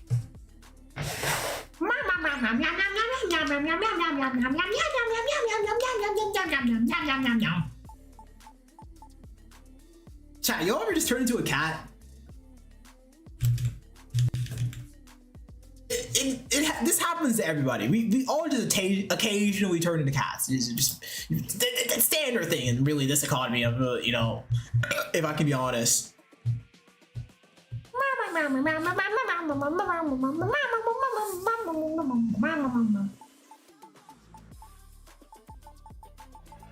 I am so excited for Pokemon Winds and Waves, chat. The last mainline Pokemon game, Pokemon Legends ZA, was so much fun. I love the characters in that game. I really liked how the battles played. There was so much skill ceiling to it. I'm really excited for Winds and Waves. They're going to make that game incredibly fun to play. I already know. And plus, it's on a console that can run Winds and Waves well. Like, there's gonna be no lag drops. It's gonna be super fun gameplay. I'm gonna get to see all the Pokemon in really pretty colors. I'm excited. I'm stoked for that game. Sorry says the Audino was for Hatenna, their favorite Pokemon. Hatena's cute. I respect that. I respect that. I don't hear too much about Hatenna like nowadays. But like chat, this Pokemon is really, really adorable. Like, look at this little smile. Look at this. This is a smile of a thing that would do no wrong. So kind. So caring. I like all the Hatterene forms. It's like this one is like super small, and then this one's like so bouncy. Like she's having a great time.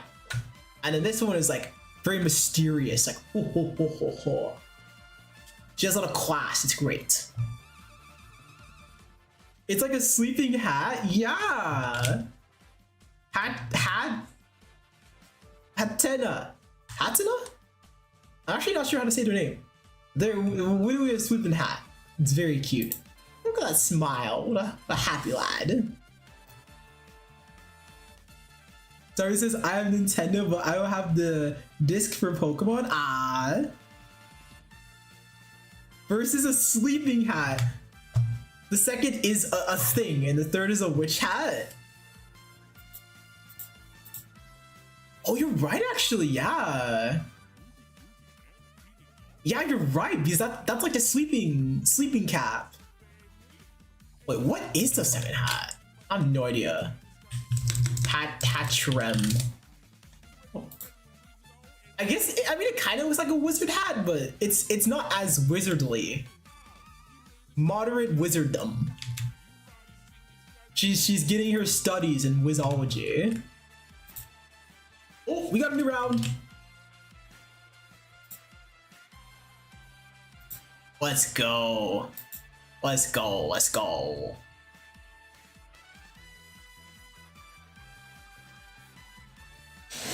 Alright, RT.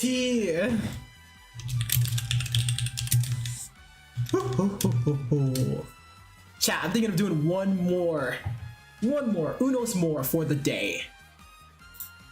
Let's make this last round count.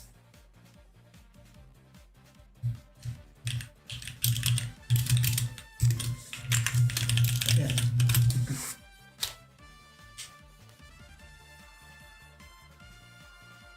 Boop, boop.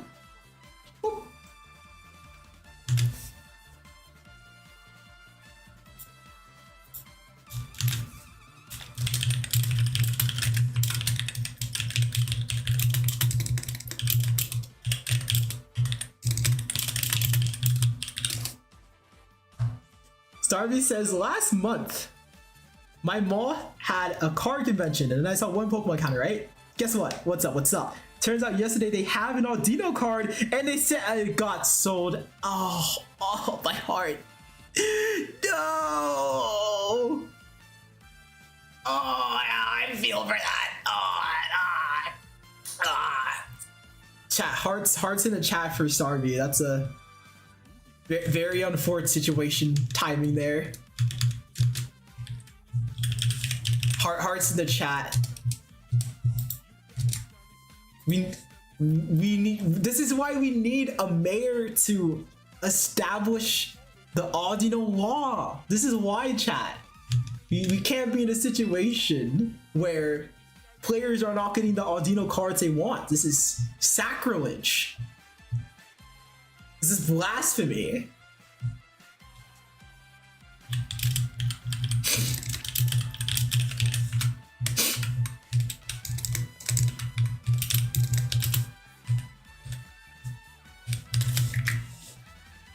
Alright, just sent the code over to the opponents. Everyone say bye to Ponpo. Thank you, Ponpo, for your screen blocking services. It's a pleasure. I appreciate you, screen blocking Ponpo.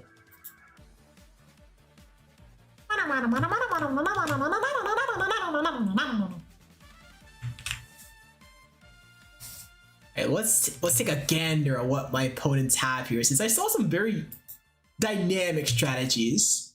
So the first thing is they have a Raichu X. I don't think I've fought against an Irie. Oh, an Irie.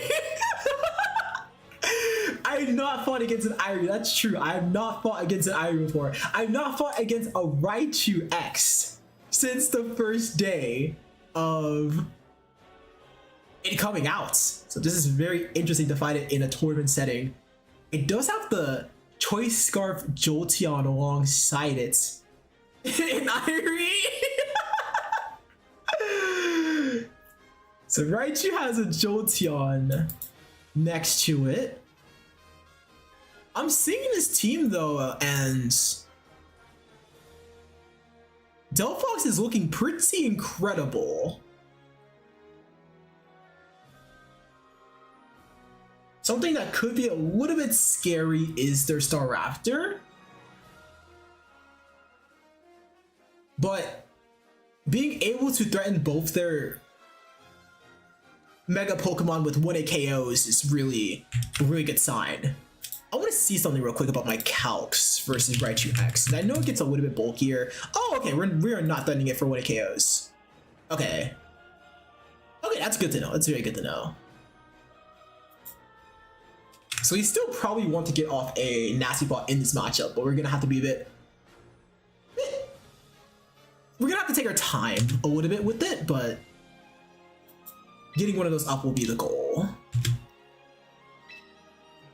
I am faster than all their Pokemon except for...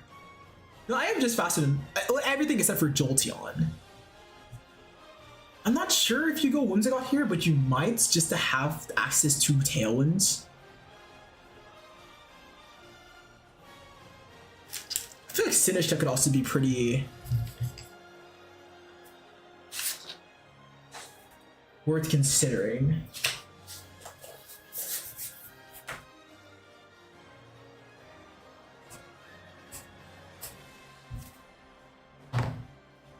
Something like this seems fairly safe. Their Whimsicott does have Protect, so I can't just like burst it down auto. King Gambit being able to Sucker Punch here could be valuable. And I do tank a Shadow Ball in the back if they choose to go for Shadow Ball with that Jolteon. Helping Hand is something to watch out for as well. Sneasel as a bring seems a little bit awkward. And I like Sinistcha here being able to redirect those electric type attacks. And the HP on my Pokemon generally is important. I'm also able to reverse the Tailwinds, which is always an asset as well.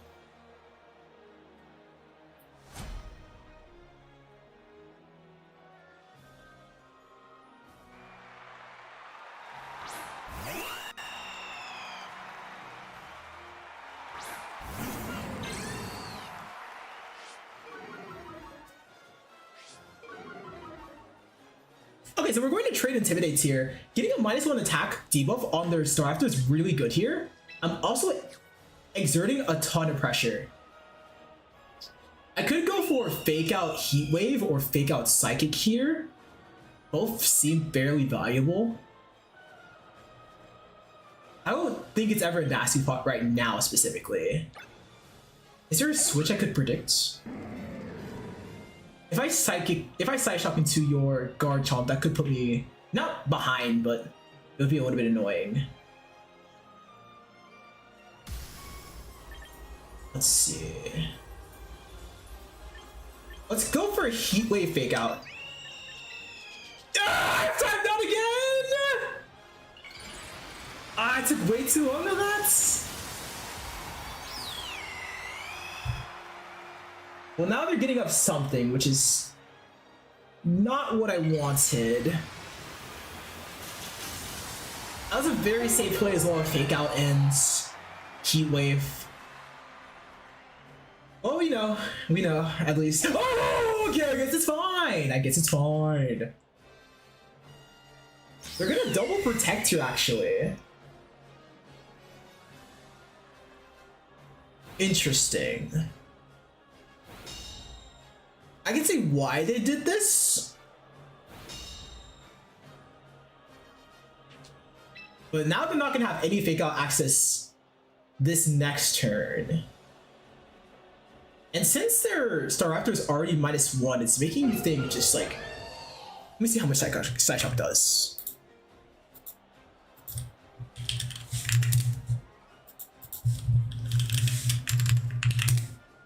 It's not a guaranteed KO. Okay.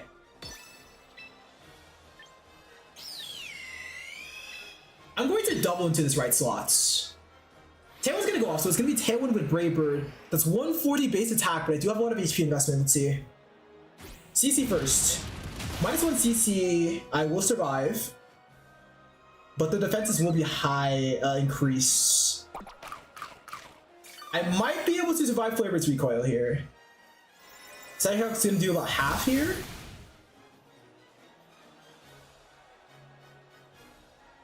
And yep, Flare Blitz. Interesting, very interesting turn. Okay, will +1, will this KO? Okay, it did. Psyshock did. Oh, it's a bulky boy.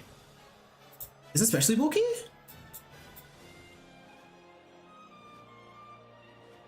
No, how did Psyshock do like half? What?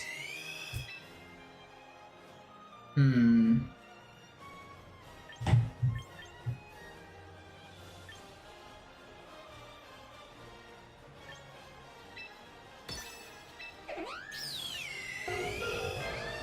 gonna index on Heat Wave KOing at this range.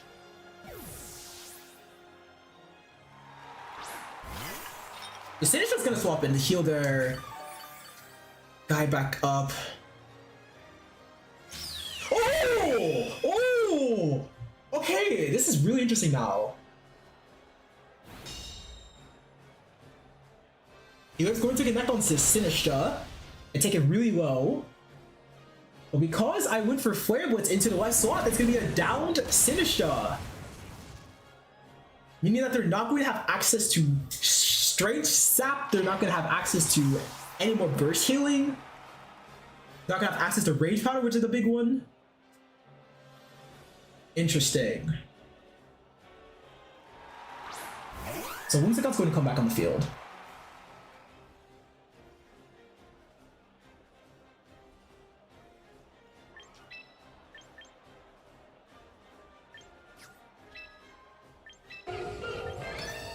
They could go for Encore here. No Pokemon on their field right now likes taking a Psyshock. No. Do I survive a Brave Bird? I do survive a Brave Bird. I do survive one. They have 2 turns of Tailwind left.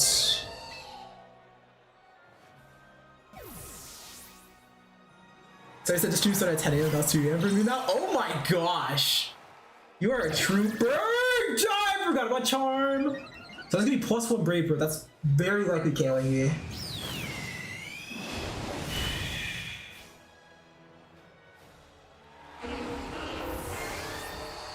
Interesting.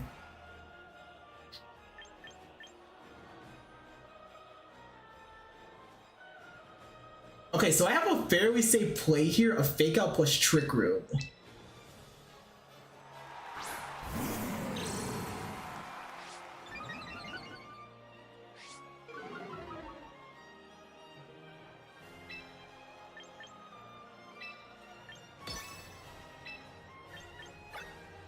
We consider more possibilities here.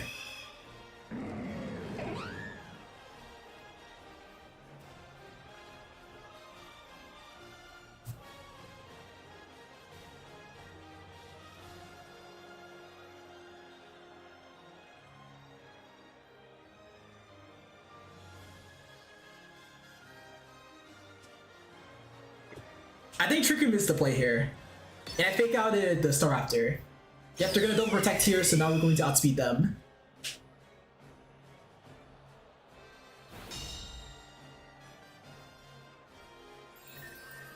Moonblast here. It KOs. I have a care for it. It's a crit. I think the crit like genuinely mattered. Interesting. That does get my KG back in on one end.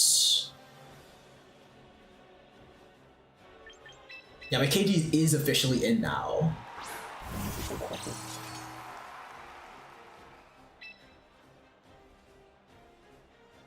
The problem is they can encore my guy in the trick room, and that's really bad. So I have to rage powder like specifically right now. But if I rage powder right now, then I'm at risk of a.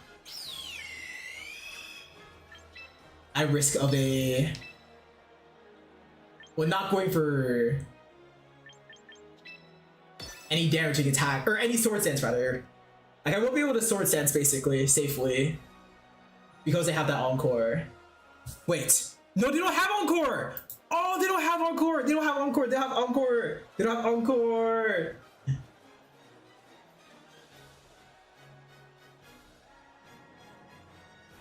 This is an interesting game.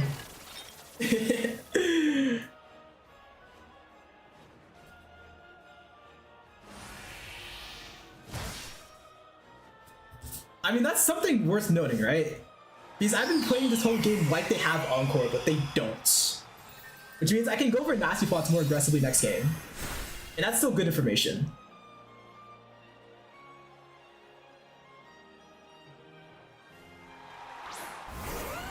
Garchomp is their last tier. So it's a Life Orb with Rock Slide.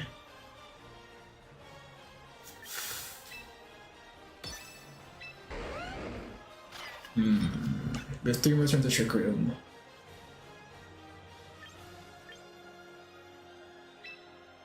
Can I just have the double attack here? Oh! Oh! Okay. By double attack, I did mean sword stance and then attack, by the way. Just in the risk that they would go for an earthquake. But now we are +2. We're +2, and this Garchomp cannot safely double protect. I whiffed the Machagacha, but it's low-key fine. +2 Kowtow into Garchomp is a super duper 1-hit KO. And it cannot miss.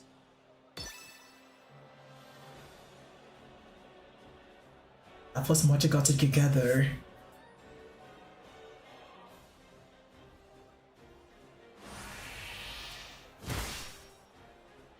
Look at that!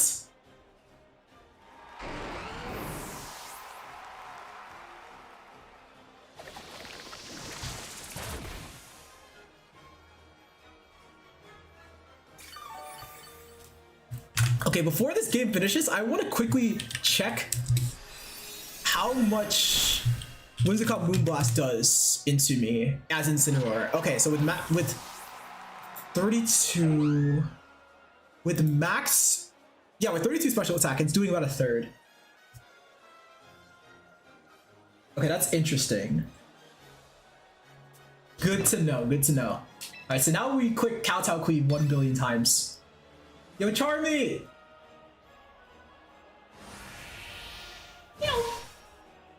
Cool. We are going to game 2.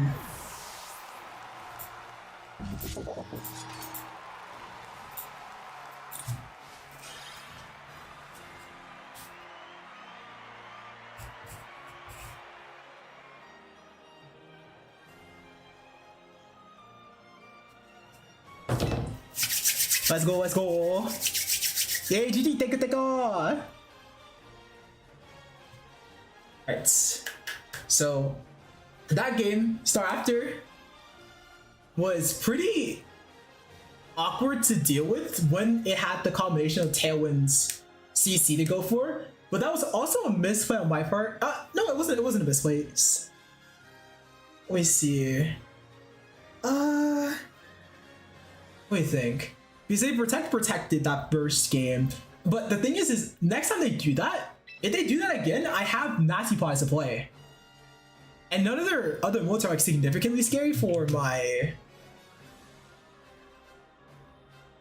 my Delphox besides like maybe maybe Jolteon, but I still have the Sinistcha swaps for that. I think I walked this in for that as well. I feel pretty much the same about each of the parts. And I was able to play out that endgame even though I didn't have to Intimidate with the Garchomp. I think Garchomp went for Protect and then just got blown up after. So late game KG is still very, very strong for sure. We said, congrats on that, thank you! Also said, how is you Twitch? Hell yeah! We have double the Audino. Drink your soda, girl, honored!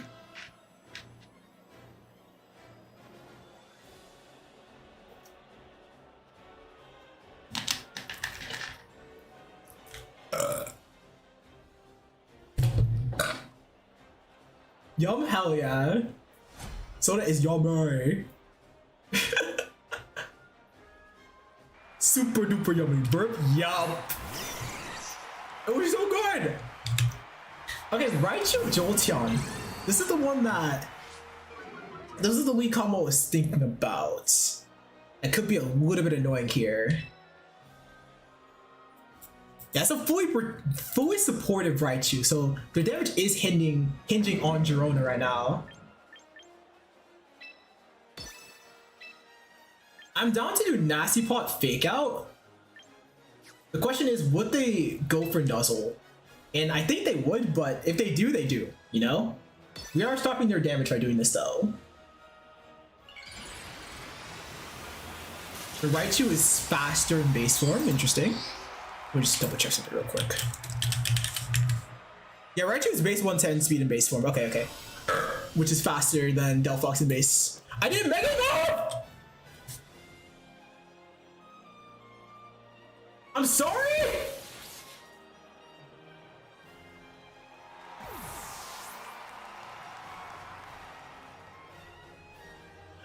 I just took like way more damage for like literally no reason. That was the most unneeded. Why did I not Mega Evolve? What? Okay. Alright, we're writing some stuff down right now.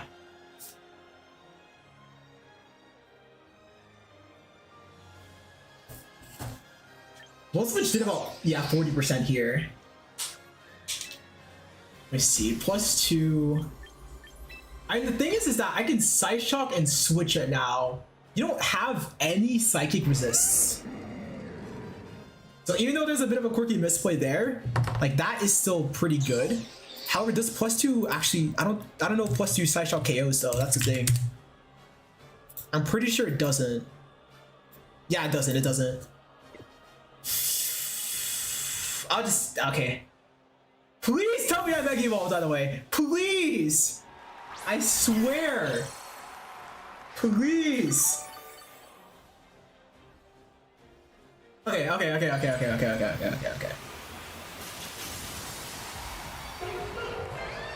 I can see them going for Ward, Rock Slide, which would be annoying. They Protect! So is it Protect Nuzzle? I think it's Protect Nuzzle then.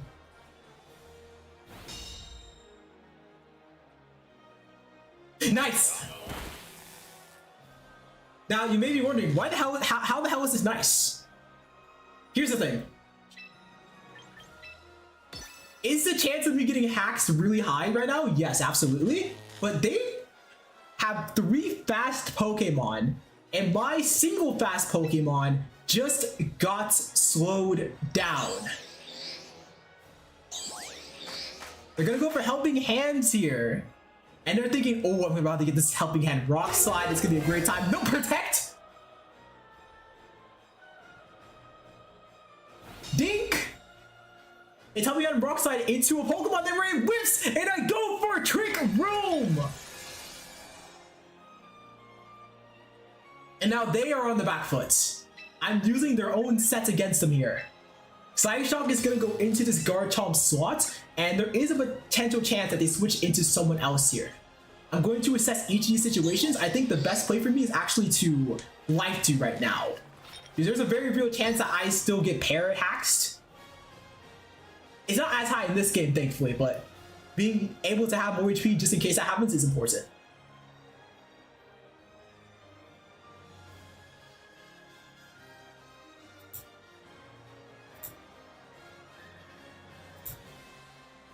It's also worth noting that Psyshock still will not KO. Okay, so they're stalling out the Trick Room. That's the play that they're trying to make here. I'll take the life too.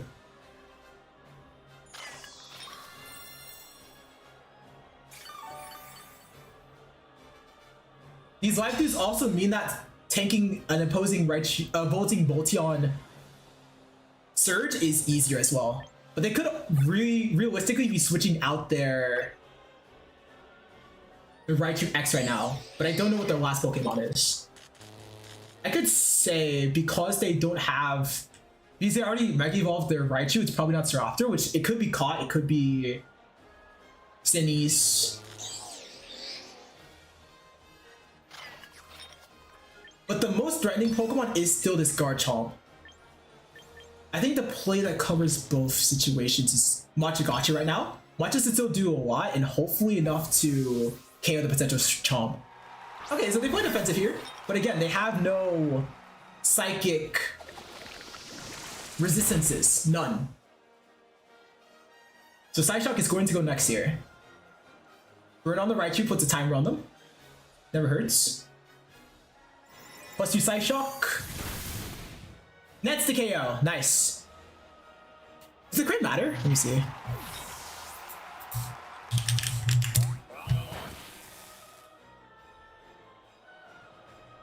The crit did matter. The crit mattered. The crit mattered. Okay, that's very fortunate then. And now their Raichu is Giga out of position, and their Jolteon. Wait. No, let me think. They still have 3 Pokemon, so they could theoretically swap the Raichu X next.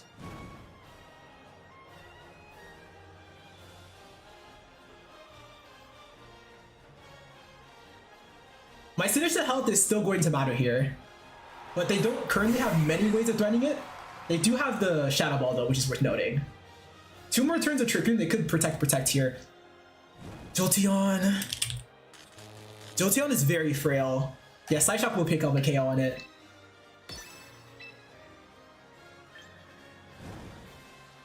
I just want to like keep my bases secured. I don't want to get hacked here, so I'm just gonna Rage Powder just in case. Yeah, exactly.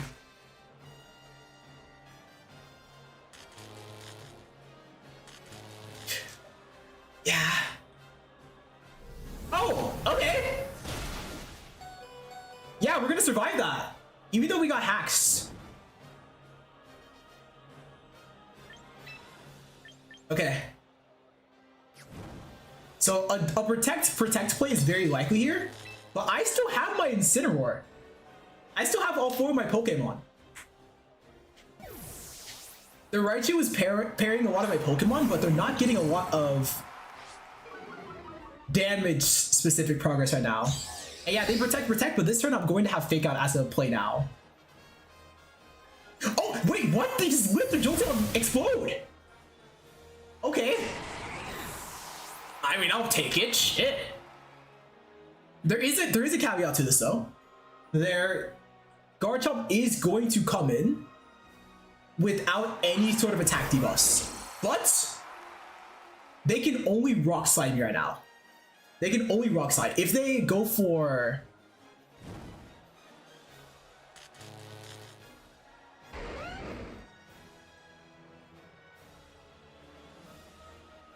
If they go for Earthquake right now, they're risking a double protect or just nuking their own Raichu. And plus I wouldn't hit my Delphox anyway.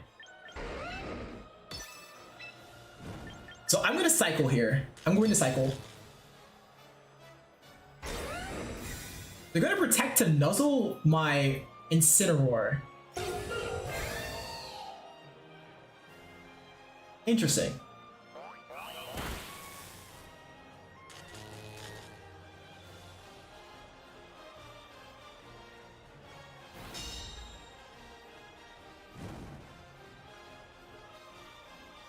That does slow down my game plan a bit, because now I don't have the safe parting shots.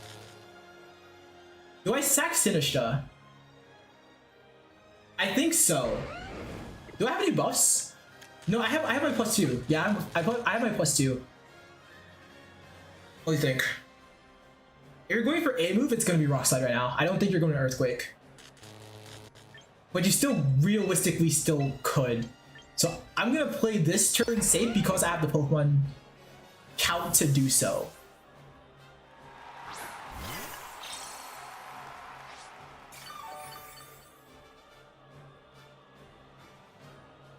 Yeah, this is probably Helping Hand Rock Slide. Yep.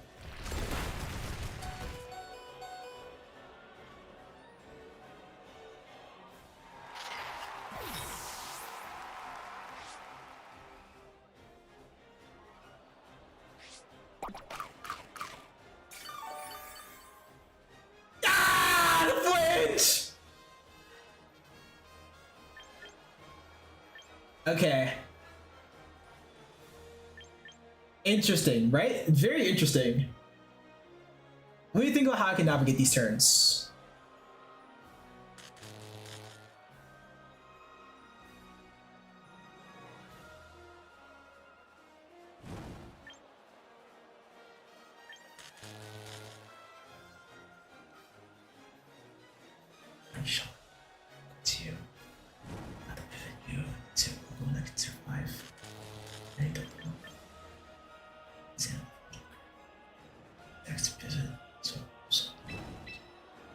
I'm gonna try this.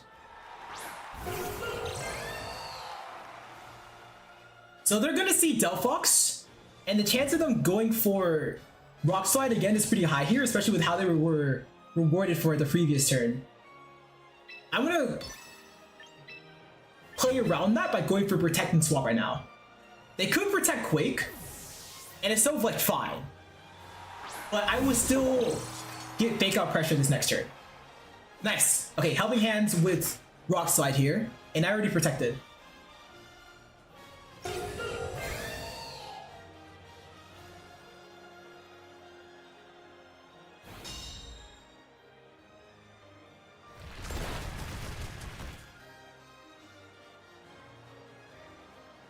Okay. We can finally begin slowing down this Garchomp. Finally! It's time to put this Garchomp in a blender.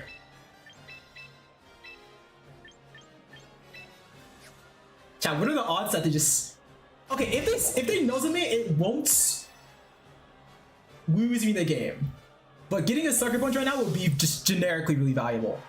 If they Protect Nuzzle, like, whatever, sure. They don't Protect Nuzzle! That means we're getting Sucker Punch right now. Okay. Do I survive this Rock Slide / EQ? They went for Rock Slide! Let's go! That means I can spam Sucker Punch. I can spam Sucker Punch into the Garchomp right now. I can spam it. And his Raichu's HP bar is like ticking down.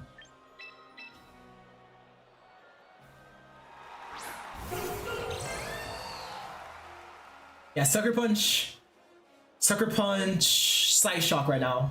I want to... Yeah.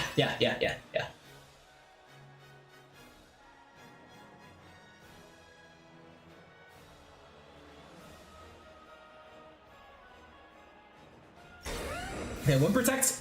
Okay, it's very likely Nuzzle into my King Gambit. Yeah, it's Nuzzle into the King Gambit, so it's going to go down this turn. It is in the Raichu X, not my King Gambit. My King Gambit took 4 HP worth of damage.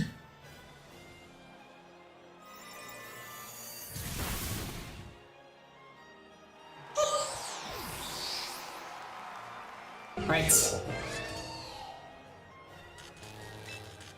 Side Shock. Sucker Punch.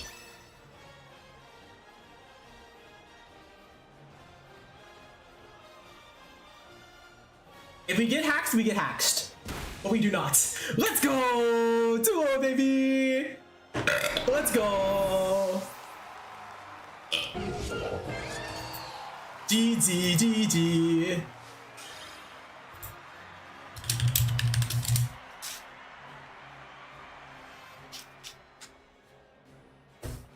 Nice, very nice.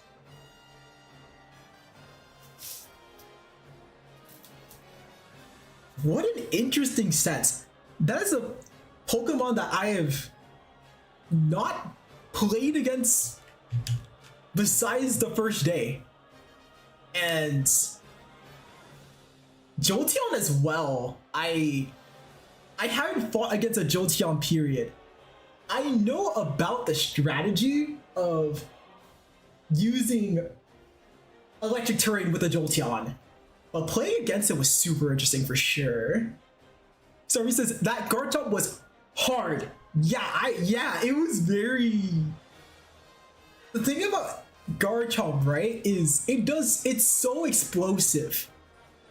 And I have three Pokemon actually. All my remaining Pokemon were basically weak to Garchomp. So I had to play this really surgical precision type game around it where I needed to get an Intimidate. I needed to slow that guy down because I know once that Garchomp falls, the game is won. The game is over. But they kept protecting their Garchomp and going for nuzzles to create situations where my Pokemon could get hacked. I have to play slow in that situation, and that creates the room for bad luck to happen. But I could see the light at the end of the tunnel there for sure. And we were able to get that 2-0, which is great. Very happy about that there. I think that's the last set I'm gonna play for the tournament. That was very, very fun. We played so many intense games. Very, very intense. You're locked in during a lot of it as well. Makes me happy. Makes me pretty happy. Pretty happy. I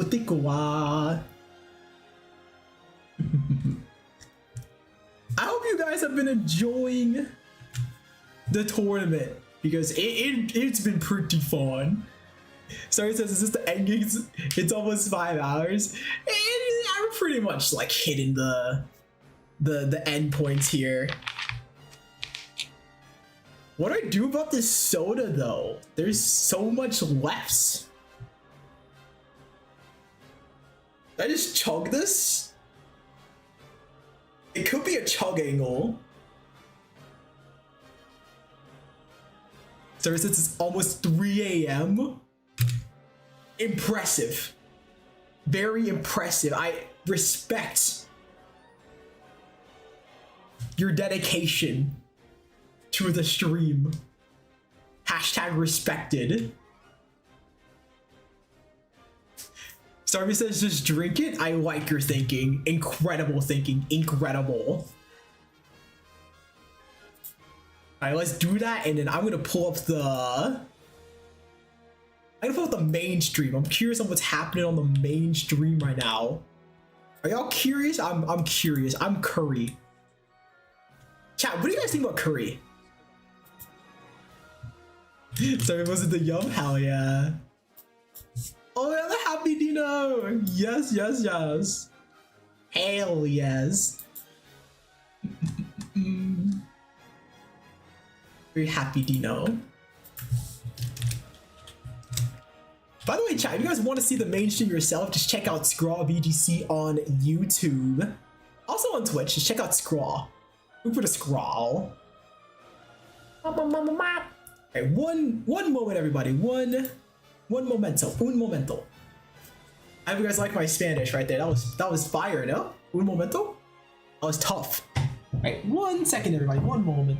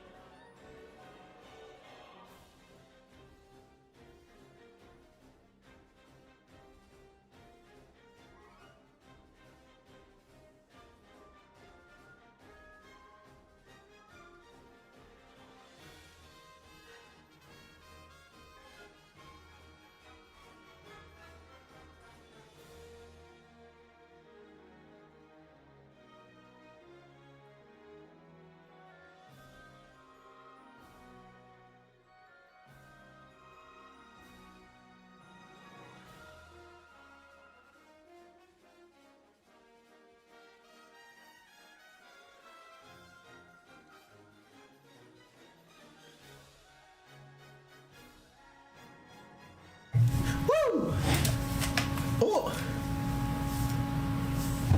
Oh, what is happening here? Oh my god.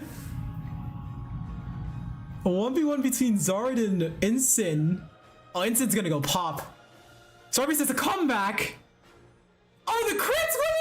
The crit might have mattered. The crit might have like actually mattered. Oh, no, no, no. It did not matter. No. Oh my god. What a game to come back to. Jesus Christ. The last Pokemon, Charizard versus Ensign in the Sun. I've seen some unholy things when those two Pokemon face each other. Let's see here. Okay, so that's some like... Oh! Is this Carry the Ortona versus Luigi? Ooh. These are some cool mons.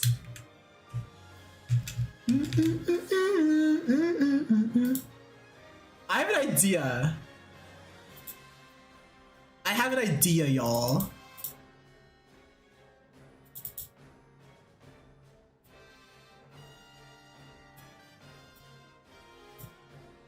Boom. Boom. Oh my god, I'm a genius. You guys like this strats? I love this strats. This is literally meta. This is insane immersion right now. This is W immersion. You guys see the little soda? Look at that. That's incredible. I'm gonna make it blue.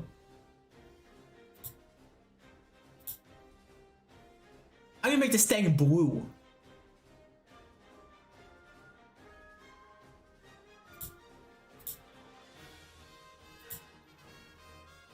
Oh, that's a water soda! All the yums. We can't have enough yums.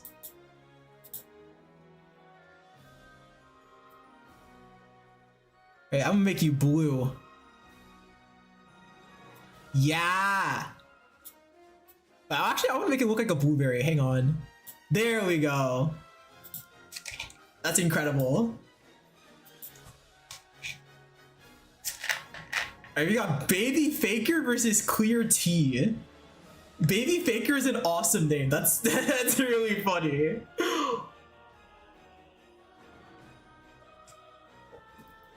Okay, so it's a Tyranitar. Speaking of blues, there's a shiny Sylveon. Oh my god, what are the odds? This is fate. Absolute fate. This was foretold in the sacred scrolls.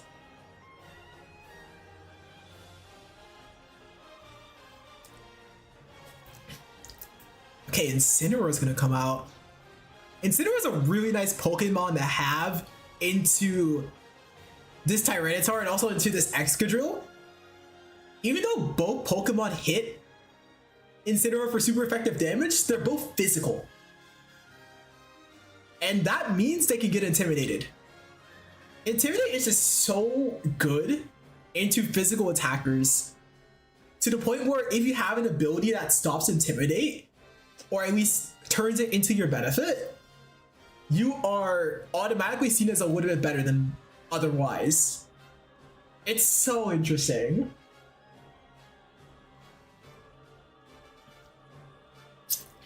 Okay, Tyranitar is gonna Mega Evolve. Baby Faker is winning, I think. Hell yeah. Okay, Sandstorm kicked up. Expected if Clear Tea comes back with critical hits. A crit could definitely turn things around. Crits are very... Oh! 1 HP! 1 HP! 1 HP! If Rock Slide crits here... Oh my god. Okay. That would have been so funny. That would have been so funny.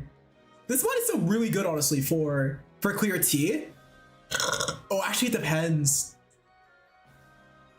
Sylveon's quick attack is super duper weak, but it just might be enough damage to take out this Excadrill because Excadrill is ridiculously low on their HP.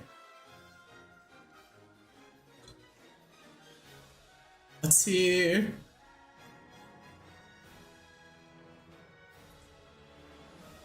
There's also the question of if the Excadrill just switches out. Because if Exeggutor switches out and we quick attack the Corviknight coming in, that could be really bad. I do think that Exeggutor is like more immediately scary. They switch out Tyranitar for Corviknight. Okay. So they were calling that they would quick attack the Tyranitar. Do they? They don't!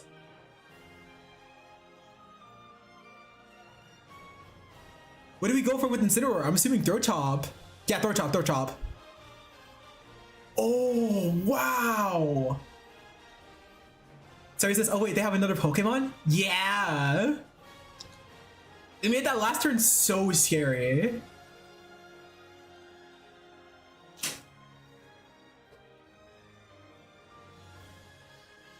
Alright, there is still one more call you have to make. You need to make the call if the Tyranitar protects this turn or not.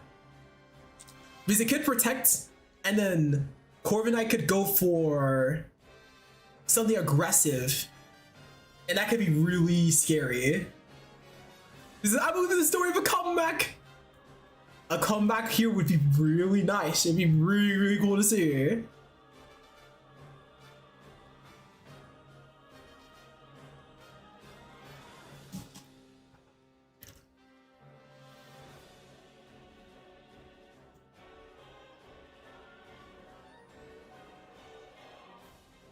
Oh, we go for Tailwind! Wait, there's no quick attack! There's no quick attack!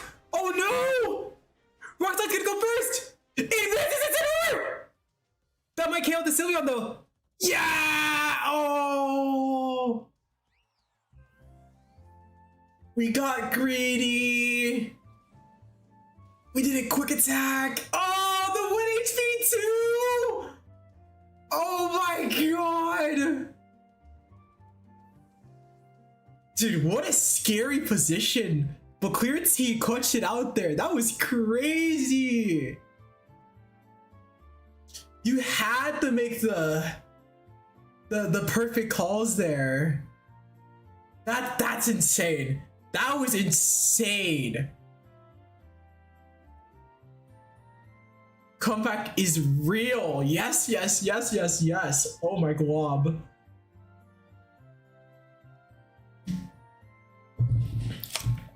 Chat, do you guys want to see what's happening on Twitter? What kind of Pokemon champions, Grand Champions Festival Encore stuff's happening on Twitter? I'm kind of curious. I'm hashtag curious. I'm hashtag curry. Let's see. All right, let's do it. Absolutely insane pull from T-shirts. Okay, chat, for reference. for reference on this one. So basically what team sheets are, right? These are things that you submit to the tournament to show what you're using and what you're playing. So Rotom Wash, right? You know, this mostly looks pretty normal. So Hydro Pump, Thunderbolt, Protect, that's pretty normal. And usually you're gonna see Will-O-Wisp, a move that burns the opponents as Rotom's fourth move. But instead this player accidentally put Wicked Blow. And the thing about Wicked Blow is Wicked Blow is Urshifu's signature move. So Rotom, not really a kung fu panda. This is a lot more of a washing machine. Using a washing machine, yeah.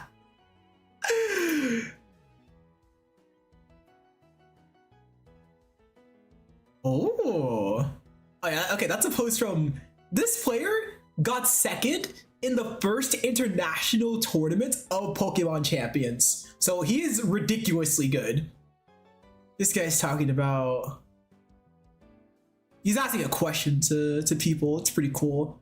1900. This player got a really high rating early on of the season. The season started 4 days ago, but this player is already 1900, which is really, really high when you're starting out. Oh, so when you're starting out on the season, rather. This is this player's Grand Champions Festival team. Oh, this is a high quality team from a Japanese player. That's interesting. Oh, apparently he placed well in a tournament. That's very cool. that's actually making fun of some of the titles that players like to use for YouTube videos. Stormy says Urshifu was inside the washing machine. Trust. Shit, I guess so. I guess so. Ooh, another team. Okay. That's a woman. That's not Pokemon Champions, that's a lady. Alright, I want to check on some of these teams. I want to see if there's anything cool here. What the? Oh, okay. Okay. Okay, so this move here, chat. Soak.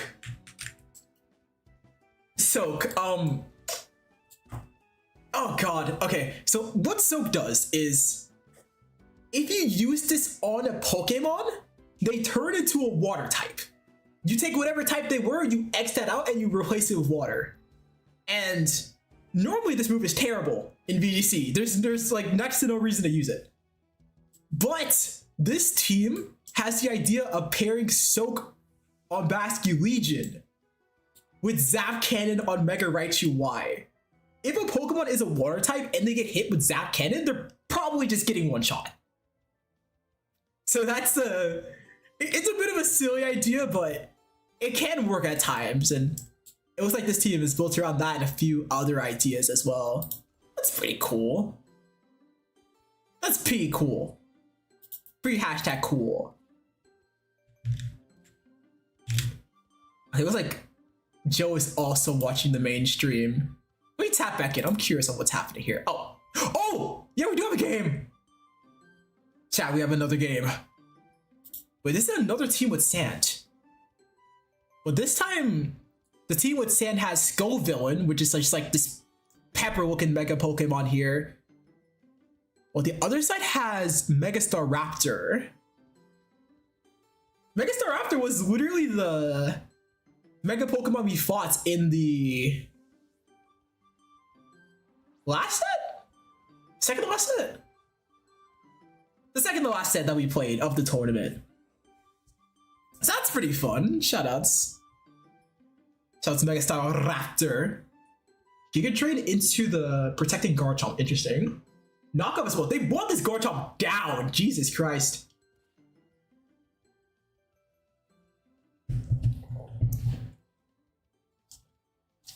Skull Villain is going to stay in the game, which is 1% of her HP. But if they stay in this turn, they're going to go down to Sandstorm no matter what.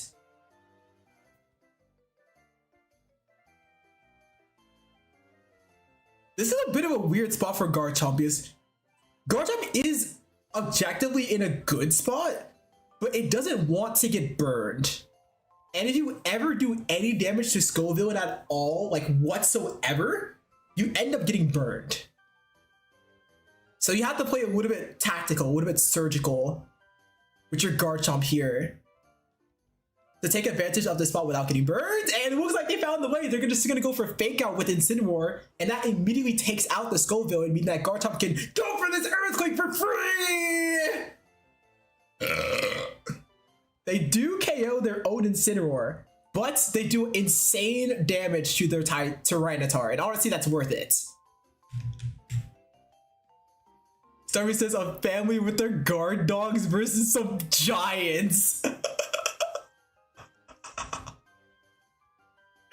That's honestly really fair. If we had the perspective of a Mousehold and we were looking at a freaking Tyranitar, that would be terrifying. Like, look at that! No, literally, look at this! You could literally count. You could count how many Mouseholds tall. Look at that! This is just a Houndstone. This is just a Houndstone. This Houndstone is like 3 Mouseholds tall. It's like 4 Mouseholds tall. So Tyranitar is literally like 8 Mouseholds tall. Like, look at this, look at this, look at this. 1, 2, 3, 4, 5, 6, 7, 8 mouse holds tall. That's ridiculous. Yo, I would be protecting my baby mouse holds like this as well. Like I'd be standing in front of them like this, and there's a giant Titan on the other side of the screen.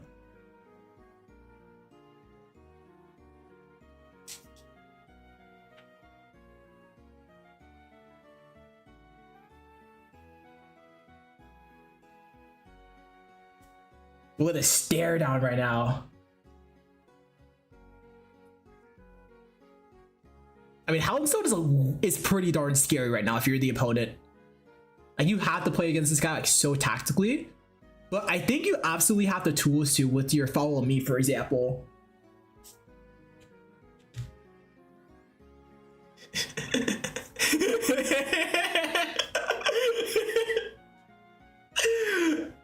Yeah, I'm a filthy memer at heart.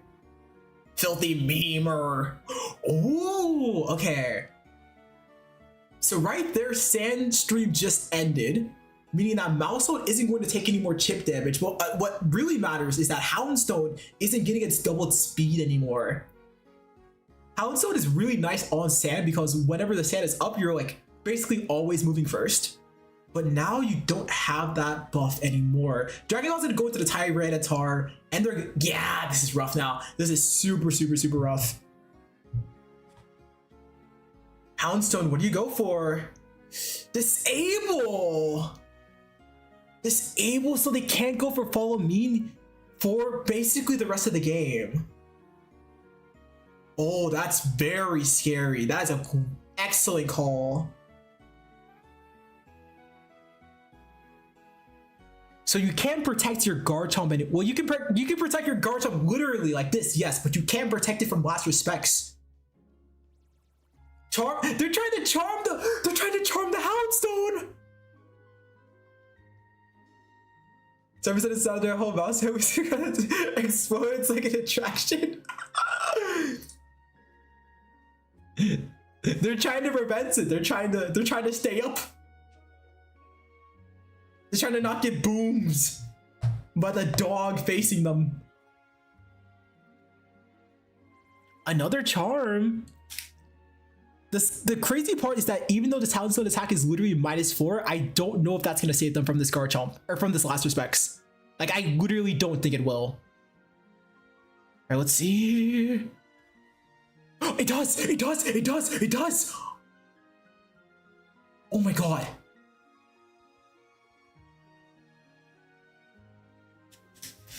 That is, what a call. What a turnaround from Gold Trap there. That was so scary. Not being able to protect your Garchomp with the follow me was extremely scary, and it was a great call to go for that disable by Martinez. But Mousehold had the perfect move for that situation, the charms, and the -4 attack was literally all that Gold Trap needed to clutch that out. Yeah, that was a great call. Excellent. Excellent call.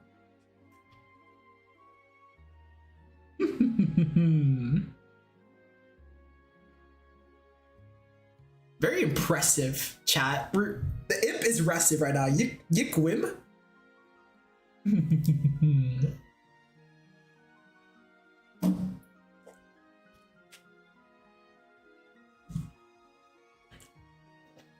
Chat, you guys should get pineapple soda whenever you have the opportunity. This is incredible. Incredible.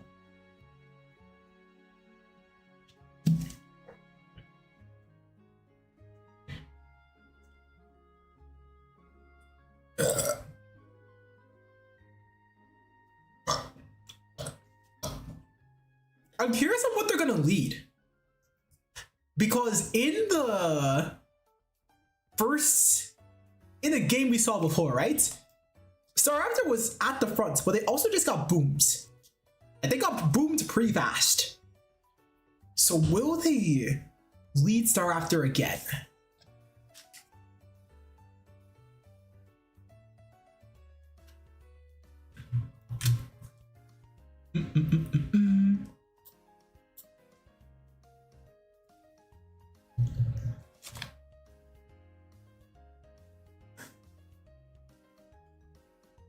Starvey says 40% of the stream is ASMR burps.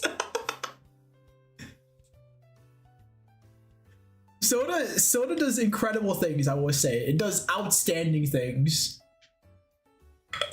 Outstanding. Outstanding.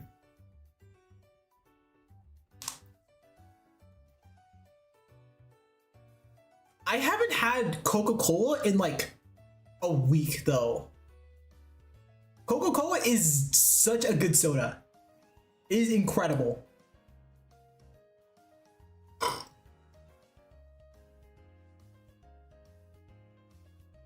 My top three.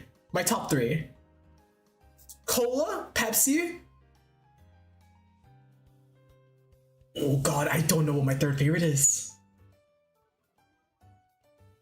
Cola and Pepsi are first and second, like easily. Like I really have to think about that, right? But I don't know what my third favorite is because there are a lot of good ones. I can't say it's pineapple because this is the first time I've had pineapple, so that's just not fair, right? You can't have something immediately and say like it's in your top three. Like it doesn't work like that. I've had grape Fanta though, and grape Fanta is like ridiculously good. Sprite is like always good. I don't know if Sprite is like a top three favorite good, but like it's always good. Strawberry Fanta. I think Strawberry Fanta is Strawberry Fanta is my third favorite. Strawberry Fanta is ridiculously good.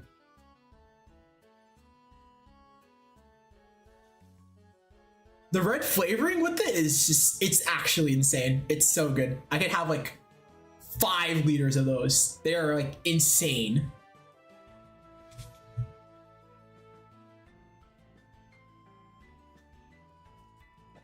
I don't know how different one brand's strawberry soda is to another, since I just haven't had that many varieties of strawberry soda before, but Strawberry Fanta is just S tier. It's so insane.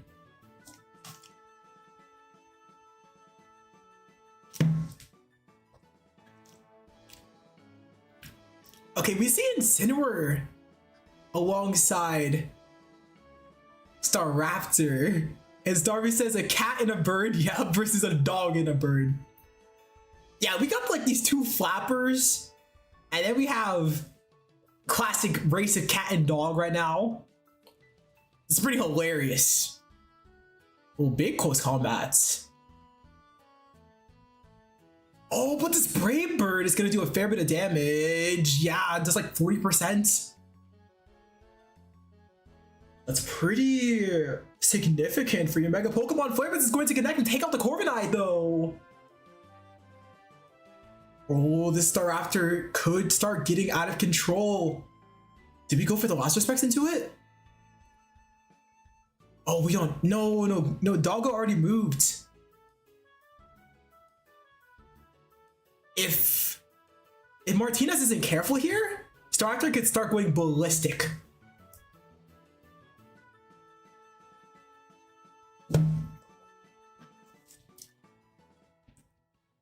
I like how the bottle for this sounds like when you push in it and then like it releases. It sounds like a dong. Like listen to this. Bam, bam. That's tough. That's hashtag tough. Protect from the Staraptor. Denying the disable. But Hydreigon doesn't fall for it. It goes for the Draco Meteor into the Incineroar that will probably take it. Ah, no, not quite. The 60% does 60%. That means that Incineroar is going to stay on this field for another turn and it's going to parting shot out. Yeah, Hydreigon basically has to switch right now. It's -3 attack. And that gives your Incineroar another chance to switch in as well.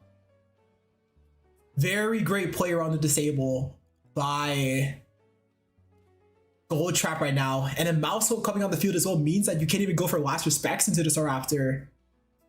Yeah, this Pokemon's going to be insanely difficult to remove now. Staraptor is just getting bulkier and bulkier. It's just like I'm gonna be a tank after another close combat.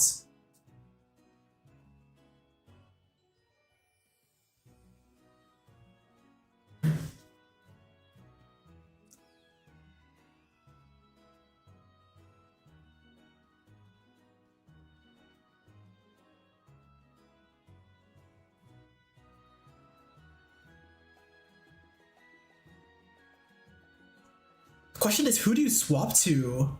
Because if you swap out Hydreigon to Tyranitar, you're still going to be weak to that close combat. You don't swap? Hydreigon doesn't swap out. What are we going for here? Shadow Sneak? We go for the -3 Draco. Are we trying to crit the Staraptor? I mean, we still do like actually a surprising amount of damage for being literally -3 special attack. And yo, that Roost is, oh god. You're gonna need like a god crit or something to stop this mouse, to stop the Staraptor right now. They are chilling. They are chilling out, maxing, relaxing, all cool.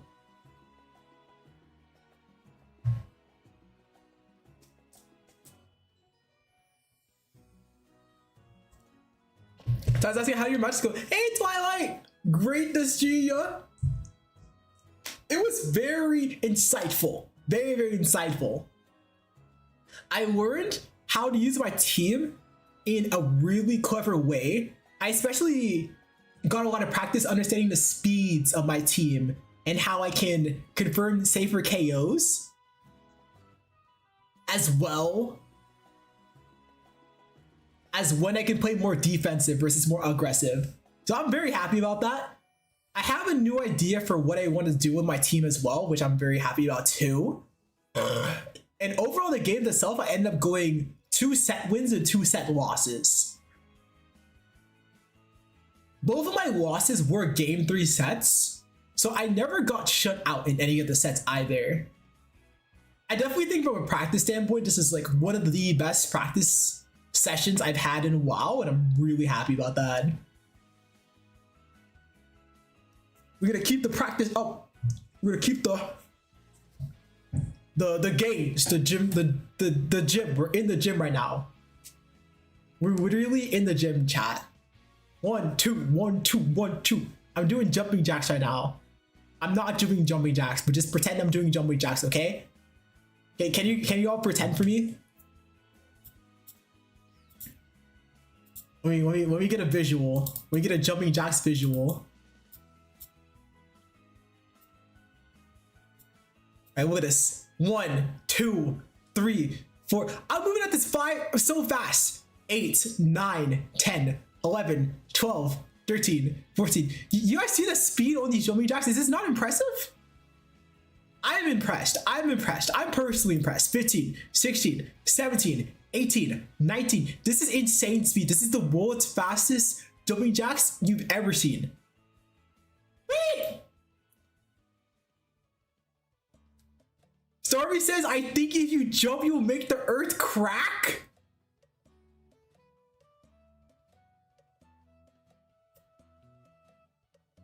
Like if I just did like a full jump right now, like the stream would just break. Like everything would just explode.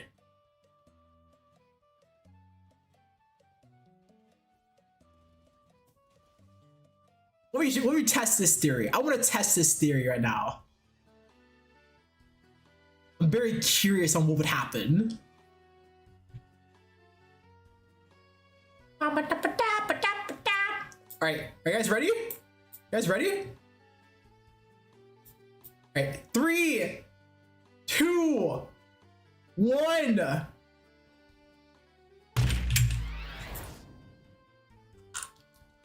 Okay, something blew up. I can't account for that, you know. It's their fault. It's their fault that they didn't prepare infrastructure for someone like me. That's their doing. That's I'm just here. I'm just a passerby, you know. I'm just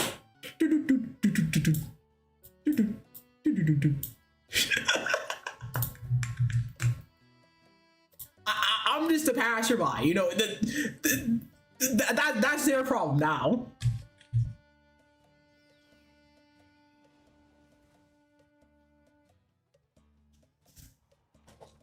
Chat, you guys saw that Brave Bird? That was beautiful. Yeah, but yeah, that was an absolute masterclass of how to set up Staraptor early. Staraptor is such a unique Pokemon because there's no Pokemon like it that can both threaten a lot of damage and set itself off at the same time at the speed and power of Mega Staraptor. It's so unique. I definitely think it's something to prepare for if you're doing a tournament or even if you're just playing in general. Everyone kind of needs a game plan into Mega Staraptor because it's one of those Pokemon where if you don't have something for it, either like a good game plan for it or maybe attack move for it, it's just gonna run over the game. It's gonna quick close combat. It's gonna get 5,000 defense buffs, and you just can't trade into it how you want to at that point.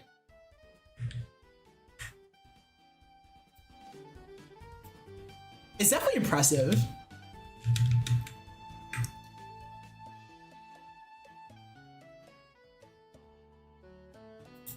I'm curious on what's happening on Twitter. I want to see more Grand Champions lore.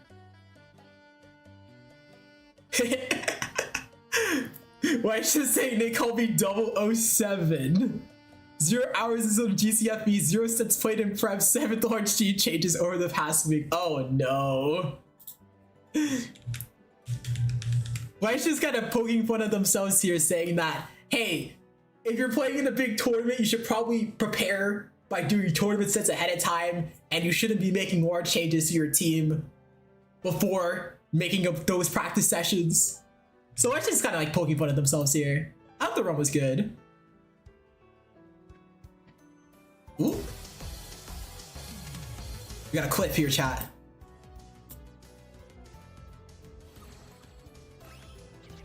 Is that a what? Nasty pop for Rigorough? What? Why?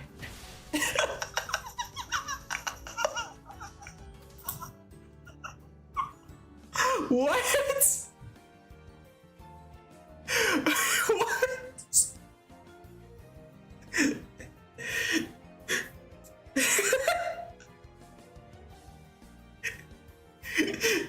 Chat. For reference, just so you guys can know as well, if there's a Pokemon that's at full HP and will KO you on sight, if you make a wrong move, you probably shouldn't use a move that does no damage in front of it. What the hell was that? Oh my god.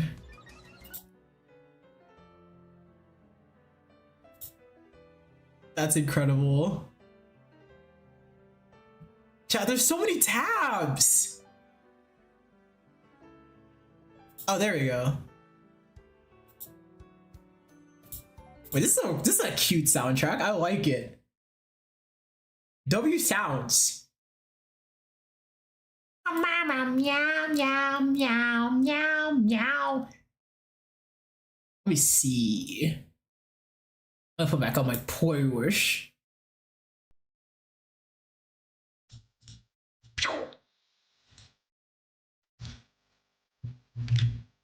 I await the next set with everness. Y'all know what I'm saying? Everness, ever.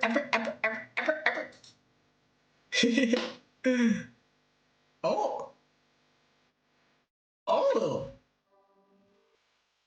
Did Joe just get into a set? Interesting. Okay, this is gonna be cinema. I don't even know who Joe's facing. I saw Emo Striker, but I'm not sure what player Emo Striker is. But chat, if you guys wanna take a look at Joe's stream yourself, that's the name right there, Joe UX9. Tapping in. It's like Joe's fighting a Delphox team. Funnily enough, chat, we were just playing Delphox like 30 minutes ago. It's perfect. Okay, they're gonna go for the nasty plot right away as Diaclaw goes into the Mimikyu, breaking the disguise, and the poison, which is very interesting. Poison is a little bit scary, but you're not too worried about it. Not too worried about it. Oh, look at that though. So much damage on that Delphox. It should be in Shadow Seeker right now. And then the coil as well.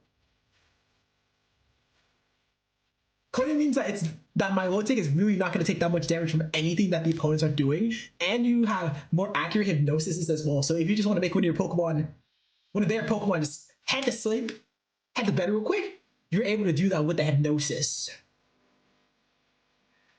So Caesar is going to go for Quick Guard here to stop the Mimikyu from going for Shadow Sneak, and Mimikyu did go for Shadow Sneak.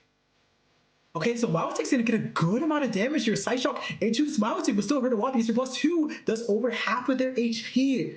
But Milotic responds with the Money Water, confirming the KO on the Delphox and getting some good damage on Caesar as well.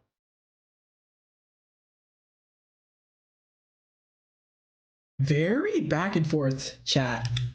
Wait, chat, real quick. I'm just gonna handle something real quick. I'm just gonna do that real quick. Boop. Okay, there we go. Okay, back into this here. Maushold is gonna come out. Another Maushold. Chat, there's been so many Mausolds, no? It feels like we've been seeing a Maushold almost every other set.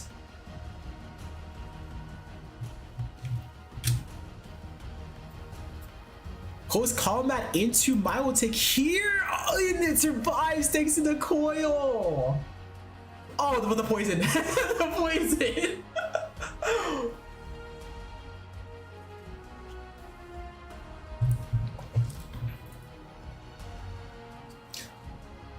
Sneasel is such an interesting Pokemon. The reason why is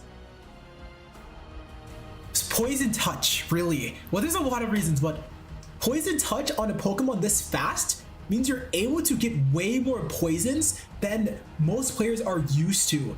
And it's very, very hard to play around poison. Because so many things in Pokemon, you are expecting to just barely survive or to survive in some kind of range that makes you safe. But status effects like Poison and Burn, but especially Poison, are very, very, very good at disrupting that. Like, look at this, for example. If Milotic was not poisoned, it would survive at the end of this turn no matter what. But just this one status effect changes how long this Pokemon can stay on the field and changes a lot of the game plans around her as well. It's a very good status effect. Like, Poison is one of the most disruptive status effects in this game. It's so insane. Like, just look at that damage take away.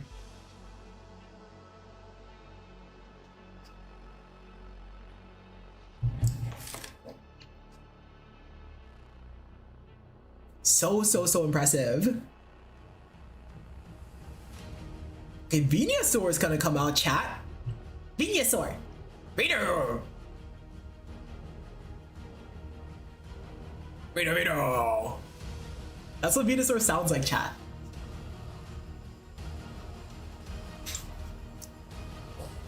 Chat, give me literally any Pokemon. I will do a perfect vocal impression of them. I'm talking the most crisp anime-like voice possible for them. You will not be prepared for how incredible they will be. Not prepared a bit. Oh, what a protect by Joe. Venusaur is coming out of that turn unscathed with both a Super Effect and a Flare Blitz were put into it. Audino? Adi! That was insane, no? I'm gonna do it again. Adi! That's literally what Audino sounds like. That is Audino right there. That is prime Audino. Prime.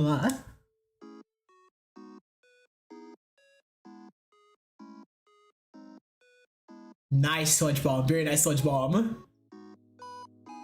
Alright, this game is looking really good for... Oh! Uh-oh.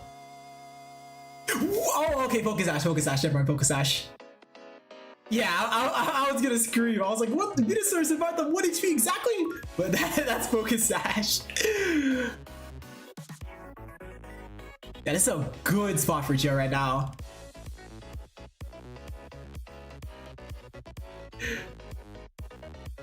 Starmy says, Pokemon, I think one of your voice actors escaped. I gotta get out of here. I've been caught. Chat, I'm literally about to start running. I'm running. I'm getting out of here. I gotta hurry. I'm almost there. Okay, I'm gone.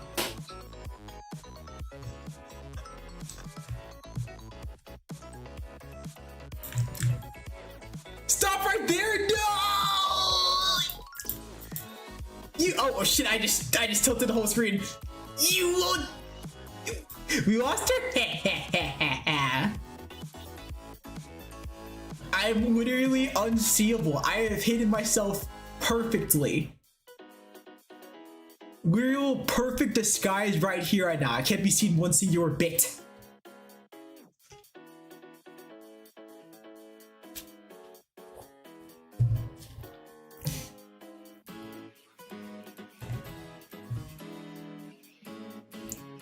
Starry said, I wonder what side she's on. I couldn't guess. Honestly, I literally could not guess. These, you know, Audinos they're just so great at hiding. They are professional hiders, unable to be seen when they're hiding in a position, and it's just really, it's a really difficult thing. You know, it's just like, it's like Where's Waldo, but like 80 times harder, really.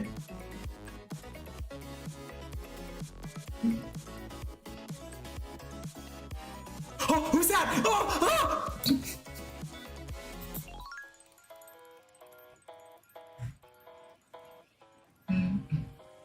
Sorry with the eyes emoji.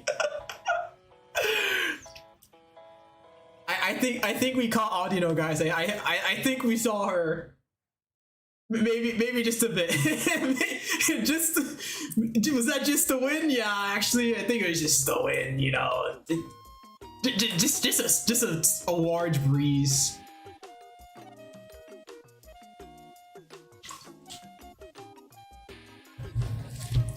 All right, Sun's gonna get toggled. Yeah, putting on the Sun when Blastoise is on the field is a really good call.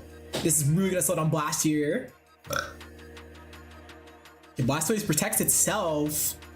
But Venus sleep powders the Incineroar before it can go for parting shots. That's really gonna slow down the opponent's game plan. Heat Wave as well is really nice to have here. That's an excellent call. That's an amazing call. The Blastoise playing more defensive.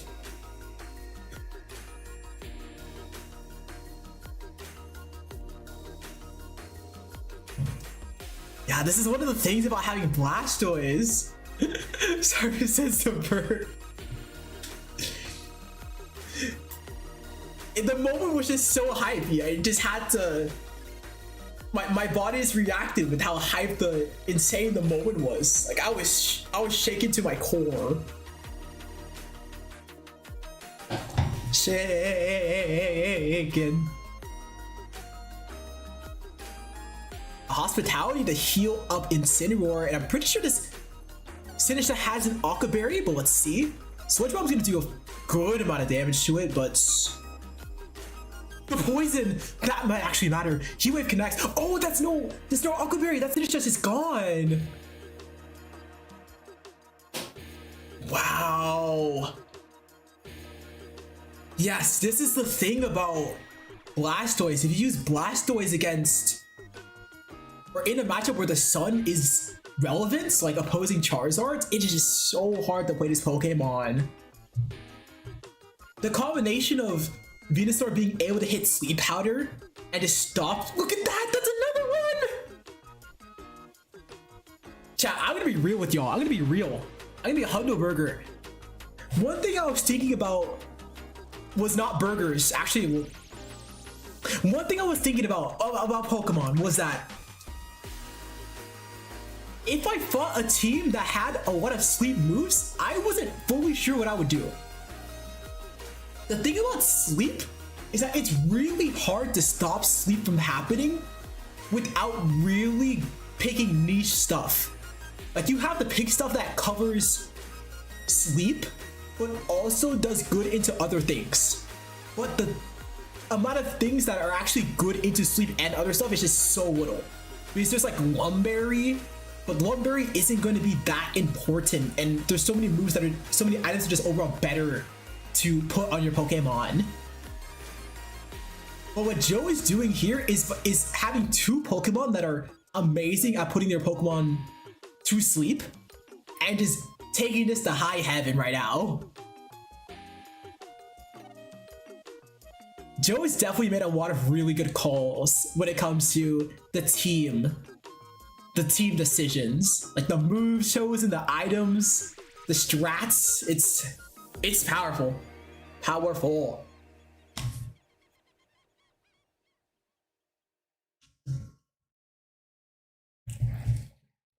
Yeah, look at that. There's the Sludge Bomb and then Solar Beam! Let's go, Charizard! Oh! That's what Charizard sounds like. Absolute cinema. Chat, can we put some claps? Can we put some applause for that Sun Masterclass that Joe just put on? That was amazing. Wow. Wow!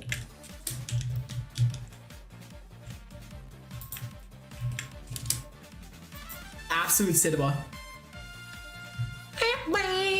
Clap, clap, clap. That was amazing. Now, I'm gonna put some claps in. I'm gonna put some claps in the chat. Your team feels like a really good call for this tour. I'm basically saying his team is good.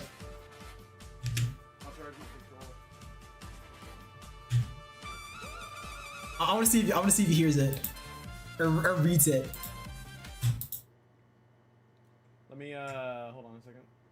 Boom, boom, boom, boom. OBS here. This goes here. Okay, Joe's vibing. Hell yeah. This goes over here. I'm gonna check out the mainstream. Oh, there's stuff happening on the mainstream chat. Wait, look at this person's name. Snorlax Pikachu 1. That's incredible. We were just talking about Snorlax, the Snorlax Aldino team. Outstanding team in Nim.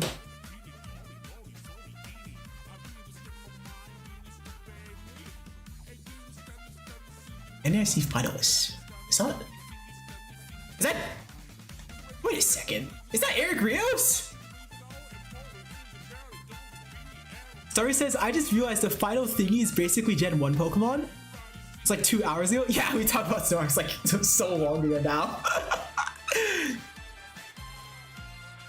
It's funny. There's so many Gen 1 Pokemon right now that are so good. Like, Charizard is the best Mega Pokemon right now. Well, maybe the best, like top 2 at least. Blastoise is incredible. Venusaur is incredible. There's so many here. Okay, that Wave Crash is almost going to KO. That Sableye, but not quite. Oh, Sableye goes to Foul Play. That might be a wounded KO. Oh!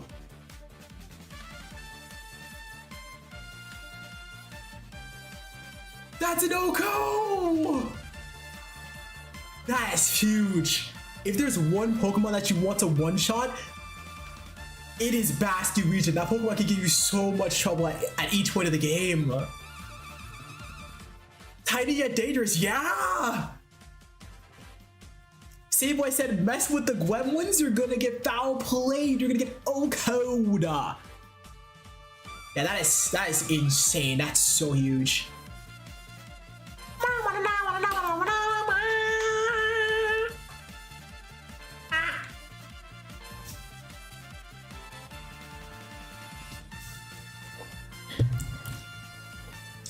Encore fails.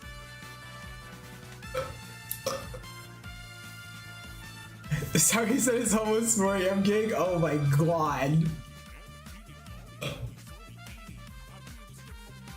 Night trooping right now. Night maxing. That deserves respect. I'm gonna post happy faces of respect.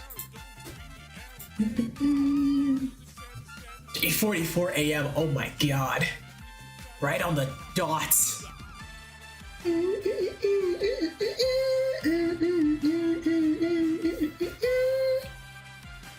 Okay, our Caledon goes for this electro shot. Electro shot's a really powerful attack. I wouldn't be surprised if they go for the Ninetales right now. Yeah, it's gonna be for the Ninetales, making it its HP stat really low. SpongeBob doesn't take out the Pelver! Oh! Oh!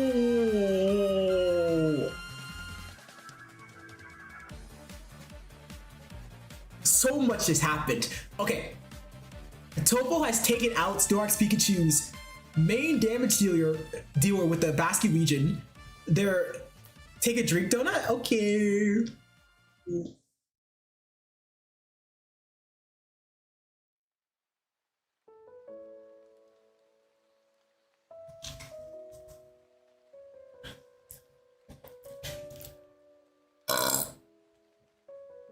What a sucker punch! Whoa.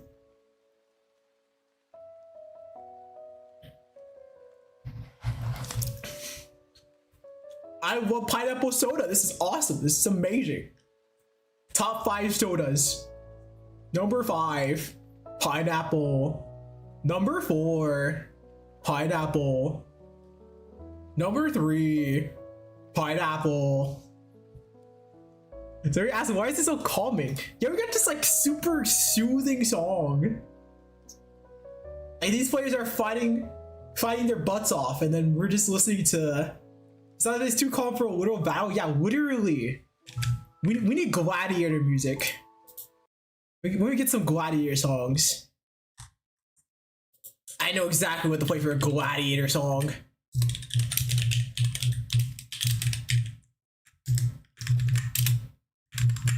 Actually, you know what? I should add song requests. I should have song requests. Chat. I want to hear a song that you guys want played. I want to know. I want to know. What songs do you guys request? What do you want to be heard? I'm so curious about this.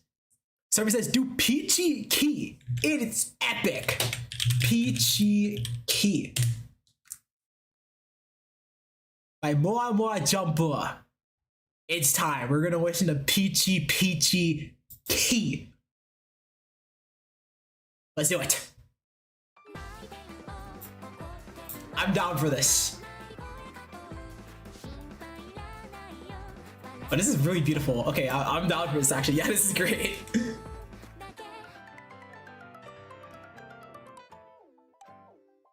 I feel my energy surging right now. Oh, look at that. Great play by Topo. They're gonna take game 2 here and turn this into a game 3 situation.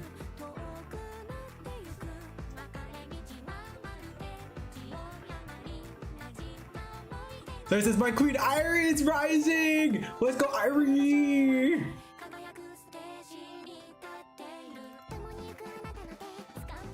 This is an incredible song.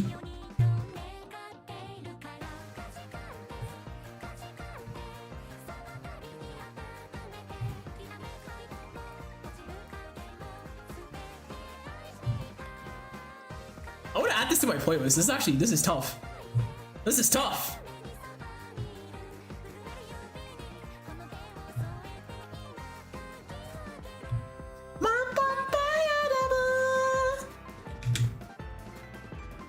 So Starby says, I love Irie so much that I have her ITA bag full of her pins. That's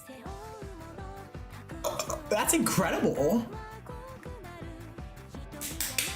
That's incredible. Yeah. Oh my gosh. Pins are very I care about this character kind of thing to buy. That's tough. I respect that. I like that. I want to buy pins. Pins sound really fun to buy. I want to buy some. Right, game 3. Games to 3. It's getting bigger! This song is getting even better. This is incredible.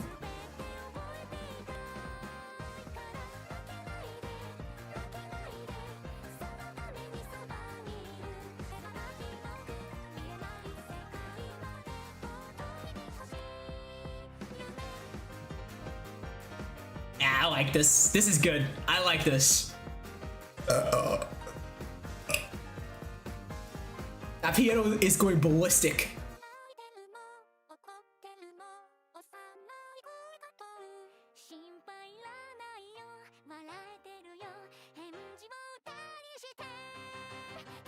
With that fish there vibing? Yeah, literally.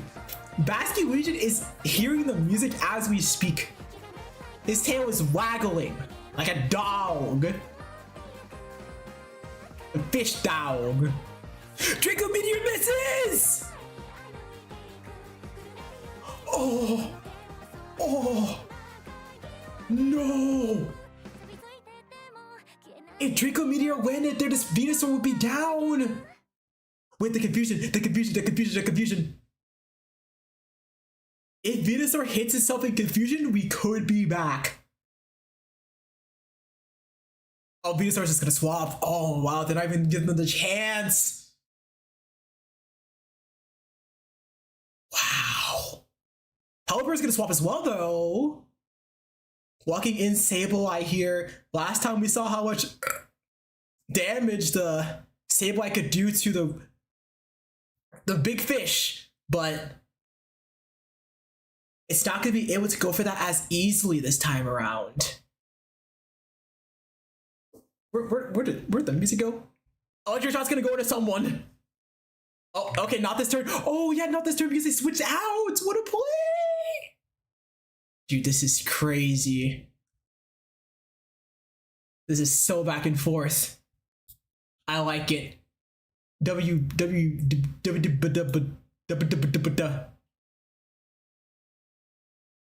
It's done, yeah. I thought there would be autoplay, but for some reason autoplay wasn't autoplaying. Grr. Oh, Sableye fainted! Probably not. Oh, that might have been the Blizzard? We're gonna see a Electric Shot go off on the Venusaur swap. Really good call. Starks Pikachu is saying, I will keep my Basque region in the game. I know Topo's feeling the pain of not landing that Draco Meteor earlier.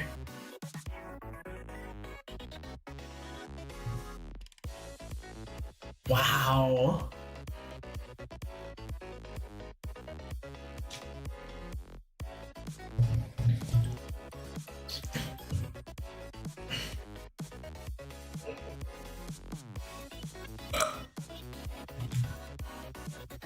Pure soundtrack? Yeah. This is a nice song, I like it. Pure fume.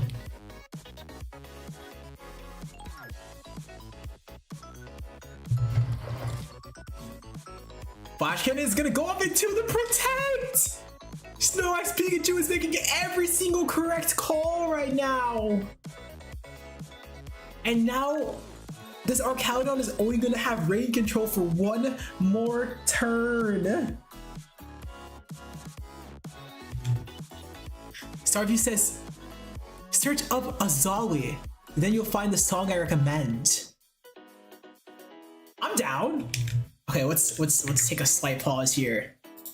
Right, Azali. And then the song name itself was. What was it? Was it earlier? Was it Peachy Kid? Decisive Battle. That's a tough ass name. Song for Wumbu. Song for Wembu. Let's do it. We're tapping in. Oh, this is like the same genre. Okay. Yeah, let's do it. Let's do it. So right now, Snorlax Pikachu is in the God position. This is looking so good for them right now.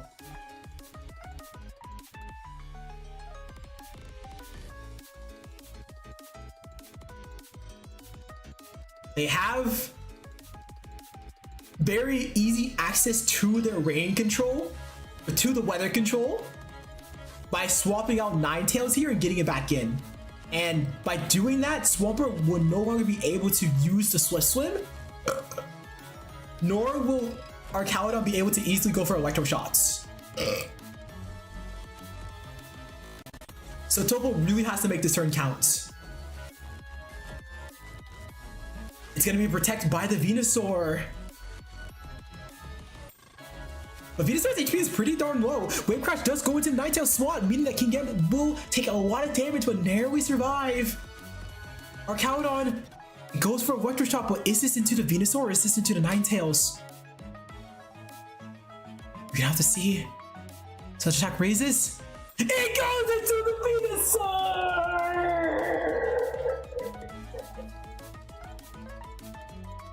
This means this King Gambit gets to go for Sucker Punch into whatever slot and get some free chip damage before going down. Not to mention the snow happening the turn after.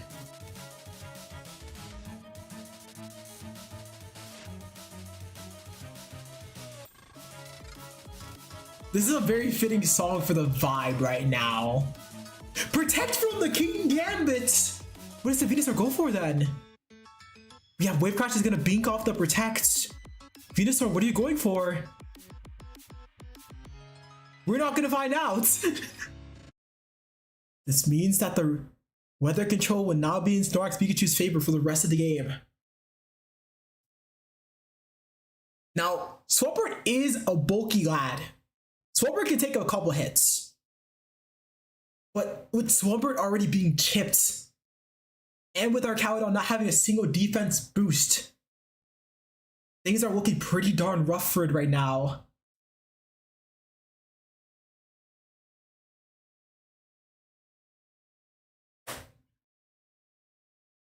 How will Topo navigate these turns when your HP is so valuable? So valuable. Oh, protect on both ends. As the Flash Cannon goes off. Okay, Kowtow Cleave. We're gonna start getting damage to this Arcaludon. That's actually quite a lot. Especially for being a resisted hit. Sorry, he says, oh, the song ended. Yeah. I need autoplay.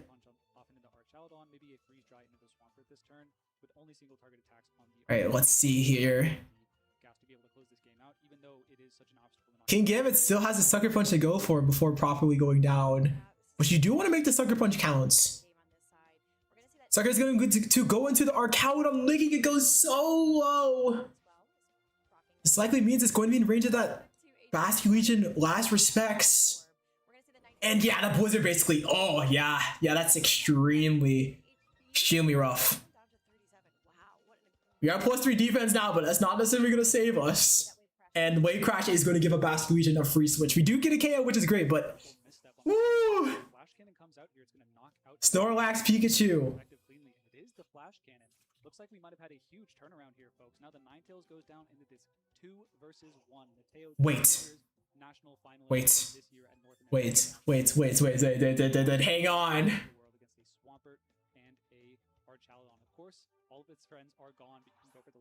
So there's a very high chance that Arcaludon either attacks and goes down immediately or protects. But you could get some damage onto this Bask here.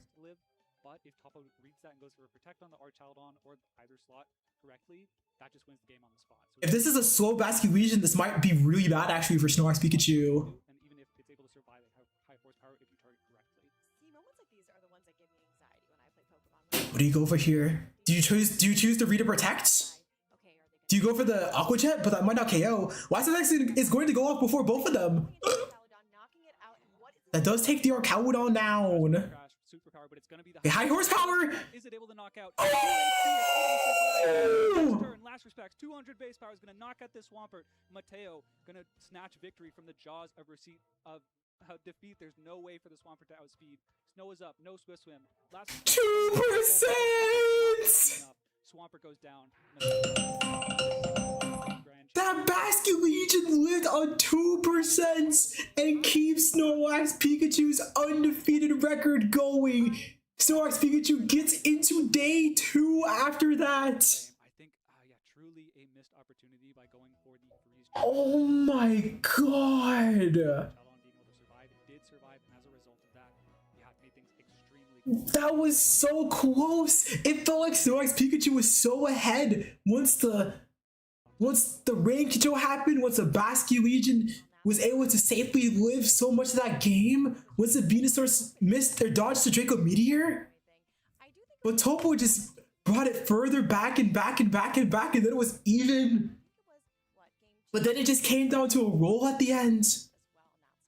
Yeah, I think it was actually Oh my god. in combination with the W comeback? Yeah, that's a textbook definition of a comeback right there. having that That Draco Meteor miss put Topo so far behind, but they almost called through. They literally almost called through. It was literally came down to 2%. advantage, I think Topo fought extremely Wow, that's incredible. fell short, but absolutely What a way to make a set even. Like, oh my god. Oh my god. a really well played Mechanical god. Yeah, I need someone to find the turn because getting the higher horsepower Wait, let me shuffle this again. is something I Or shuffle win. nowadays. So Shuffle waffle waffle win. Oh my god, I forgot about this. Alright, this is really cute art. Ooh, snail. Snail's house. Wow. That's incredible. Chat, I just took a gander at this incredible Heracross plushie that has a hot pink sweater on it and a bow. Chat, what plushies do you all have? And do you have any plushies that are dressed up in such a magnificent manner as this Heracross? The streets are wondering this right now. We are curious. We are curious. I like curry. Chat, I haven't had curry in so long. I need to have curry again. I need to consume curry.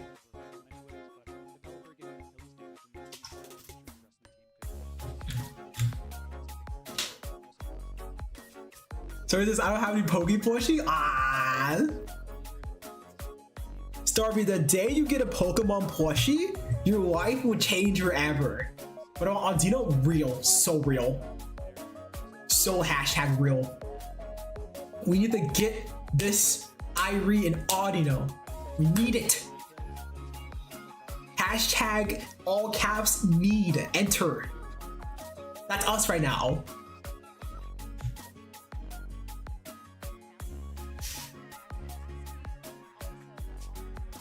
I want to see if there's any fancy sets happening in the meantime. Maybe Joe's in a fancy set. Let's see.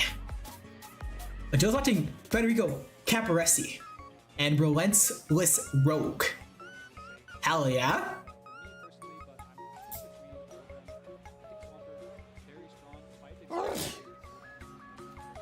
That was a huge sneeze. That was not me. Let it be known, that was not my sneeze.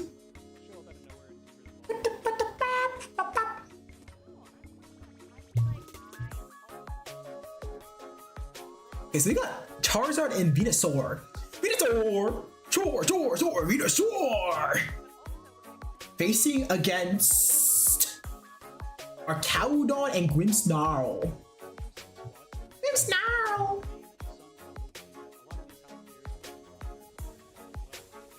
Grimmsnarl!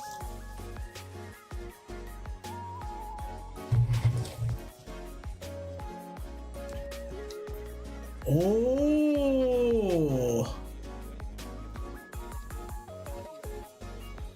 So ask Dona, do you play Project Sekai? Like the rhythm, not just reading story?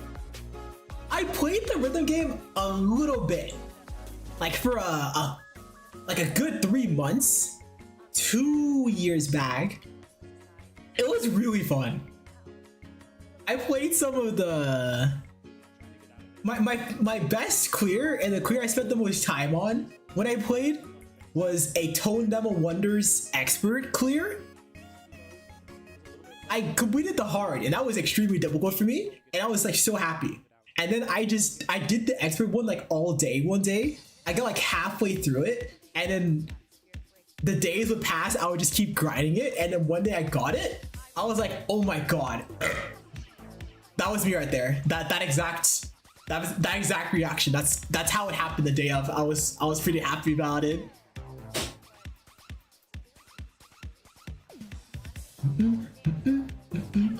Starby says that's bad. Yeah, I didn't play it like too seriously. I unlocked like a few Masters charts, but not a lot. There's this, I think, full combo Masters. Hell yeah, that's the stuff right there. That's the sauce.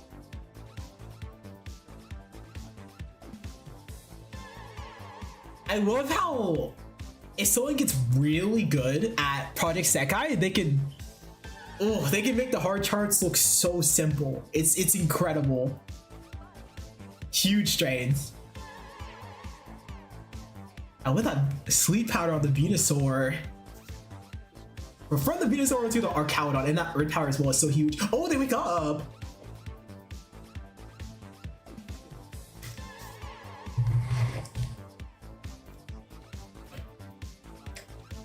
Chat, I just want to say it's so funny because Federico Cabaresi, the player on the left side, right? Their team has Charizard Y and Pelipper. So they literally have both the Sun and the Rain on the exact same team.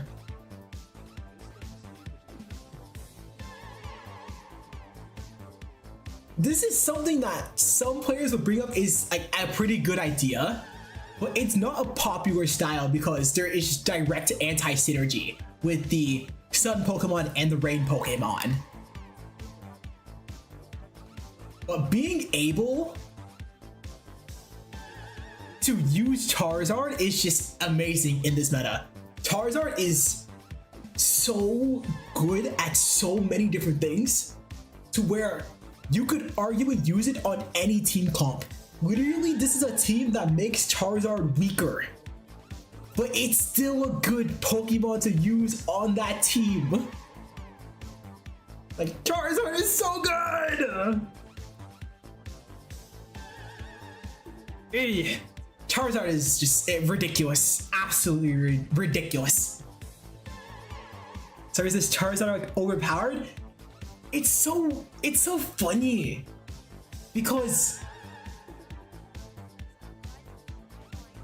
like he is like they're relative to everybody a step above, but some players will swear that they're not OP. It's so interesting. Is Charizard better than everyone else? Honestly, probably yeah. Like the two best Pokemon, Garchomp and Charizard. Garchomp is the best Pokemon that's not a Mega Evolution, and then Charizard is the best Mega Evolution. They are just so, oh my gosh.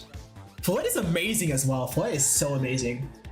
But Charizard, Garchomp, ugh.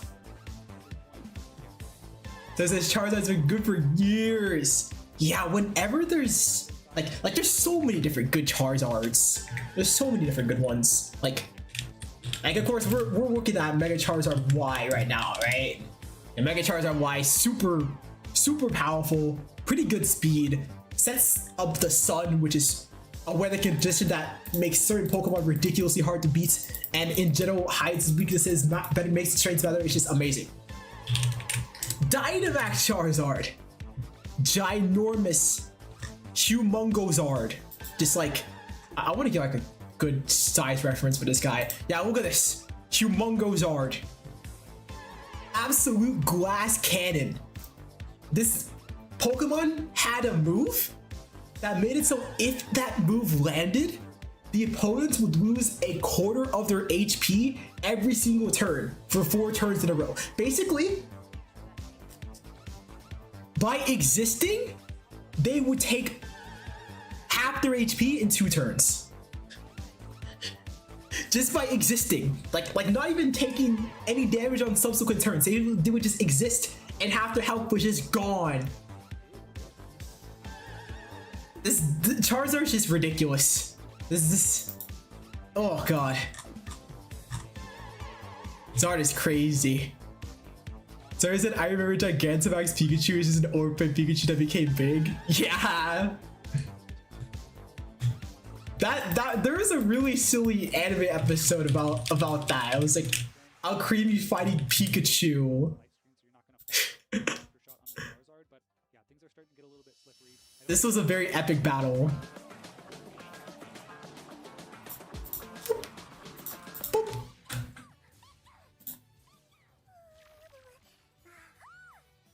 This was an intense fight. Am I gonna get copyright struck for this? I'm about to get copyright struck.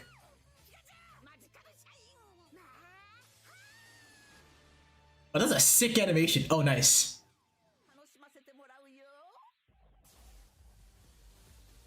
Dude, Gigantamax Alchemy looks so freaking cool. And then boom. But then Pikachu tanks the attack. And Gigantamax is basically Gigantamax. That's essentially a Gigantamax.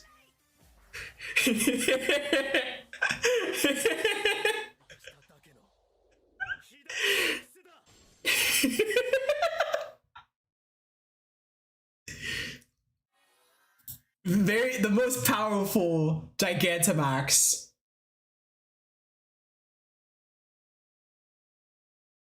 There's no more powerful form than that. You may not deal any more damage, but oh my god, do you have HP and defense? Sorry, says that's you if you take Pikachu's place. Chat, would you guys get hit by an Alchemy G-Max attack? Would you guys do it? I'd do it. I think it tastes delicious. That would be so yummy. I would probably be seeing stars after, but it would be absolutely delicious. And that would taste so good.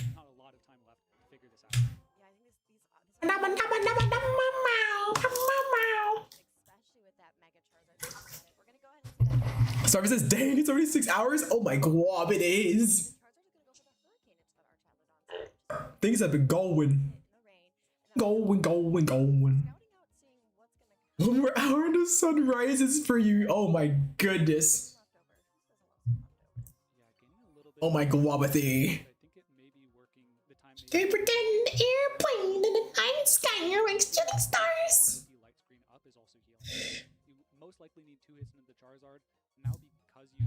Okay, this is a weird spot. I'm pretty sure that Federico Cabaresi is in a spot to win this year. But wait, Charizard is Hurricane? Huh? Yeah, we're gonna go ahead and see that once of always that stamina boost is going to pop on that. Charizard has Hurricane.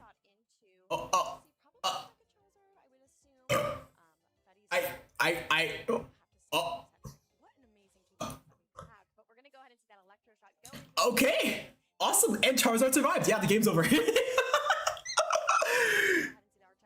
Oh my god. Why is Charizard the best attacking fire type on Rain? Nah.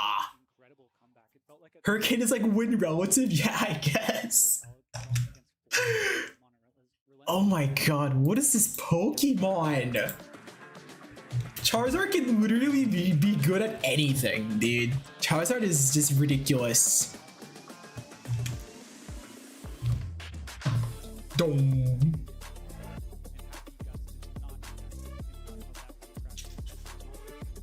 This song's a banger.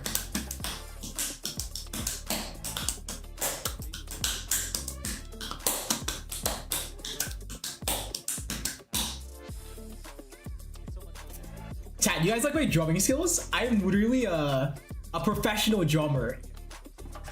I have a PhD in drumming. You may be wondering, how do you get a PhD in drumming? And I have to say, don't worry about it.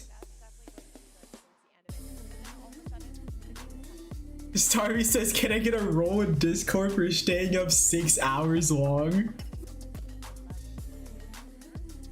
We should have special roles for stuff like that. That'd be funny.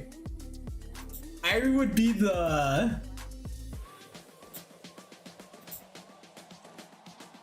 nocturnal Audino. Nocturnal Audino.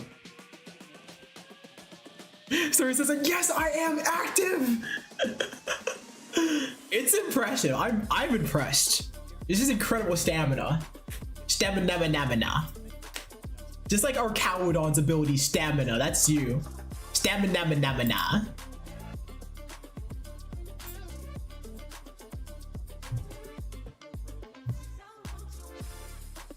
Well, this is a jammer.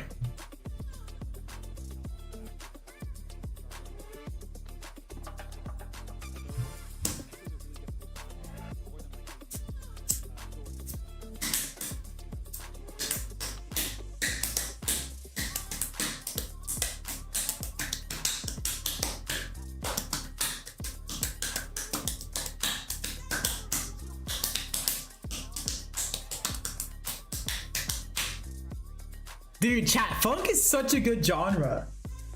You could just freestyle to this. You can make your own drum beat. You could like rap to it. So they really should be blaming Jacob's Craw for televising it. I don't think anyone. It's incredible. Incredible. Okay, let's find some Pokemon. Oh, Joe is watching the same thing I'm watching. Hell yeah! Shout out Joe.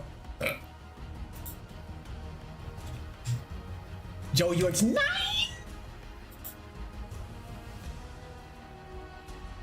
What else is there? I see a Pikachu. That's a cute Pikachu. Shout out to Pikachu. Alright, who's streaming some Grand Champions Festival? I see Kaguya Falls could be streaming something. Federico? Steph of the Anime maybe? Desu? Don't tell me they're all on the waiting screen. No! Oh, you're not on the waiting screen? This is huge. There's this Final 14 watching this right now is funny. I don't know how y'all do it. I mean, sometimes I can pull on nighters, but like, I don't know. I need like soda for it. I need like a lot for it.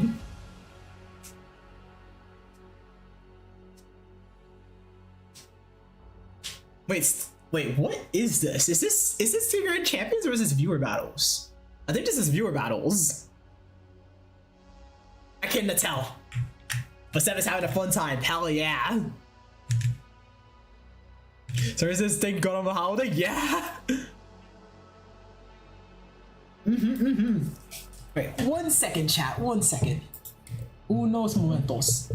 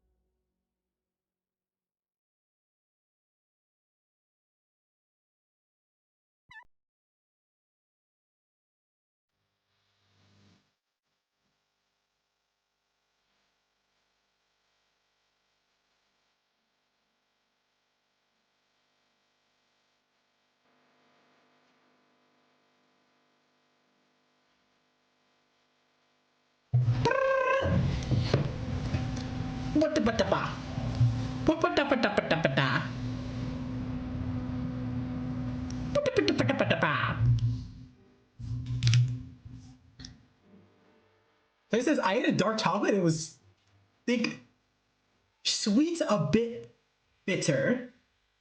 A dark chocolate's yummy. Hell yeah. That would taste good. The flavor profile for dark chocolate is definitely it's unique for sure. But it's a good unique. It's solid. Not bad. Hashtag not bad. Enviable. Enba.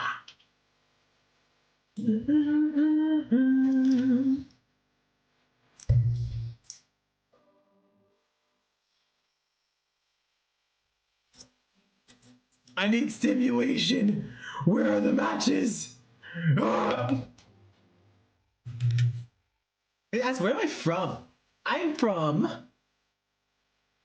the southeast of North America. I'm a southerner. Yeehaw partner. No, not that southern. Moderately southern.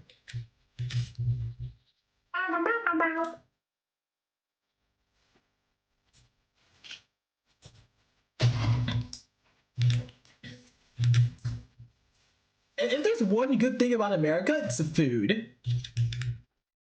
Because there's so many different cultures. There's so many different kinds of food here. You can find most stuff. It's so cool. I love it. I'm a fan. So we asked, what's the time for you right now? It is currently 5:22 p.m. Yeah, but the what is that? Absolutely. Undoubtedly. The law is bad here. That is thumbs up.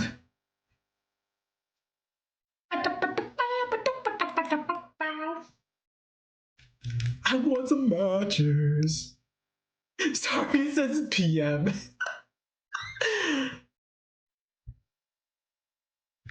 PM num num. I'm a num. I like the little Psyduck. Chat, there might be something awesome on Twitter.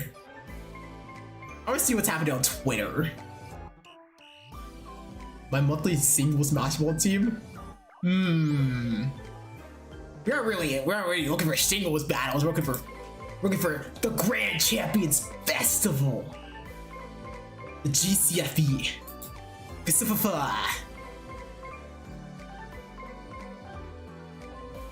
Where are the games? Where are the games? That's me! Oh my god! That's incredible. Wait, am I the longest stream that's happening right now? I think... Oh, okay, never mind, I'm not. I'm not the longest running stream right now. But I am up there. I'm like AM, yeah. Good morning.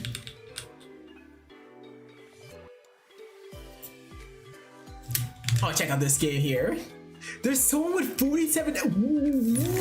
Ooh. Wait, what? Oh, please. Oh my god, there is. Free Pokemon Champions requests with your OT. What? Oh my god. Wait, there's so many like troopers. Oh, Joe's a trooper as well. Marco's a trooper too. They've been streaming longer than me. Oh my gosh. That's crazy.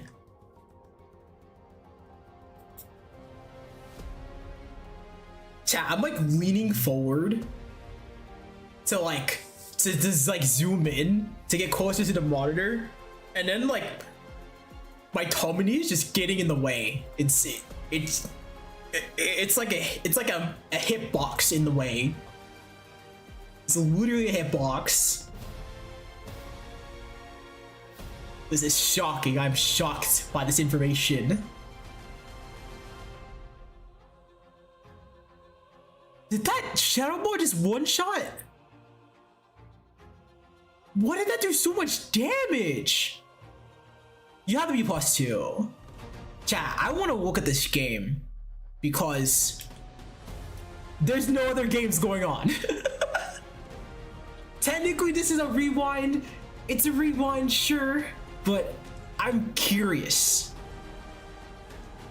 Starby says that's crazy. Today's quote. It's not just crazy, chat, it's crazy. Crazy. Extra emphasis on the war.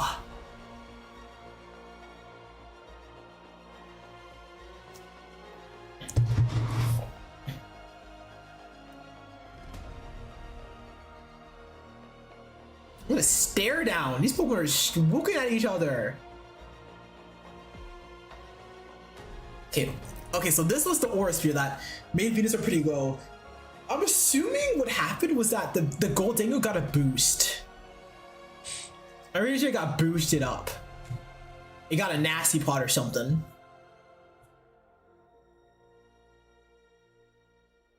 Starvey! I'm literally about to run out of soda. There is a 1.5 liters in here. But now it's almost empty. It's like 5 drinks left. This is crazy. That's sad, literally.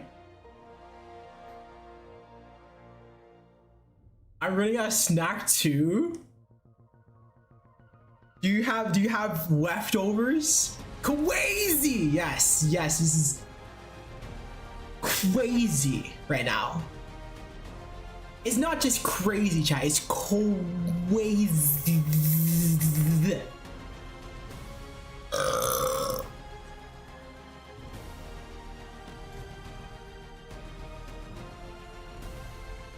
You know what I'm saying? Yick whim.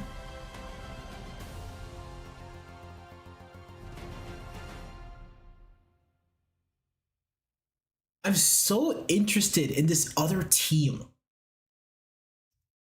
Because you don't see Komo, the scaly dragon over here, you don't see this guy that often. It's a good Pokemon, but you just don't really see it.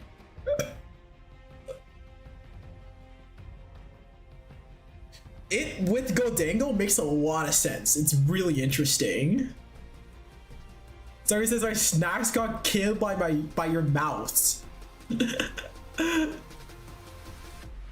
You destroyed those snacks. They have been obliterated. They have been boomed. You have dried mango? That sounds delicious. I've never had dried mango, but it does sound really good.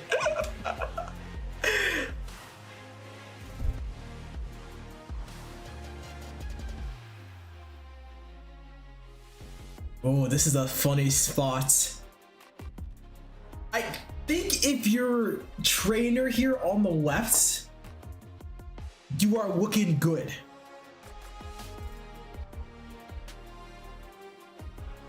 Fake out's gonna go off. I think you're looking good here. The wishes. That's too crazy and delicious.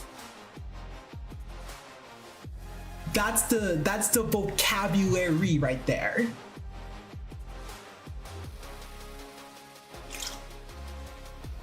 The donuts vocabulary. That's your typo.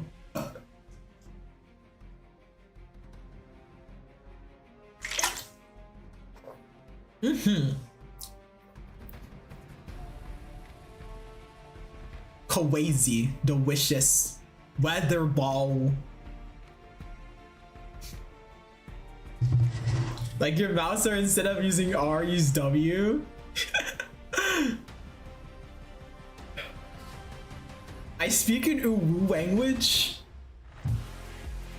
It's been proven. It has been decreed. The Donuts way of speak is uwo. Absolute cinema. Absolute Audino. I still need to make Absolute Audino after this. That's the first thing I'm doing.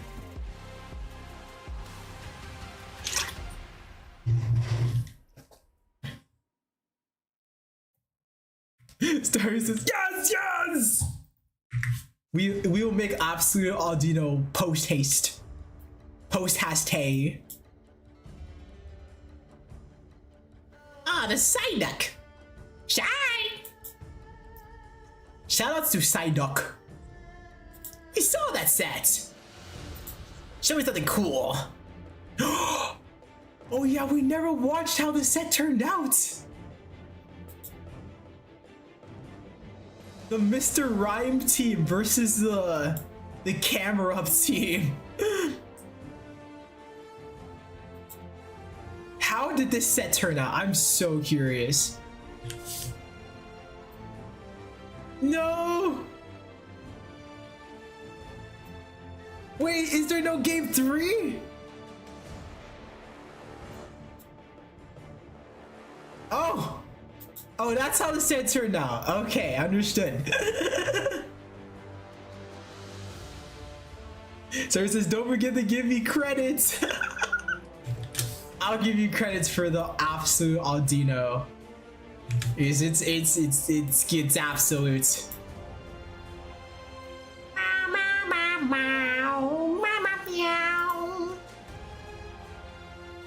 What was happening on Twitter? I have 3 DMs. Blaziken. Jean. That's Hatsune Miku. Shout out to Hatsune Mike. I like Hatsune Mike. I think Hatsune Mike is cool. Hatsune Mike. Who are you guys a fan of? Hatsune Miku or Hatsune Mike? If you had to choose, I think it's a really hard decision. Choosing Hatsune Miku or Hatsune Mike? That is hard. That is not easy.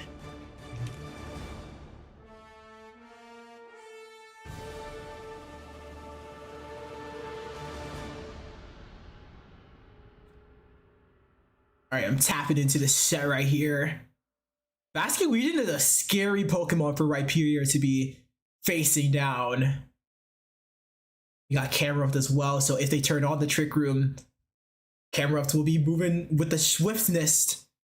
So they're gonna swap the Torkoal, which turns on the Sun. That means that Torkoal could be tanking whatever they go for here. But Camerupt's Mega Evolving means that Camerupt could be getting a ton of damage down as well. They just protect! They didn't want any of the rock type attacks. Liquidation is going to go up, but that's not really going to be doing that much to Torkoal. Never mind, that did have its health. This Pokemon is broken.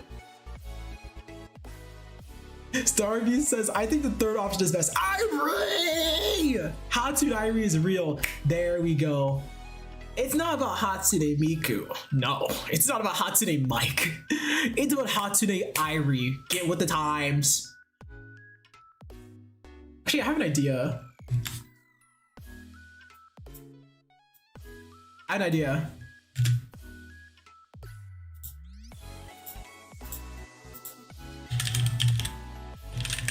Yes, I have it. Chat.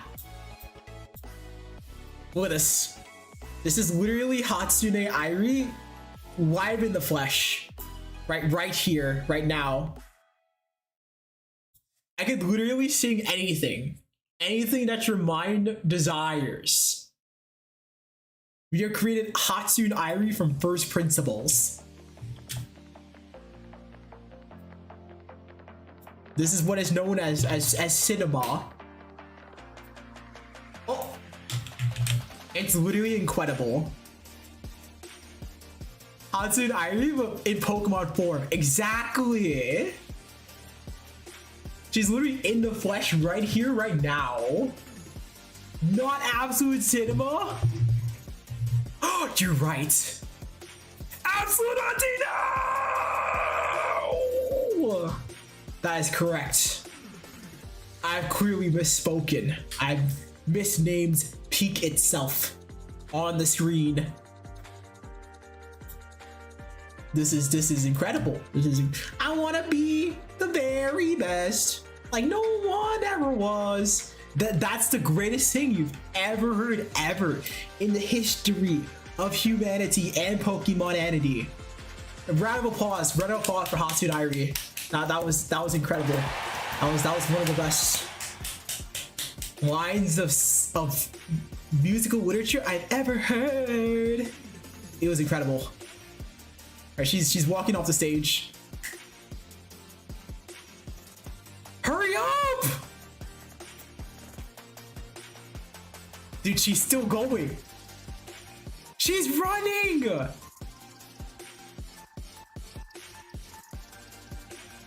You're still on the screen!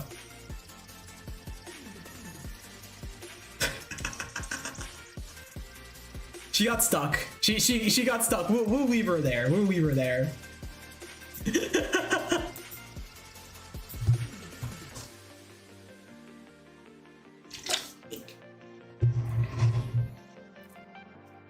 She is so silly. Yeah, literally. She's big with the fans. We're so proud of her. She's incredible. Incredible.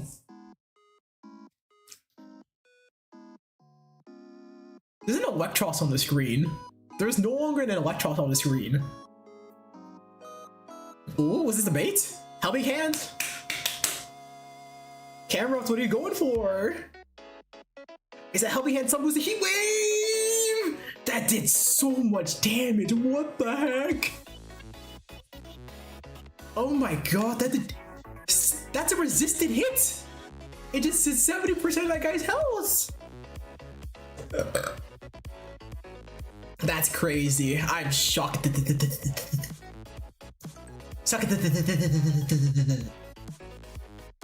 Okay, there's one turn left the trick room here.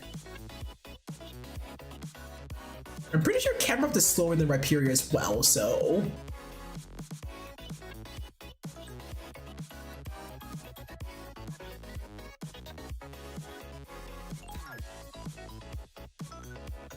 Let's see what's the trainer on the right and the left side.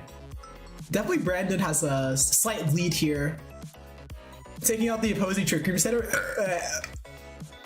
and putting huge damage on the fire resist on the team. That's so good.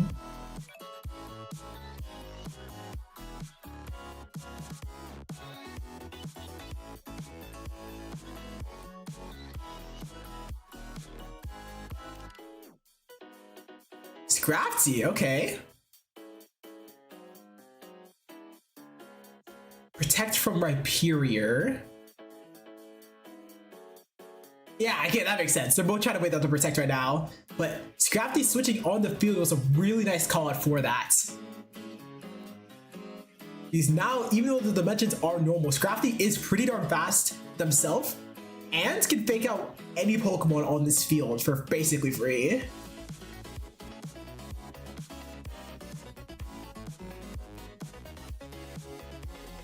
These are looking pretty darn good. Pretty swell.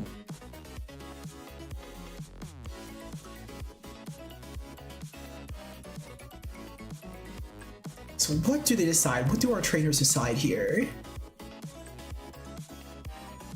Rhyperior's gonna switch again. This time Rhetorical. Torkoal. Okay, they're gonna Mega Evolve the Electros now. Trying to get aggressive here.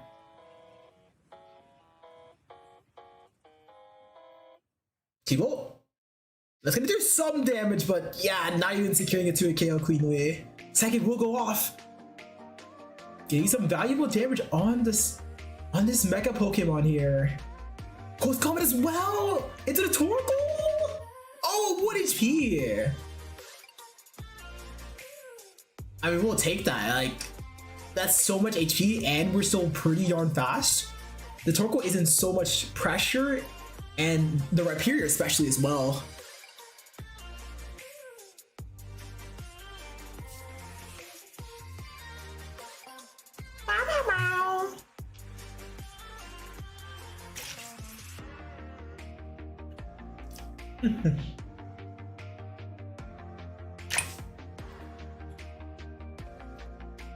This is the epic stare down between. Very epic showdown. Close combat. Okay, nice. This is a really good spot. You could probably get a double knockout here. Yep. Trick room. Oh, you're so good at the game. You're so good at the game.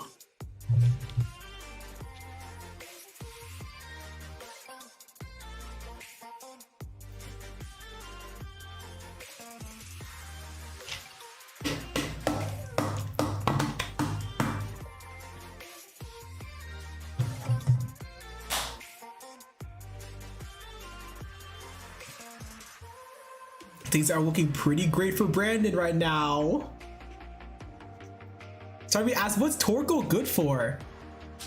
Basically, the goal with Torkoal is you want to use Trick Room, which makes it go really fast, and then use Eruption, which does a stupid amount of damage.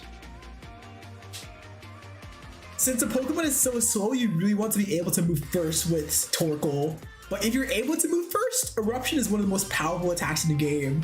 It just like Torkoal and they're like, and then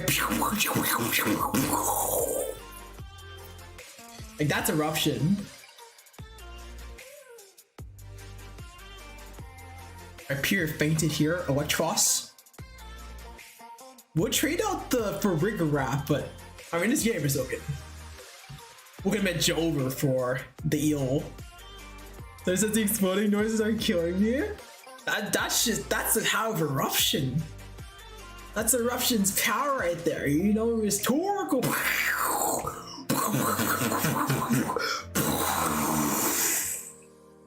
And then the Frigoraph faints like. That's what happens when you use Eruption. It's one of the most powerful attacks in the history of the game. It's almost as powerful as Audino Slam. But nothing's more powerful than Audino Slam.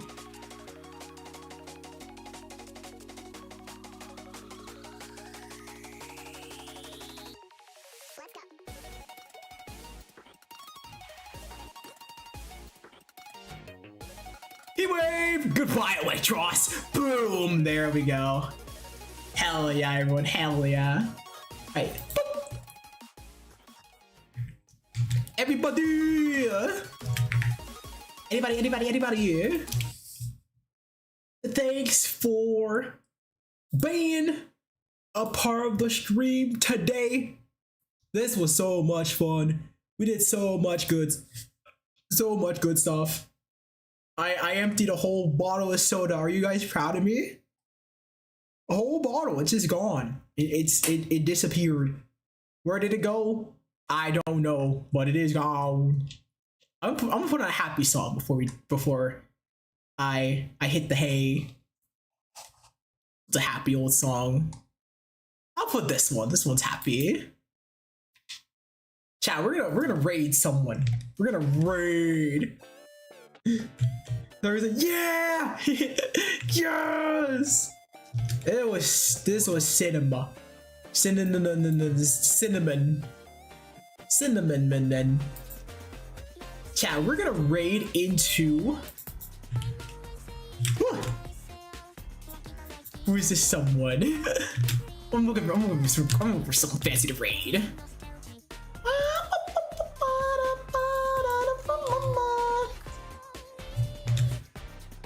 We're gonna find a cool person. Okay, who here? Who's very rage cool right now?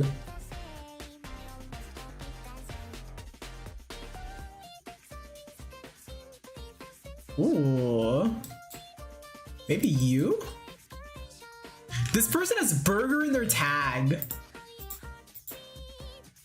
I want to rate someone with burger in their tag. That's awesome. So I saw a trans flag heart back there. Oh. Wait, hell yeah. Wait, there's Yeah, it's right there. Yeah, right there to the right of me. Boom, boom. Right next to the Wapani.